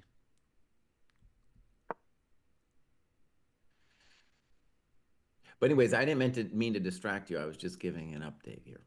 Because this Jospem thing, dude, is... Oh, man. One of the things that's amazing about this G5 move, David, is... Yeah. You're kind of forcing black or white to take it. Yeah. And so it's like... You know, that's scary stuff. White's having some hesitations, but I mean, you got to do what you got to do. When I played knight f4, by the way, maybe you can do a different move. I'm not actually threatening anything necessarily with knight f4 because your queen is protecting the bishop. So I feel like it's more of a positional thing than something you'd want to calculate all the way out. Mm-hmm. Like, I don't think black is calculated all the way out, for example. There's no way. There's so many different moves for white after bishop g5, rook g5, knight f4. Yeah. Maybe black will even go rook h7 immediately. He might not even go knight f4, right? No. There's no rook h7 until you move your bishop. Why not? Because the bishop is on d3. Queen g5? Oh, I see what you're saying. Okay. Good point. No. But I can always throw in queen b6, Mr. Bruce. I've got the knight on d5 still because I didn't play knight f4 like you. Oh, right. Okay. Fair point. It's just a different way. It's just a different way. The other way, the queen hangs back for a bit, covering b6. Actually, rook h7. Then I could play rook d. Oh, rook d5. Yeah, rook d5. Mm-hmm. And then I'm winning. Well, winning? Pawn takes d5. You mean pawn takes d5? Yeah. And then queen b6. The queen's on d8 still, right? So. Yeah. But your rook is still hanging on h7. So queen takes, knight takes, and you are winning. Nice tactic, Jesse. The Desperado knight. Yeah. Okay, we got some moves. We got rook takes g5. Holy moly! Whoa! That's why he was thinking, Jesse. I was distracted by thinking too far ahead, but I did wonder for a moment, like, why is he thinking about bishop g5, you know? And you know, if this is possible, then on Abdu's bishop takes g5 on move 35 was a mistake. Mm-hmm. So now we're going to get Why was it a mistake, you're saying? Because if he had played hg, after rook g5, black has a lot of different options. He doesn't have to take the rook. Like simple bishop d4. Yeah. Looks almost obviously good for black to me. Right. So this bishop g5 gave him an extra option, and Jospem was like, I'm going to take that. Took it too, yeah. Beautiful move. We cover the f4 square. Yeah. Dude, I think white might be better. Slowing down the counterplay. I think so too. I mean, even without rook g5, just bishop g5 and then rook takes g5 at the end, like, my instinct was it's slightly better for white, but like a plausible attempt by black. But this is just like black has got no juice, or at least I'm struggling to find the juice here. Let me put it that way. Mm-hmm. Fair enough. Or as Proust likes to say, in Go we call that achi. Yeah. Well, aji is specifically the juice in like some far-flung pawn that's basically dead eventually, but is not dead yet, right? Like, yeah, this is on the boards of Erzak. Barajas saying Alcantara is advancing and Noterbeck is sadly out of the candidates already at this point. A little early to say that, but it definitely looks reasonably pleasant for Jospem. He's only got 3 more moves to make till time control. One of them will be bishop takes rook. That one will be easy to find. So his time is actually just fine right now, folks. He's got to make 2 moves, basically, in this time here. Somebody suggested queen g8, and then there's bishop takes e7. And I know you want to try and threaten some kind of mate, but you're down a piece if you don't recapture on e7. And if you do recapture on e7, white takes b6 with check, and then plays a move like bishop e4, bishop f1, knight e3 maybe. It should be, I mean, white's up 2 pawns. It's unlikely that black has enough for it there. I like bishop e4 there, Mr. Bruce. Bishop e4. I mean, it's over anyway. It's over anyway. Yeah. Bishop e4. I mean, it's a risky move. I'm kind of hanging c4 and d5 and stuff, but my instinct was it would somehow work out for white. It's a little bit of a hope, just an instinct, but then 7 minutes, you can double check some of this stuff, folks, All right, I want to make an announcement. I have known Mexican players all my life, and you've had a number of people who got up to like the 2500s. They were always a really cool group of people, and kind of like a lot of American chess 20 years ago, there's not a lot of chess happening in Mexico. So it's super cool that Jospem can get where he got. How did he do it? He got it because the internet, right? Yeah. Internet, and then he gets to play all these games online, improve online, and all of a sudden, dude, Mexican chess is going to go crazy if this guy makes the candidates. This guy makes 2,700. There has never been a super strong Mexican player. And we do. Announcement. I think we got it, dude. Yeah. We got it. Rook g5, bishop g5. He's outplayed Abdu in 2 games. Yeah. In 2 games, he's outplayed him. Right. A top 10 player. A player, by the way, that I was like, maybe a year ago, I was like, this guy's top 5. And now he's crashing out. Oh la la. Svane played his last move on 1 second, Jesse, as promised. He's got 31 seconds on the clock with a 30-second increment. But Svane's position looks pretty good. This looks like another painful game for Gukesh, potentially, because black is just slowly crushing him. Well, the knight on c6 still needs help. The knight on c6 still needs help. I'm not so sure about all that, but by the way, queen c7 was played. Jospem takes on e7, and we're going to call that a comfortable advantage. However, and also there's no knight f4 yet because of queen b6. So there's a variety of good moves for white. The simplest that comes to my mind is just bishop e4. Okay. Just to be like, no, you shall not pass. Right. Also slightly evil is queen a3. Like, just trying to work him the old way. The old way. Jospem well, queen plays a3, bishop you would have to, I guess, okay, Bruce is an evil man. He's thinking like knight f4, knight d6 or something. I don't know. Yeah. That's too much, Mr. Bruce. Just keep it simple. All right. I'm a GM today, by the way. Bishop e4 Yeah, bishop played. e4. Very reasonable. So queen c7 instantly. They will get some more time.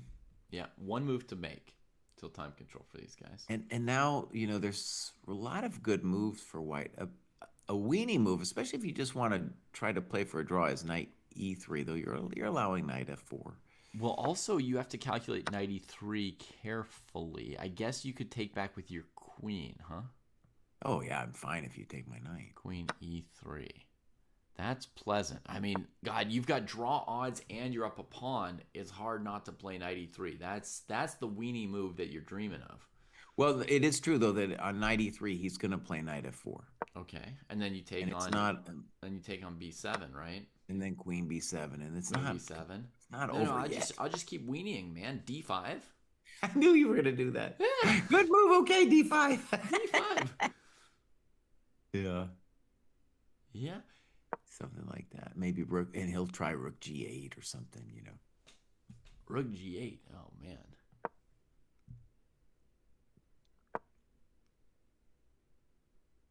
Okay, but 93. Then I'll I'm then I'll gonna play a5.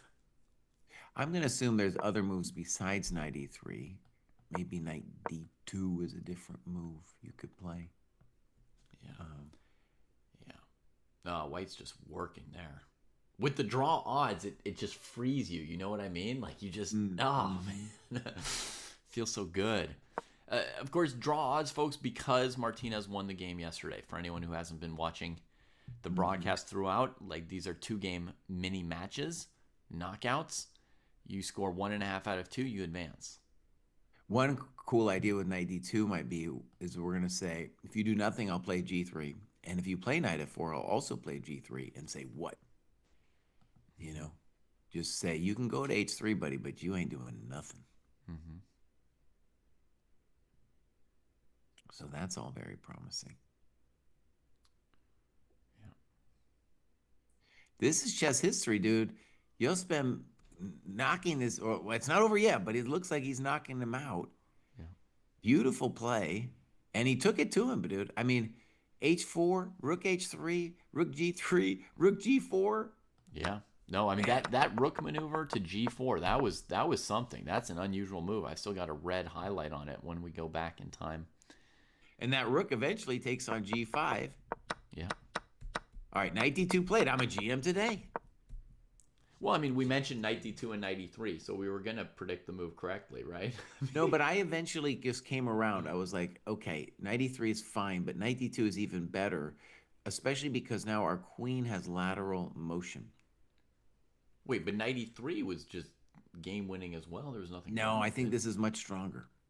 I think We this is didn't I'm gonna suggest go a single move for black after knight e3 that was reasonable. well, but there was some tricks with knight f4, rook g8. Here we're just The knight saying f4 nothing. rook g8 line, Jesse, I literally ended you. I got my kids, dude. Maybe your kids too. They love to say literally. No, literally. No, literally. No. I ended you. No, literally. Yeah. Oh, that's true. No I, cap. I'm normally not a fan of other people using that word, but okay. But I mean, really, Jesse, like if you follow that position with Rook G8, I think you were starting to think about the history of Mexico at the time, so you may have missed the moves. But like I played, I played A5, just trying to trade your queen on B6, right? Uh-huh. After Rook G8, I figured you have to play B5 in response, and then I play Queen B4, hitting the knight on F4, the pawn on D6, and Queen D4 check. Uh-huh. And it's Look, just I'm sure that it was winning. I just like 92 better. okay. I think Um, Gukesh has a chance of getting knocked out too. I mean, there's a million exciting games going on right now. all right, let's go look at Gukesh. When I first just my intuitive first take was it was not so bad for white, but let's take a look at it. Black has just played G4. I don't I'm not seeing it You yet, don't Mr. see it yet? Bruce. Okay. So let's say I play HG. Maybe he can play Rook H1, right? Like HG Rook Yeah, Rook H1 H1. I'm not sure why white is worse here. and get the territory. Because look, the knight on C. If you fix your knight, then I'm terrified. But until you fix your knight, I'm not. The one on C6. Gotcha. Yeah. Yeah. Okay. Yeah, fair enough. Maybe he's in the game. Okay. I was just seeing like, Black's taking a lot of territory, right? Hmm. And let's just say the obvious, dude. Gukesh has really struggled recently, knocking out these 2600 players, Yeah. and that was his MO before. He was just slaying them. That's Hmm. how he got to his spot, and now he's not slaying them. I don't know. It's rough. Yeah. Oh man, if you look at the course of history in this game, I mean, he's been suffering this game with white. And we'll say Arjun is pressing a position that is just he ain't gonna lose it. Let's put it that way. And he advances easily. I would say definitely Arjun now with all the other 2700s knocked out almost. He's definitely the favorite to qualify at this moment. I Yeah. mean he was already, but now he's even his chances are going up. Yeah. Aragai's in good shape here. Very good shape. And I would love to see him qualify, as would you. Jesse,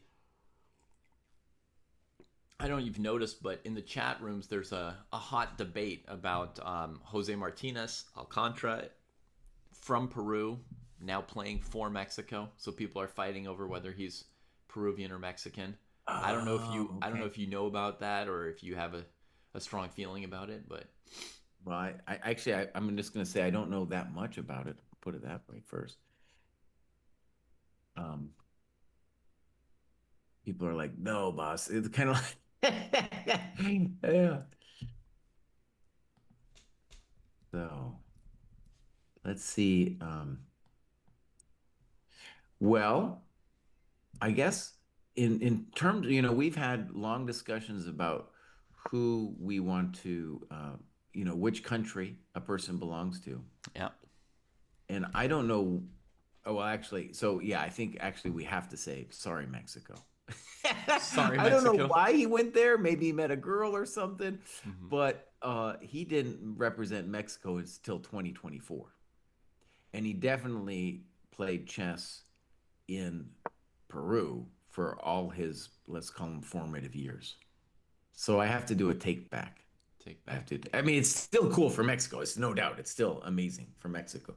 But yeah, actually, let's see. Let's see if Mamad we have. Yarov has 16 seconds to make the last move of time control here. It is hot against Grand Delicious. I see Queen G6, and I'm right! Oh, under time pressure. Pulls it out. Queen G6. Idea is to be able to answer B2 with Bishop E4. A lot of other moves fail to the B pawn running. It feels like a queen trade. You're going to have a hard time dealing with the B pawn here as well. So, looked like Queen G6 was the only really good move here. He played it. Hectic on many, many boards here. Lorenzo We Lodici also won the endgame against Adams. That's it. greatest Italian player since Greco, bruv. The greatest since Greco. And we didn't analyze this game, but I did get pulled over here for a second, Jesse, when you were away. People were asking about this endgame with pawns against the bishop. Yeah. And I don't know if I was right or not, but I said that I liked black's position better than white's. So, pawns advanced. Oh, that was a slick technique. He doesn't play b3 and trade pawns. He doesn't play king a2 and trade pawns. He plays king b2 threatening rook takes d2, king takes d2, c1. That draws the rook away. Then he's able to AB his way in. And he's just kind of freezing white. I just like Zugzwanging the poor dude. And Adams resigns. Whew! The pounds! That was a good one. That was a good one for Lodici. Yeah. Jesse, you were right. You didn't want to watch any of Adams' games because you said he wasn't going to win the tournament. Sorry, bro. I'm sorry, man. Um, Yeah. so this is interesting actually for Mexico is that Yospam complained about lack of support. So you can imagine Peru being, not really a chess country. And so, what's the Peruvian Olympiad team? Probably not much, probably not a lot of money for you to do stuff. Well, And they so had Jorge Cory as well, and he also that's true. switched countries, right? Didn't he move Exactamundo, to yeah. Spain maybe recently or somewhere? Right. And so actually the surprise is that Mexico is then the choice. I'm assuming he has a personal connection somehow there too, but that's an amazing thing for Mexico. It's like, you have loads of players switching countries to like let's say Wesley So coming to America because he also felt in the Philippines he wasn't getting the respect and support. So he comes to America, and that makes a certain amount of sense. But Oh no, like Mexico, what? I take it back. Cory is still representing Peru, by the way. Still representing Okay. Peru. I was wrong.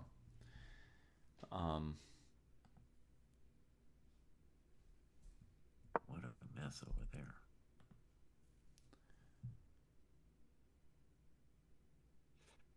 What do you think about Keimer's position, bro? I don't know. Grandelius, by the way, might have saved this game with Mamedyarov. I'm not sure I see a knockout for Mamedyarov. Like, I could see the game going like Queen F5, Queen B5, Queen G6, Queen E8, like a very, very weird repetition here.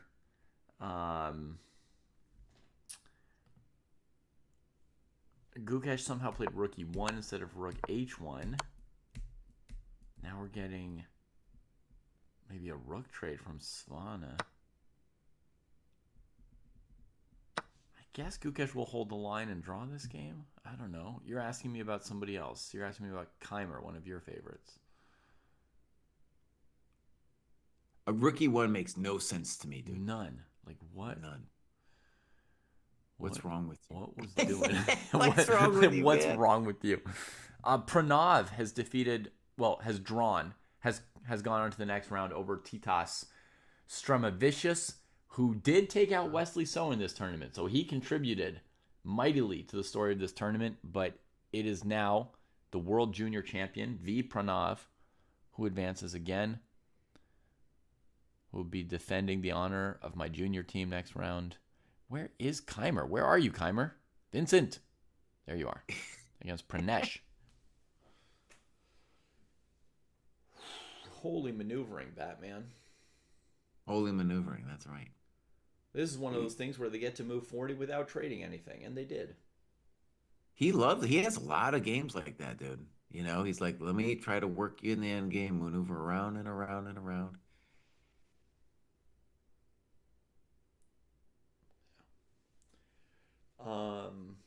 God, I mean, I don't know what either of them is doing in a game like this, Jesse.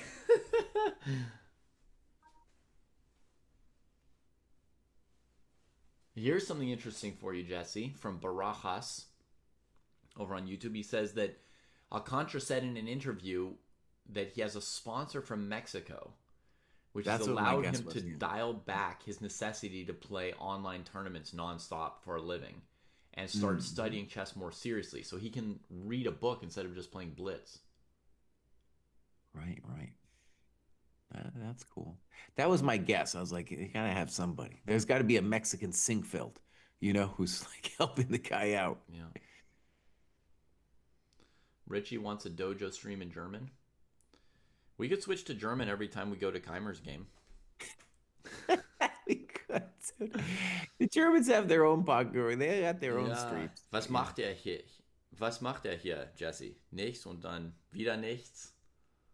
Nichts und dann wieder nichts. Yeah. I don't know. I like Black a little bit better. Er läuft hin und her und geht nirgendwo.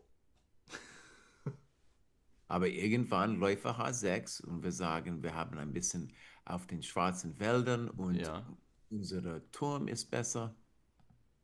Ja. Ja, wenn er besser ist, dann soll er getauscht werden, ja. Yeah. And then we got the Fianchetto Knight on G2. That's never a good thing. Yeah. Covering the weak dark squares at least.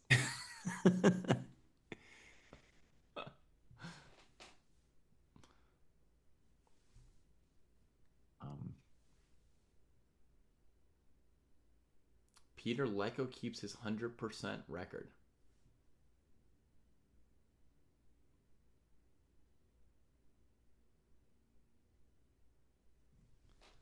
Peter Lecco keeps his record. Peter Lecco won yesterday, so maybe that means he's through. I'm not sure exactly what his record is, but...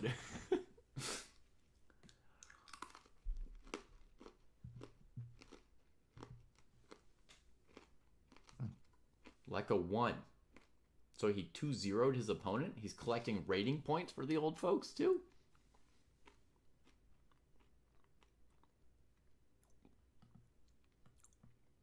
Last move was knight c3.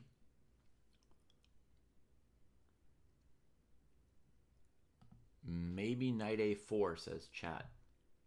Maybe Pranesh wants to seal the a file and just talk to the coconut on b6. Coconut on c5. Just a little dialogue, Jesse? Just a little chit-chat.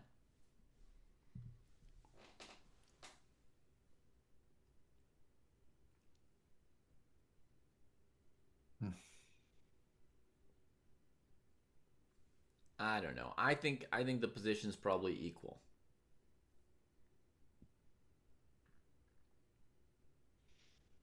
I think this position's probably equal, folks. I'm gonna go to another game. Even sorry.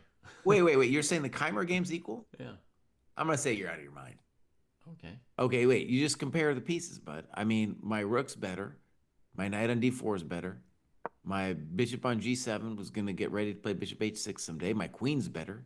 Mm-hmm. Your knight on g2 is a slime. Of course, black's better. Give me a break. Okay. Give me a breakage. How are the Svanas related? They're Brüder. Die Gebrüder Svana. Yeah. The highest rated siblings in the world today, probably. Ever. I think actually the Van Forests come pretty close though, right? Van Forests are very good, yeah. Hang on. Jordan's 2,700. Lucas 2,600. The Svanas are both like 2,650 to... Yeah, that's close. The Van Forests family is very good. Yeah. And they've got more than two. Gefilte Fish says for tie breaks, we might need to take it to the grandpas. Okay. All right. Well, Jesse says I'm verrückt, and I think that Pranesh is probably about equal here. What I'm seeing is perfect light square control with these pawns.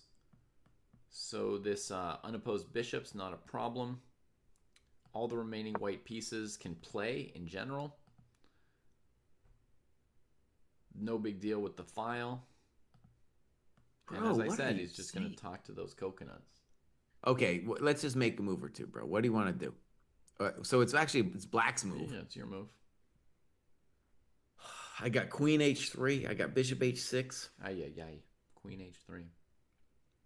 How about we just start with ye old queen h3? All right. I resign. I didn't see that coming. Why did everybody I told you my queen was better. I told you my rook was better. About positional factors when black can just play queen h3 and dump you. Yeah, but but it's because my pieces are better that I have queen h3. Okay, that was like the longest like wind up to a simple one move tactic. Well, look, I mean, why can't you play queen f2? Because b3 and the rook on a7 are going to come talk to you. Mm-hmm. And anytime, Bruce, you see a knight on g2, buddy, you need to slow it down and be like, yeah, it's probably crap for me.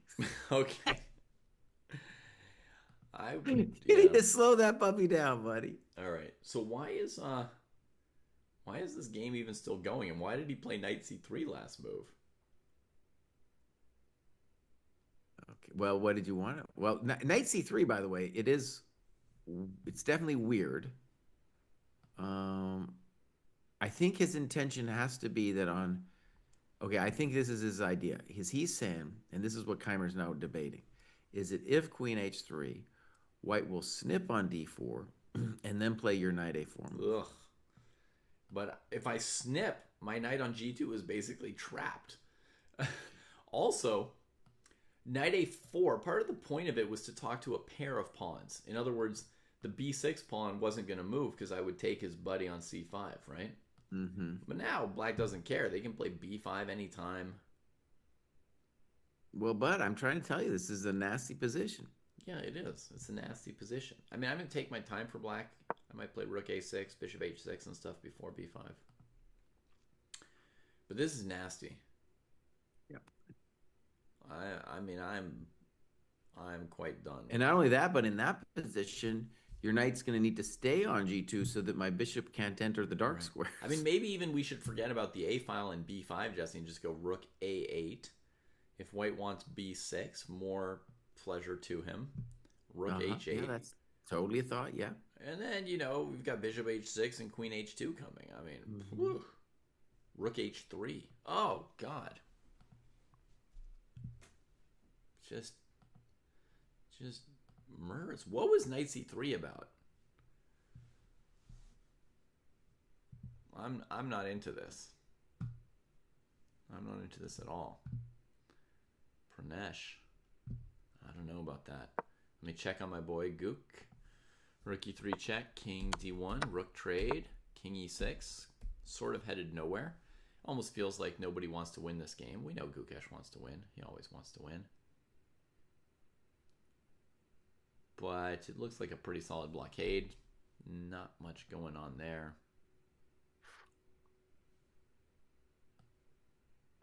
Mr. Bruce, I want to say something a little.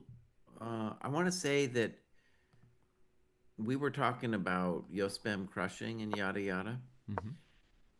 But if we look at it just fresh eyes, let's say Rook H8.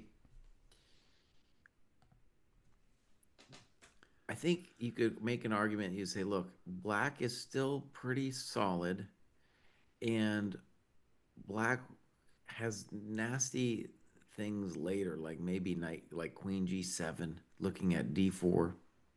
Mm-hmm. Obviously, some kind of H file thing. So at the bare minimum, it's not going to be a simple slam dunk or anything for white. Mm-hmm. Yeah, no, there's no dunking. The game is still to be played. It kind of reminds me a little bit of like some Scheveningen, like late middle game Scheveningen positions where you're down a pawn and you're just barely hanging on trying to create some counterplay. Mm-hmm. Okay, I just want to say I think that might not be over. I had called it over, and I'm saying maybe it's not over. No, it's not over, but I mean he's playing great so far. I was celebrating the victories of Mexican chess, my friend. Oh yeah, you were. I was already in a little celebration. Yeah, the party was getting started a little early there. Yeah.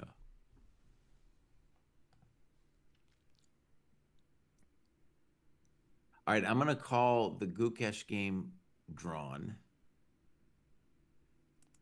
And we have and Arjun drew his game, so he's through. He maybe would have. I mean, it's probably is a draw. Okay, yeah, it is a draw. So Arjun, boom, he's through. A big contender.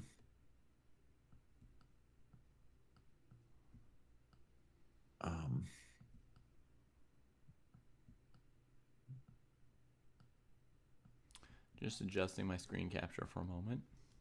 You like is we are to swear a little bit, but is KTFO knocked the fuck out? Whoa! Don't swear on stream, Jesse.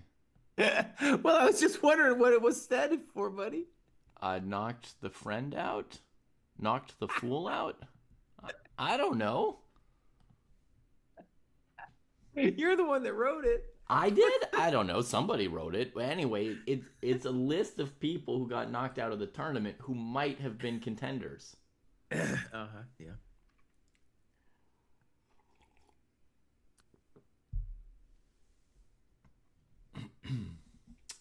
Yes, gefilte fish.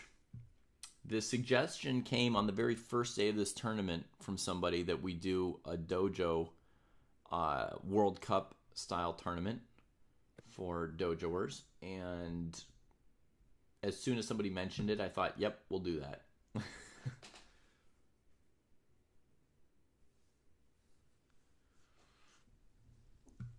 All right, so Pranesh.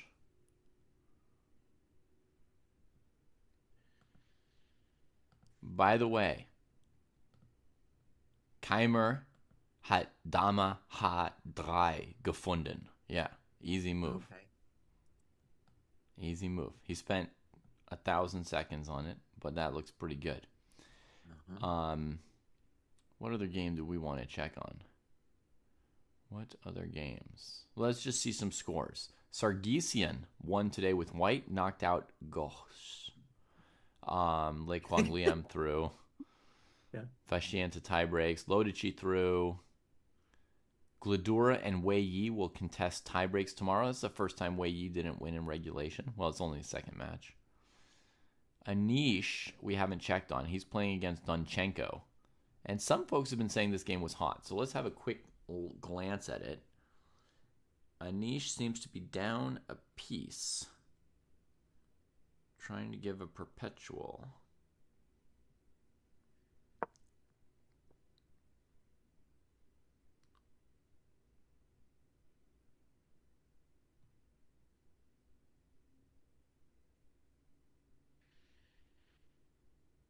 Hmm.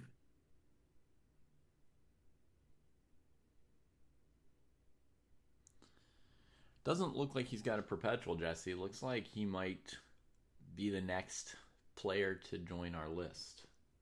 Of KTFO. Mm-hmm. It looks a lot like KTFO, yeah. That's right. Ghosts with a sharp H.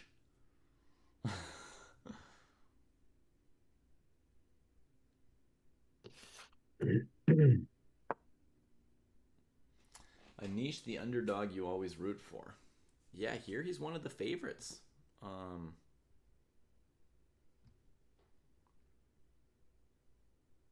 he's already a candidate from Samarkand, so he doesn't need this, but you always want to play well.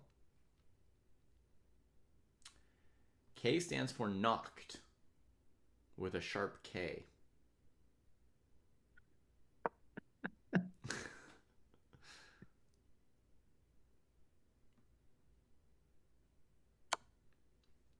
Knocked.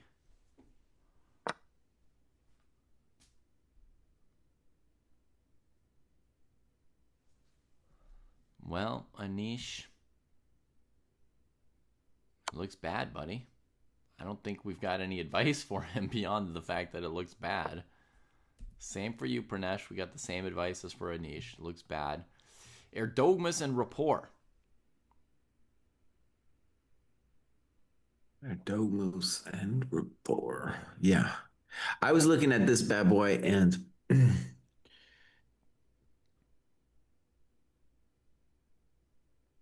that rook a4 is trying to desperately hang on, hoping that knight e5, rook f4 is going to save his soul, which it does look like it saves his soul. So, Really? but the soul is only saved on knight e5. Black has a number of moves he can do besides knight e5 first. Isn't Rook it White's h1. move for Yagis? No, I've got the wrong position. Okay, Yeah. sorry. Let me try Black and catch calmly up with plays you. rook h8. Okay, I see. So Jesse's saying against knight e5, White was going to play rook f4. Correct, right? Win that. So Black hangs in there, continues to torture him.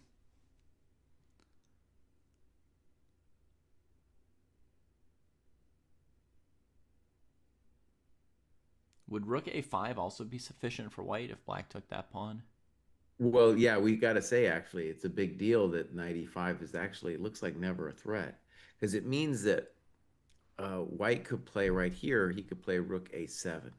So I was looking at knight e5, rook f4, but actually, you're not threatening to take that pawn anytime soon. Ding, ding, ding, ding, ding. Rook a7, rook f8 played.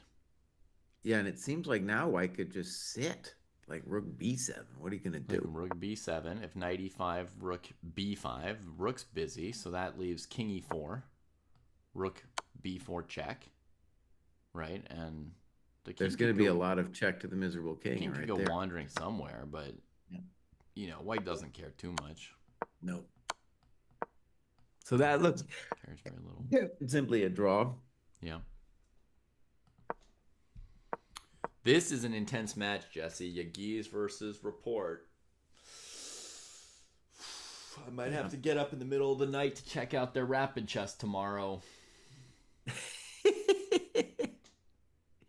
By the way, Bruce, I want to say, I don't know how you're doing, but it's a little bit unsustainable to me. And I'll just describe Oh, like by the end of the day yesterday, like a couple of things I was so busy after we did the stream. I had a lesson. We did our dojo meeting. There was yeah. more, all kinds of kid stuff I had to do. Right. By the end of the day, I was not a pleasant person to be around, Yeah. and I F-bombed it, and it was not a good F-bomb, you know? Mm-hmm. There's various F-bombs in life, but the one I did was not a good F-bomb, Mm-hmm. you know? You told your wife to get the F out of your house? Wasn't quite that bad. And she said, it's my effing house. It was like some stuff wasn't working. Like it was by that point, it was like a variety of things hadn't worked, and it was just like the smallest thing. It was a thing with the trash being taken out, Mm-hmm. and it didn't work. It was like some household thing that did not work, and I F-bombed. It was like the final straw. Like I can't take it anymore, man. I'm This done. I have trash no can energy won't open or close. No. It's always something like that with you. I think, you get really mad when the dumb stuff won't work. When the dumb stuff doesn't work, dude, it is Yeah. very frustrating. Yeah, Yeah. very frustrating. Oh, well. Yeah, I'm suffering a little bit too here for love of the game. Sweet Blues asks, Monday is the rest day. There's no rest day. No It's rest just days. tiebreak day. Yeah. There's rest days for dudes like Peter Lecco who won both his games, but not for dudes like Jesse and me. That's right. Poya Idani looks like he may have just lost his rest day. Esipenko's collected a couple pawns here. What happened to Idani? It started so good, and then White doubled rooks on the 7th rank, took all his pawns. Ay, ay, ay. Oh, my head. Poor Idani. We called it with Keimers as Bishop D4, CD4, and I don't know what he's. And then White's wondering, like, oh, this Knight A4 thing. After That many is minutes truly. of trade, and then you don't know where to go. Yeah, so he played Knight A4. And, at that point, you got to be like, well, if I play Knight D1, I'm suffering for nothing. And at least on Knight A4, I got a little tourist wandering around the Black Queen side. Take a picture. Did you say take a picture? Yeah. The knight's going to send a picture back to the king of like, I saw this beautiful sight on B6. You should have seen the sunrise. Like as it hit the hill, it was incredible. And the king's like, I got killed while you were out there killing. Thanks for the picture. So anyways, Black has a lot of potential moves. Bishop H6, you mentioned Rook H8. There's B5. You could even sit with Rook A6 if you wanted to be a real weenie. Yep. But yeah. Okay. Looks good. Looks good.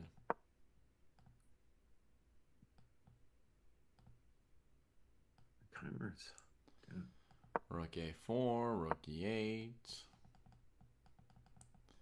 Okay, now he wants if like Rook A7 to go Rook E7. I think.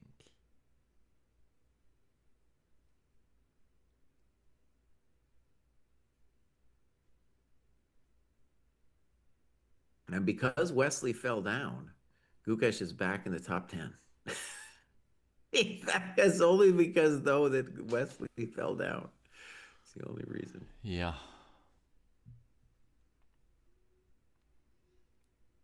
Sweet Blues really thinks that there's a rest day. That would be amazing for us. Yeah, there will be more Endgame Sensei. We're not done.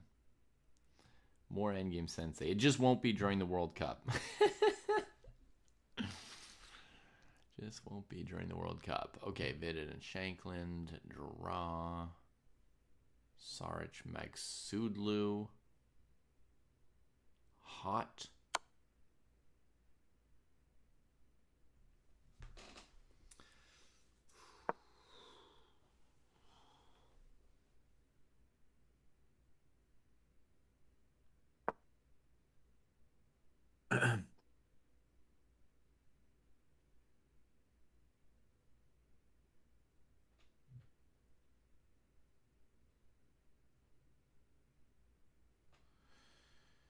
Oy, oy, oy.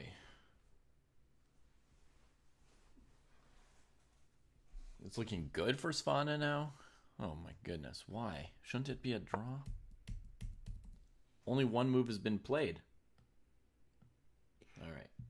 Good for Svana in the Gukesh Svana? I don't know. Only one move's been played in all this time. I don't think anything's going on here. I don't know. No, I think Gukesh is fine. Yeah, I think the idea of Rookie 1 was like, let me just force this drawn position. Mm-hmm. Yeah. I don't see anything going on here. Sorry. Theodoru Sindarov went to now, endgame. it's true that a wonder might have a little something. We'll have to to see. But a wonder really might have a Uh-oh. little.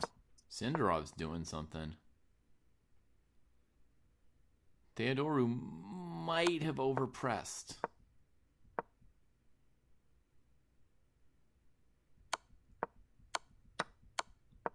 Can't believe I'm opening more windows. Oh, gave the A pawn. Oh my god, that's nasty. The H pawn's going. The A pawn's going.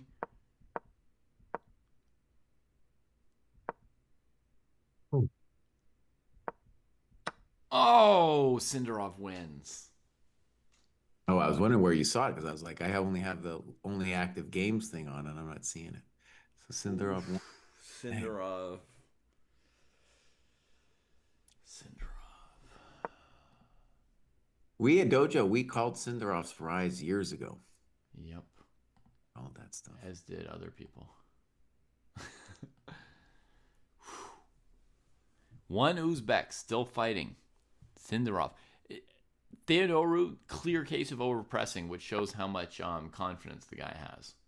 Mm-hmm. He really tried to take it to Javokir, but got punished. Sindarov, I don't think he's played any rapid chess yet. Nope, no rapid chess. Gaining a couple rating points here. Aronian and Salem. Looks like Aronian drew the game in the end and goes through to the next round. Oh, yeah.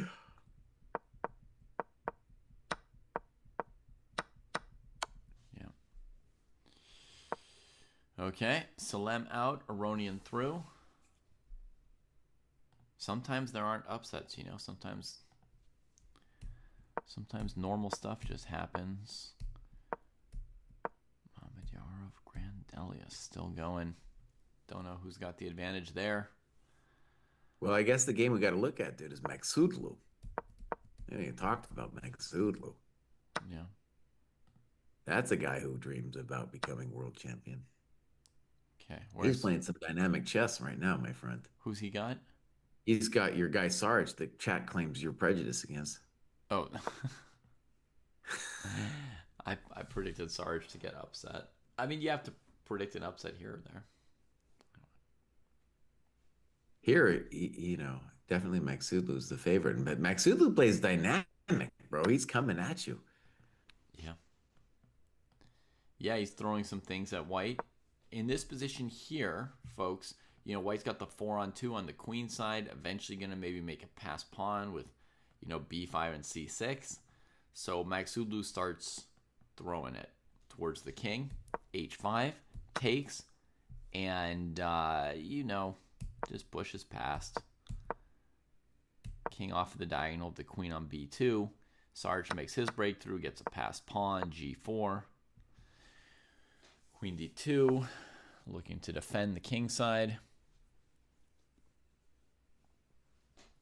The A pawns aren't going anywhere fast at the moment.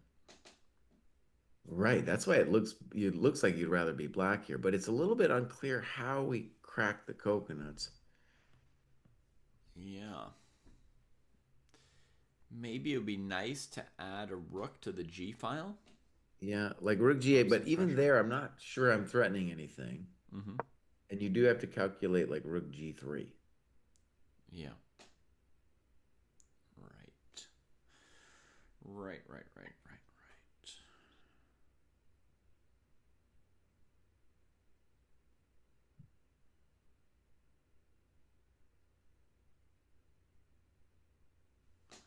Yeah, rook g8, rook g3, knight h5, queen f4, knight f4, rook g4. And White's reasonably alive. Let me show you something brutal, Mr. Bruce. Go to that Keimer position. Okay. And I was like wondering, like, what's the best way to, we were both wondering, what's the best way for black to proceed after knight a4? Mm-hmm. And he finds, so bishop h6 isn't itself obvious, but the point I believe is that if knight b6, If anything, if you don't come up with something special, I'm playing Queen G3, and then your coconuts are crisped. Their coconuts are crisp, buddy. Queen G3. I got Bishop E3 coming. Later, I'll bring my rook to the H file. God damn. That's it.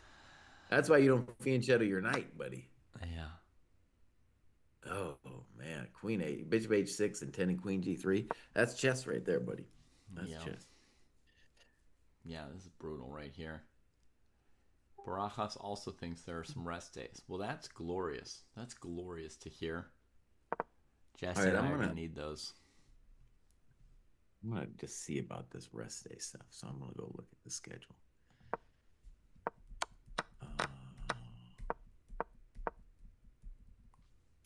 Okay.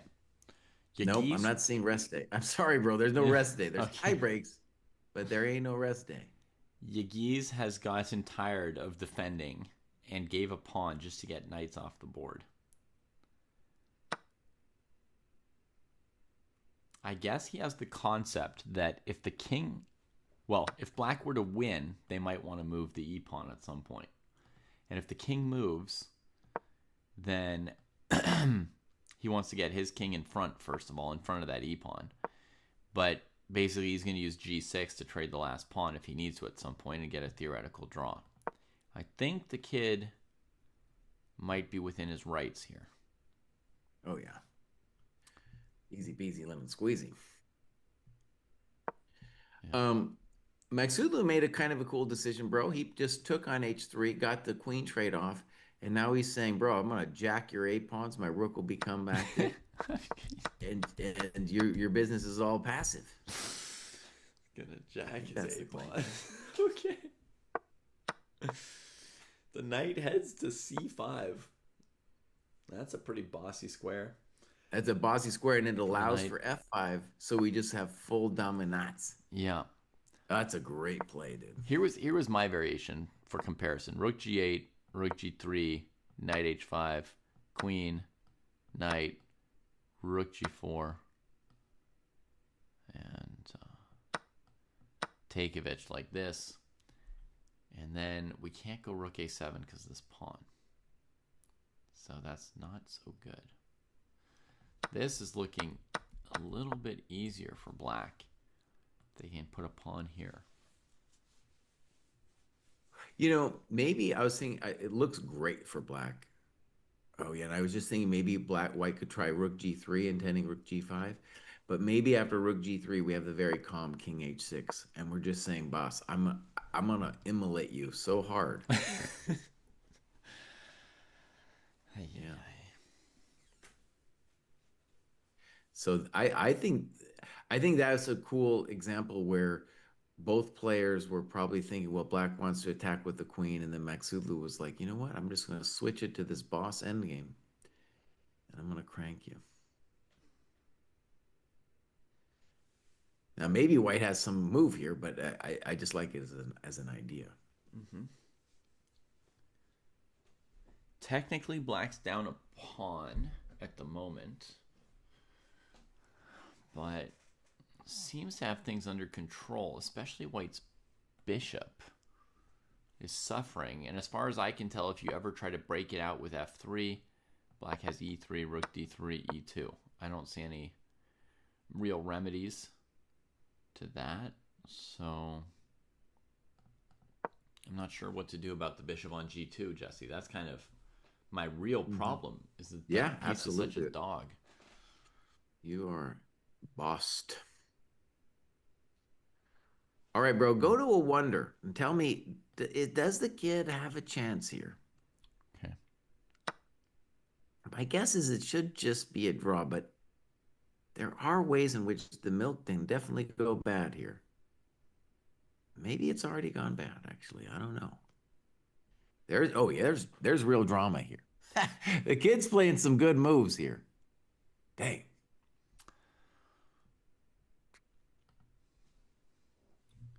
Okay, so this is a wonder with white. Yeah. Down a pawn in the rook endgame. Mm-hmm. And he plays king b3 instead of king b4. So presumably, he wants to try to play a5. Exactamundo, and there's no check. And so I think black is going to lose both of those pawns. In fact, like I think you might need to move your rook pronto because if I get an a5, I think that might be all she wrote. Right, so like let's say we play a move with black, white plays a5. By now, you move the rook and white takes with the a pawn. And it's just gotten worse. So let's say black played something with the rook here. One idea, actually, Mr. Bruce, I just came up with for black. I have no idea if it works. Probably doesn't, but king b3. So in the game position, black could consider king f4, a5 takes on a5, rook b8, king g5. We might be able to hold that with a strong emphasis on might. Mm-hmm. I don't know. Yeah, that's it'll be cool. I probably should be winning with king a4. But that's the kind of desperation that black needs to now consider. Because if you, okay, so your other option is like rook somewhere, and then I'm going to take the pawn, and then I'm going to take your other pawn, and then my a pawn's rolling.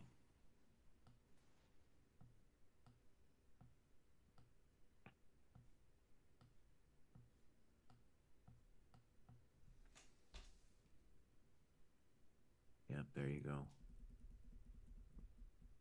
Adios, muchachos.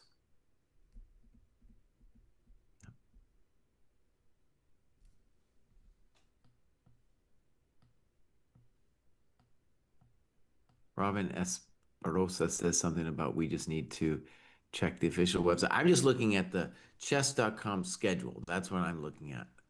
And I do not see an off day. And surprisingly, I trust Chess.com more than the FIDE website. The FIDE website, those websites, dude, you never know. You never know with those websites. That's a good idea, Jesse. I mean, it maybe barely doesn't work. Checked. Oh, okay. Or you could have also made it in, but yeah.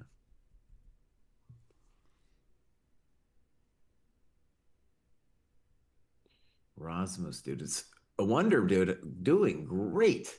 Doing great. Mm-hmm. So I want to say, I first met a wonder when I did the commentary for the junior and senior in 2019. And, he won that tournament. This was where Neiman just was nobody at that point. He was playing in that junior event too. And Liang really impressed me there. But he, when I talked to him, he was like, yeah, I'm going to school and stuff. I'm not blah, blah, blah. And it was kind of heartbreaking as a chess fan because you're just like, bro, what do you mean school? What do you mean school? What are you talking about? What is this school? Why is this So one anyway, rook on b5 winning the whole game, Jesse? Yeah, so he has like gone up to, he's 27. Actually, let's go live ratings. He is 27. Yeah, he's over 27-10. And with this I think he's winning. He is cruising. Dude. Hang Damn. on. I just can't believe it. Rook a8, I will play. All right, good question. Let's try to fight it out. So where is this game? I have so many tabs open. Ooh, report Drew Yiggies. I guess we knew that was coming. Yes. Get in there, Yiggies. Gets the king in front of the pawn, trades the last pawn, everything like we said, and Philidor. All right, so now in the a wonder game, we got rook d8, rook takes b6. Mm-hmm. How do you draw this, though? Well, okay, he played rook d8. I was going to play rook a8, but my plan here was to play king f5. Okay. Definitely checked the miserable So king. hands off my g6 pawn. You check me. I guess I move my king to f4. King takes pawn. King takes pawn. Or a5, I don't know. I'll check you. So let's just be fancy about it. So I'm going to play a5 instead. Sure. Good move. Rook d1. Good move.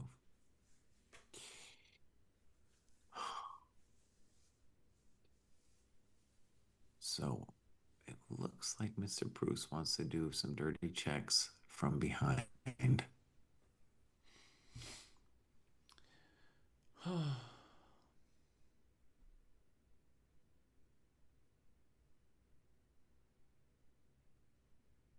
I'm just lost. I just don't understand why Svan is lost, Jesse.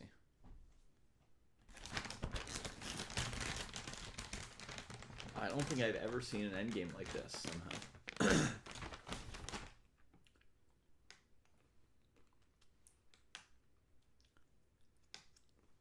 A rook ending so hopelessly lost with so little formal advantage for white.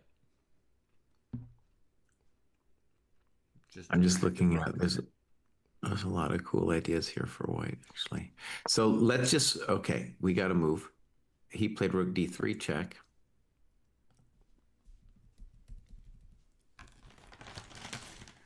I have some ideas for white in that other position, but let's focus on the game. So I'm assuming king takes pawn. I don't yet know what the idea of rook d3 is yet. He has some idea. Is it to check me to death or something? I don't understand.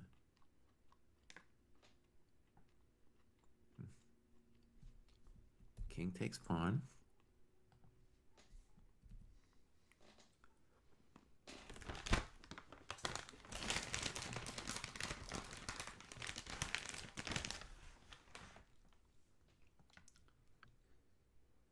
So like the claim with rook d3 is somehow I have to force you to take the pawn. But I don't. Okay, now he gives a check, rook d4. Now I was assuming king a5 here. Mm-hmm.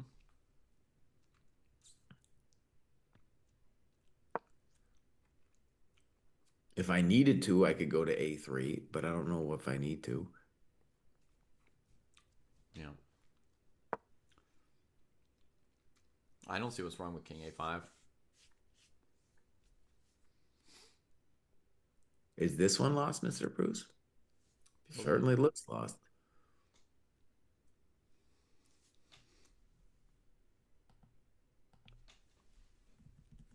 Oh, that's the critters that have been crisped.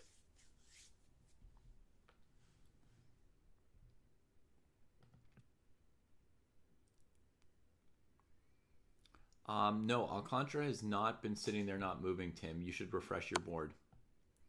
Moves have been played, and in fact, a very dramatic moment has been reached because he just took a pawn. He's winning the bishop. Black's probably planning to checkmate him on h1. The knight on f4 is hanging too. Holy cannoli. Holy cannolis. And I guess the first move we got to check is queen h5. Yep. What is El Intenzione from the Yospem?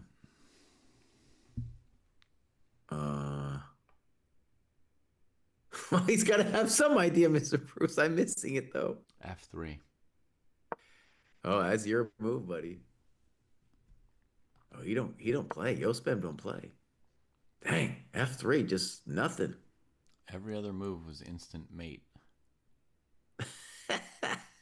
Furthermore, if black takes on e4, he has to capture the knight, not the bishop.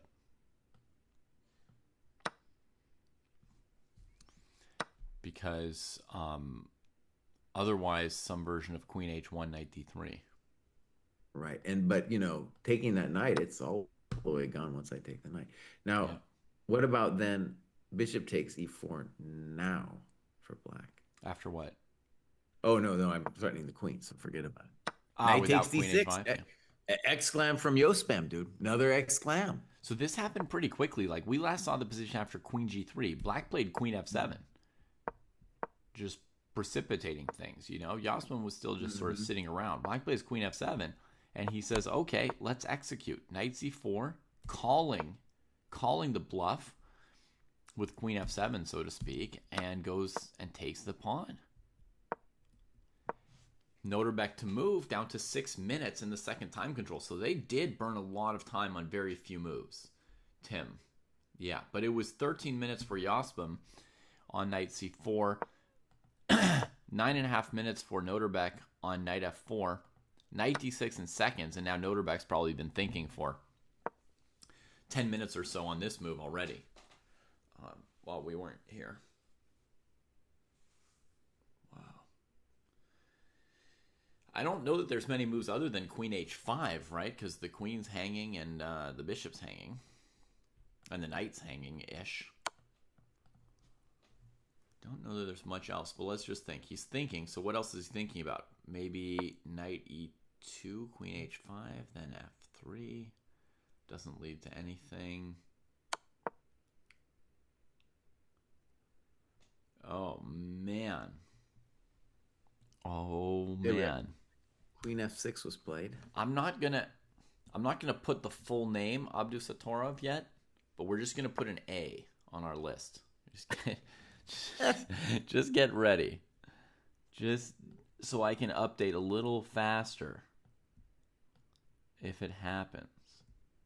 So just let's just do a little bit of dojo etiquette here. So in my take on your take of etiquette, it's improper to do an F-bomb on the stream, but it is okay to do it in an acronym. Jesse wants to talk legal stuff with me. I thought the little F there would just tantalize some folks and it wouldn't scare off any parents. But I might have been wrong, you know. Who knows? Maybe parents are now hiding their kids from me. So one obvious question is, why Queen doesn't f6? Yeah, Queen f6. Why doesn't knight takes b7 win on the spot? Is there a dirty trick?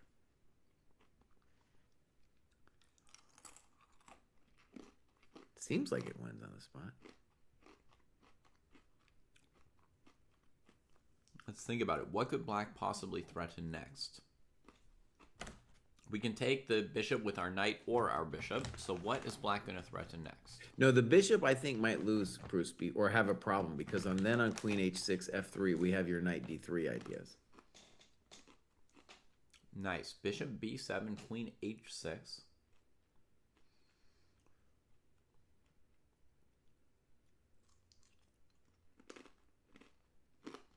f3, knight d3. Some pain. Not even instantly the end of the game, though, because white can still go, you know, king f1, king e2. The queen's covering e1. Keimer's already won the game. Dude, go watch his finish. It was clinical, dude. King f2, clinical. Queen h2. Bishop switches. What? Yeah, it is clinical. No! Yeah, buddy. There it is.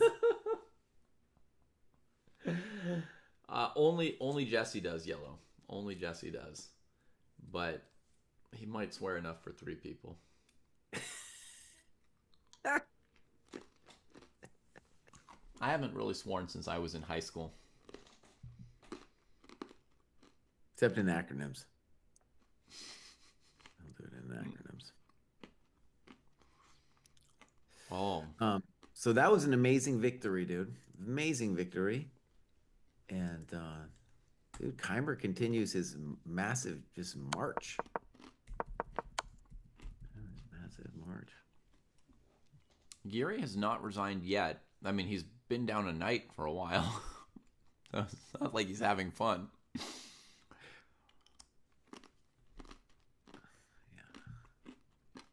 Or am I missing something here? Let me update it just to be sure. No, queen f1, game going on.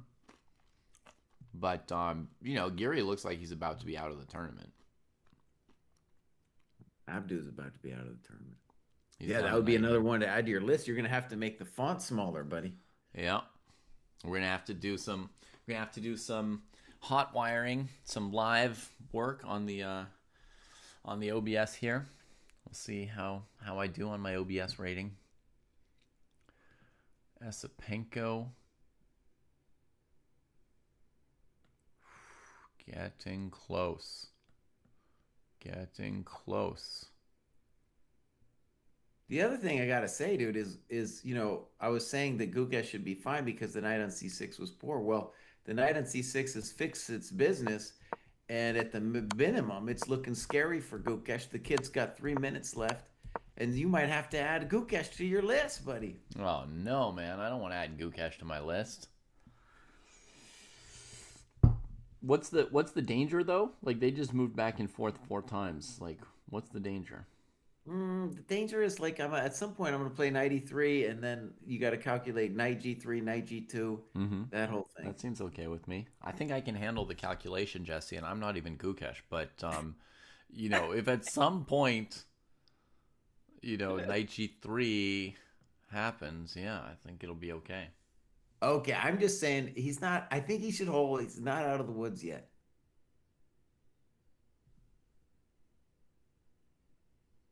All right. So we're waiting on knight takes b7. Eventually, that's correct, Yellow. Eventually, I'll be able to write down the people who are still in, and the list will be shorter. But that's still a couple rounds away.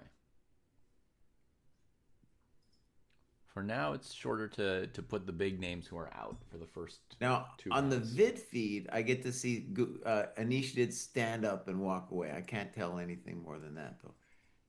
There is probably a 15-minute delay in the broadcast, but I don't know if the Yeah. video has the delay or not.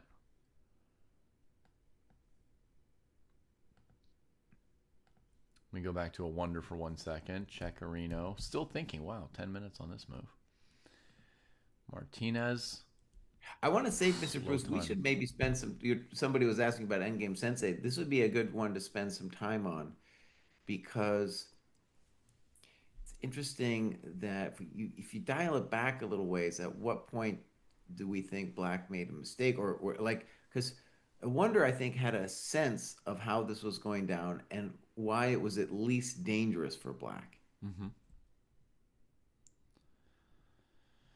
Okay, let's see. So here, around move 34, it looks pretty innocuous, right? Like White's rook is attacking b6, and Well, I would say on move 35, Black has to be careful because he plays like King D6, which says I can leave my rook there forever. mm-hmm. And maybe you can't leave your rook there forever. So H3, rook B7, G4, snip snap, King C4, check check, rook back, G5, maybe an excellent move. Mm-hmm. And so now, after FG, Svana goes for it with E6, probably saying to himself when he does so that he's fine. And maybe he is fine, but the problem is, it's like our king is better and the rook is better. And then he finds this amazing move b4 on move 47. Yeah. King And that's the B3. point at which, like, I guess when I came to the game and I saw AB King B3, and I said to myself, uh-oh, maybe Black is actually hosed.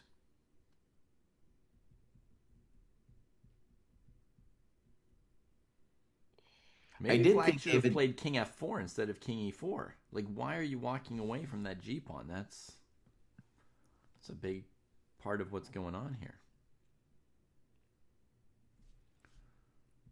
well, let's try that one. So King F4, let's say I continue with this amazing B4 idea. Mm-hmm. I take on B4. Let's say I do the amazing King B3 idea. Yeah. And aren't you still stuck for moves here? Not so much, because now Okay. I play a move like rook to anywhere I like. Let's say A8. I see what you're saying. Okay, rook A8. I'm saying if you ever take on B6, I'll take on G5. So I'm just chilling. Fair enough. I understand what you're saying. Okay. Big chilling. That might be a very... So King E4 may be unaware of the possible dangers with B4. No. King F4, is there a drawback here? I mean, it's just hard to believe. I've never seen an endgame like this that's just winning for white. Okay, time out. I think I know what he was afraid of, bro. Mm-hmm. Now, whether or not it's winning, I don't know, but I'm pretty sure he was afraid of King D5, King G5, Mm-hmm. King C6. Okay. Let's say king f4, Mm-hmm. king c7,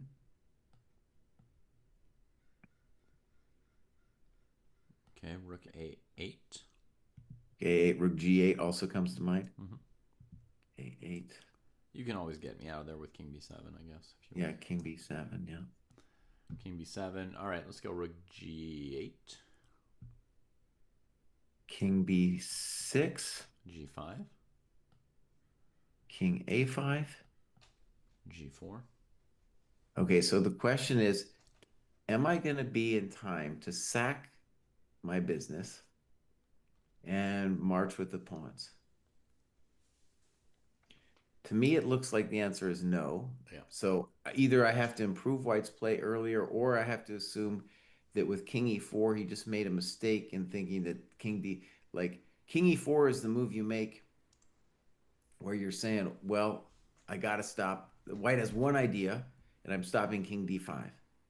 Mm-hmm. But he actually then has another idea, and that's the C4 move. Yeah. But in any case, I think we've identified why he played King E4. Whether he was right or wrong about it, that's another thing. Mm-hmm. Because it's easy, I think, to miss how strong B4 was. And now in the final, in this one, it's interesting. A wonder's really tanking on King A5 versus King A3.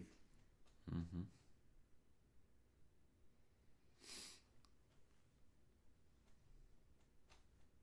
I guess there's some subtle differences. I'm not sure I understand them.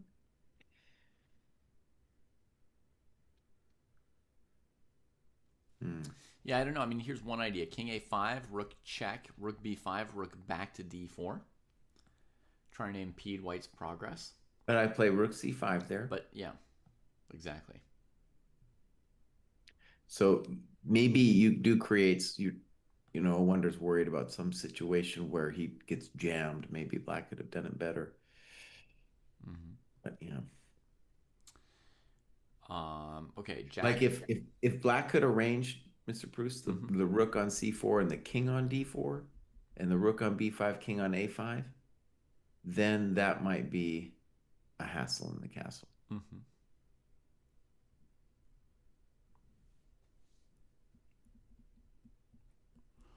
Oh, another winning move for White here is rook b4, though. Just trading. So, and that would work against rook c4, king d4 as well. Yeah, uh-huh. We'll just trade the piece. And that's the end.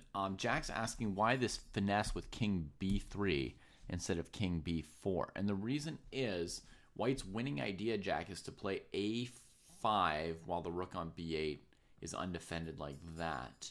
Now, to play a5, we need both the rook not to be able to check us, and if our king's on b4, b takes a5 would be check. So we want to threaten a5 as soon as possible as White. If White plays king b4 instead of king b3, they're not threatening it for one move. And I think that's the time Black would need to retract the king e4 mistake and play king to f4, attacking the g-pawn. Now, to make any progress here, the idea for White is really a5, which doesn't work yet. So they play something like king b3 now. And now, as Black, I'm ready to just play rook a8 and get off the file. Rook b6, king g5, etc. This is going to be a draw in 9 out of 10 cases, this one pawn versus one pawn kind of thing. Even if you're 1 or 2 tempi ahead, you know, they sack their rook for your pawn, and then you can't stop their pawn. You need to be like 6 tempi ahead to win these things.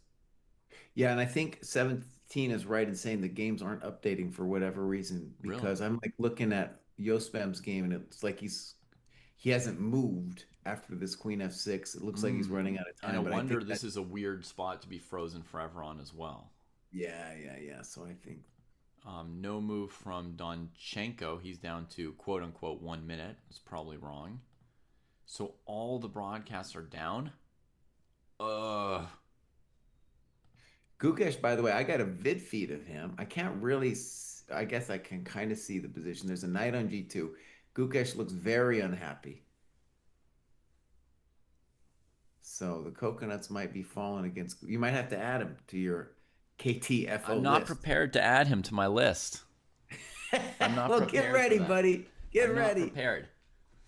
What I would be prepared for would be for someone to plug the internet back in Goa. Make sure that your modem is plugged into the wall. Dude, Rasmus is just taking all of Gukesh's pawns, bro. He resigns. Get him. Put that name on that list, buddy. Adjust your font. What happened? I don't know exactly, but he took all his coconuts, dude, and Gukesh Where? resigned. You see a position? Well, I see there's like a vid feed. If you go to like the chess comp, like if you watch any, I don't know how you watch it, but if I'm watching any board, there's always a vid feed on the right. It's random who they show, but they're just showing Gukesh resigning. All right. You say I can find the games on Lee Chess, do you? Dang, dude, Gukesh is done. Ooh, it's so brutal. Dang. Watch. Gukesh, buddy. Broadcast. What's happening? Oh, man. Round Bro. 3, game 2 finished. Gukesh Svana 0-1. Donchenko Giri 1-0. Prague Hovanesian 1-0. Prague advances. Martinez Alcantara Abdusatorov 1-0. Dang. Niels Grandelius 1-0 Mamedyarov. My list is overflowing, dude. Put those names up on that list before I leave this chat. Oh my god. But it sucks that we don't get to see any of the games and the moves. And of course, come on, Gukesh. How? Say it ain't true. Maybe it's just a rumor. Abdusatorov, Giri, Magsudlu. Put all those names on that list, bro. I want to see it. I'm working on my list.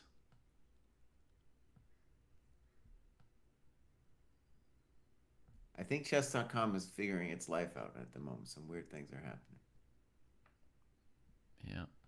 Hari Krishna beats Darda. He's through. But that's not the game I was on. This was Gukesh's game. Now it's Hari Krishna's game. They're yeah, it's flipping all around on me too. Some weird thing is happening. Do you want to see the pain, folks? Knight e4 check, king e7, knight c5, bc5, knight e4, b6, king d3, knight h4. No! Just picking his pawn! Oh no! b4 desperation. Stuff taken. Black threatens the queen, the g pawn, takes the c pawn. Oh! Desperation. Stuff taken. As they say, well, at this Gukesh point, we know fans there's in going to shambles. There's definitely going to be some randos in the world in the candidates. Oh my god, there are going to be some randos in the candidates. Oh my lord. I mean, the final's going to be something like Grandelius versus Pranav or something, you know? Or Jose Martinez. Jose Martinez, bruv. I'm going to be rooting for him now. He, every single game now is Pentala Hari Krishna 1. I guess. That's happening to me too. Yeah, it's happening to me too. Either somebody at chess.com is pranking everybody because they loved this game as much as I did or something, but that's the game from yesterday, right? I mean, I don't know what's going on. Every board, Pentala. Look at this. I'm switching tabs. Oh, Shankland and Vidit, it didn't happen to. Magsudlu must have beat Saric, right? Knight d7, rook e3, f5, evil, bishop h3. There's got to be more moves. If I refresh it, it's going to show me Pentala Hari Krishna wins. No, okay. Bishop h3, rook f7. King go bingo. f4. Sacks the rook. Takes away the last hope on the A file. Extra rook for black. Wow. That was crushing. Asipenko, Hari Krishna won. Good lord. Refreshing won't help, will it? Nope. Pentala Hari Krishna won. Pentala Hari Krishna won. Pentala Hari Krishna won on every board. Oh. Okay. No, I got this wrong. We got to switch this. This is not Magsudlu. This is Mamed Yarov. I got the really long M name just confused, wrong wired in my brain. Okay. I think this is the major list. There's no active games anymore, of so knocked I don't out know. players. It looks like it's over. Like across the board, it looks like it's over. Wow. So we got to talk about tomorrow.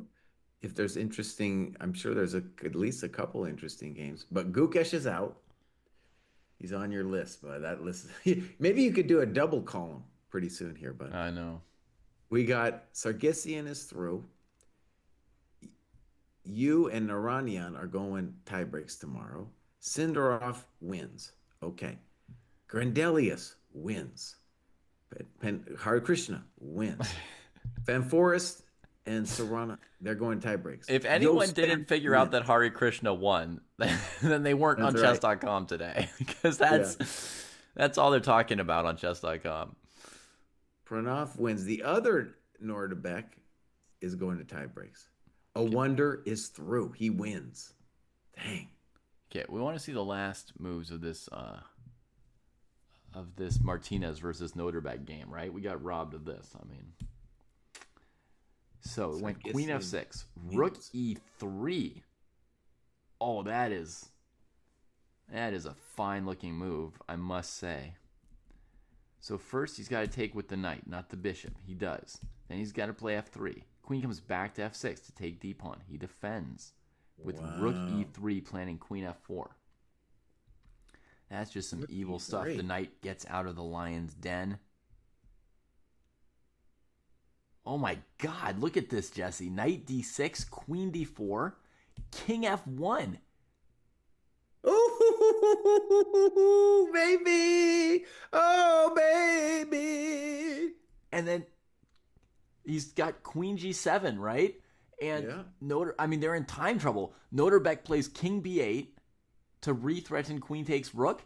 Knight F5. What? Wow, dude. Knight F5.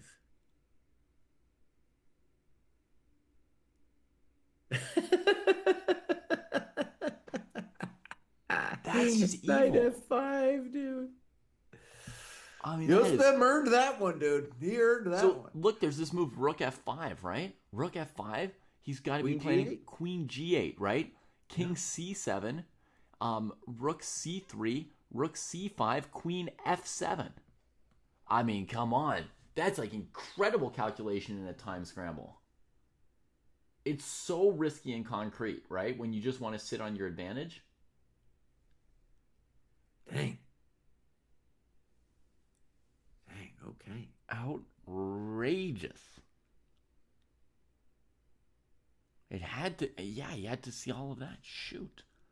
So Knight F5, guy plays Queen E5 to defend the knight, and then Queen G7, just saying, well, yeah, that's it. Oh, man. Oh, wait, and he had 8 minutes, and Noteboom had seconds left, so he could calculate faster than Noteboom today. Amazing, dude. Amazing. In general, as far as I could see, blubishiously, Queen D1 check, he always had Rook E1 because his king was already on F1. And then there was no follow-up check for the queen. Bishop covering D3, Rook covering E2.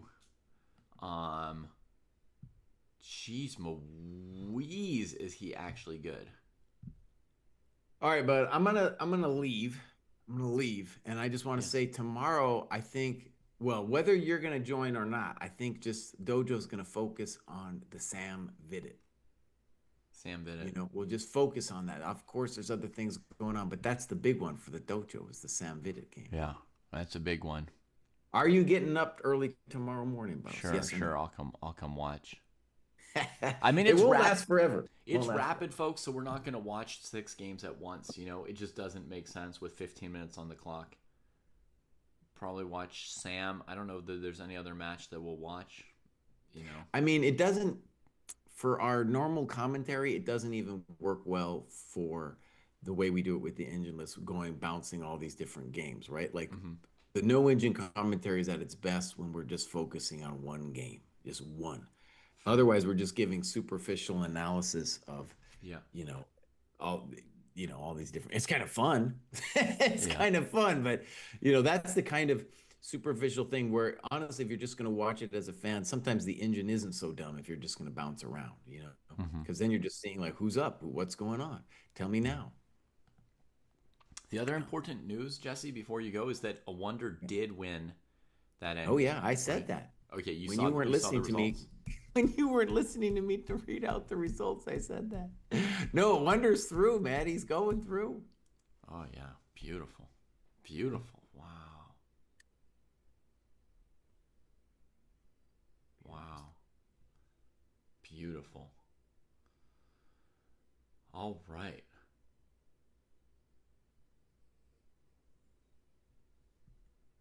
Wow. All right, bud. I'll see you tomorrow. Yeah. I'm out of here. I'm Sounds good. done. Have a good day, Jesse.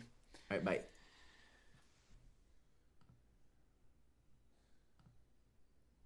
Switch over here. Um, expand our little list. Oh my boy, Gukesh. Oh. But I gotta say that game of Martinez's, that was quite electrifying. That was a pleasure to follow. That was a pleasure to follow. Put Gukesh on the top. No, at least we'll show that other people got knocked out a round before him. Yes, Keebix, we all agree with you. There shouldn't be 3 spots in the candidates in this knockout tournament with all its randomness. But oof, a blow for Gukesh. Who are the highest rated candidates still alive for a candidate spot? There's Eric Geisy for sure. Maybe Prague, but he kind of won the circuit this year, so not so much Prague. And then Keimer. And then after that, it's wide open. I think like Prague and I think Eric Geisy and Keimer are maybe kind of mild favorites, but they've got to go through 5 rounds of these random matches, or these somewhat random short matches, and then it's after that it's wide open. Oh my goodness. Well, great tournament, folks. Exciting games. Still too many great games to choose from. And Pentala Hari Krishna won. I'll see you all tomorrow.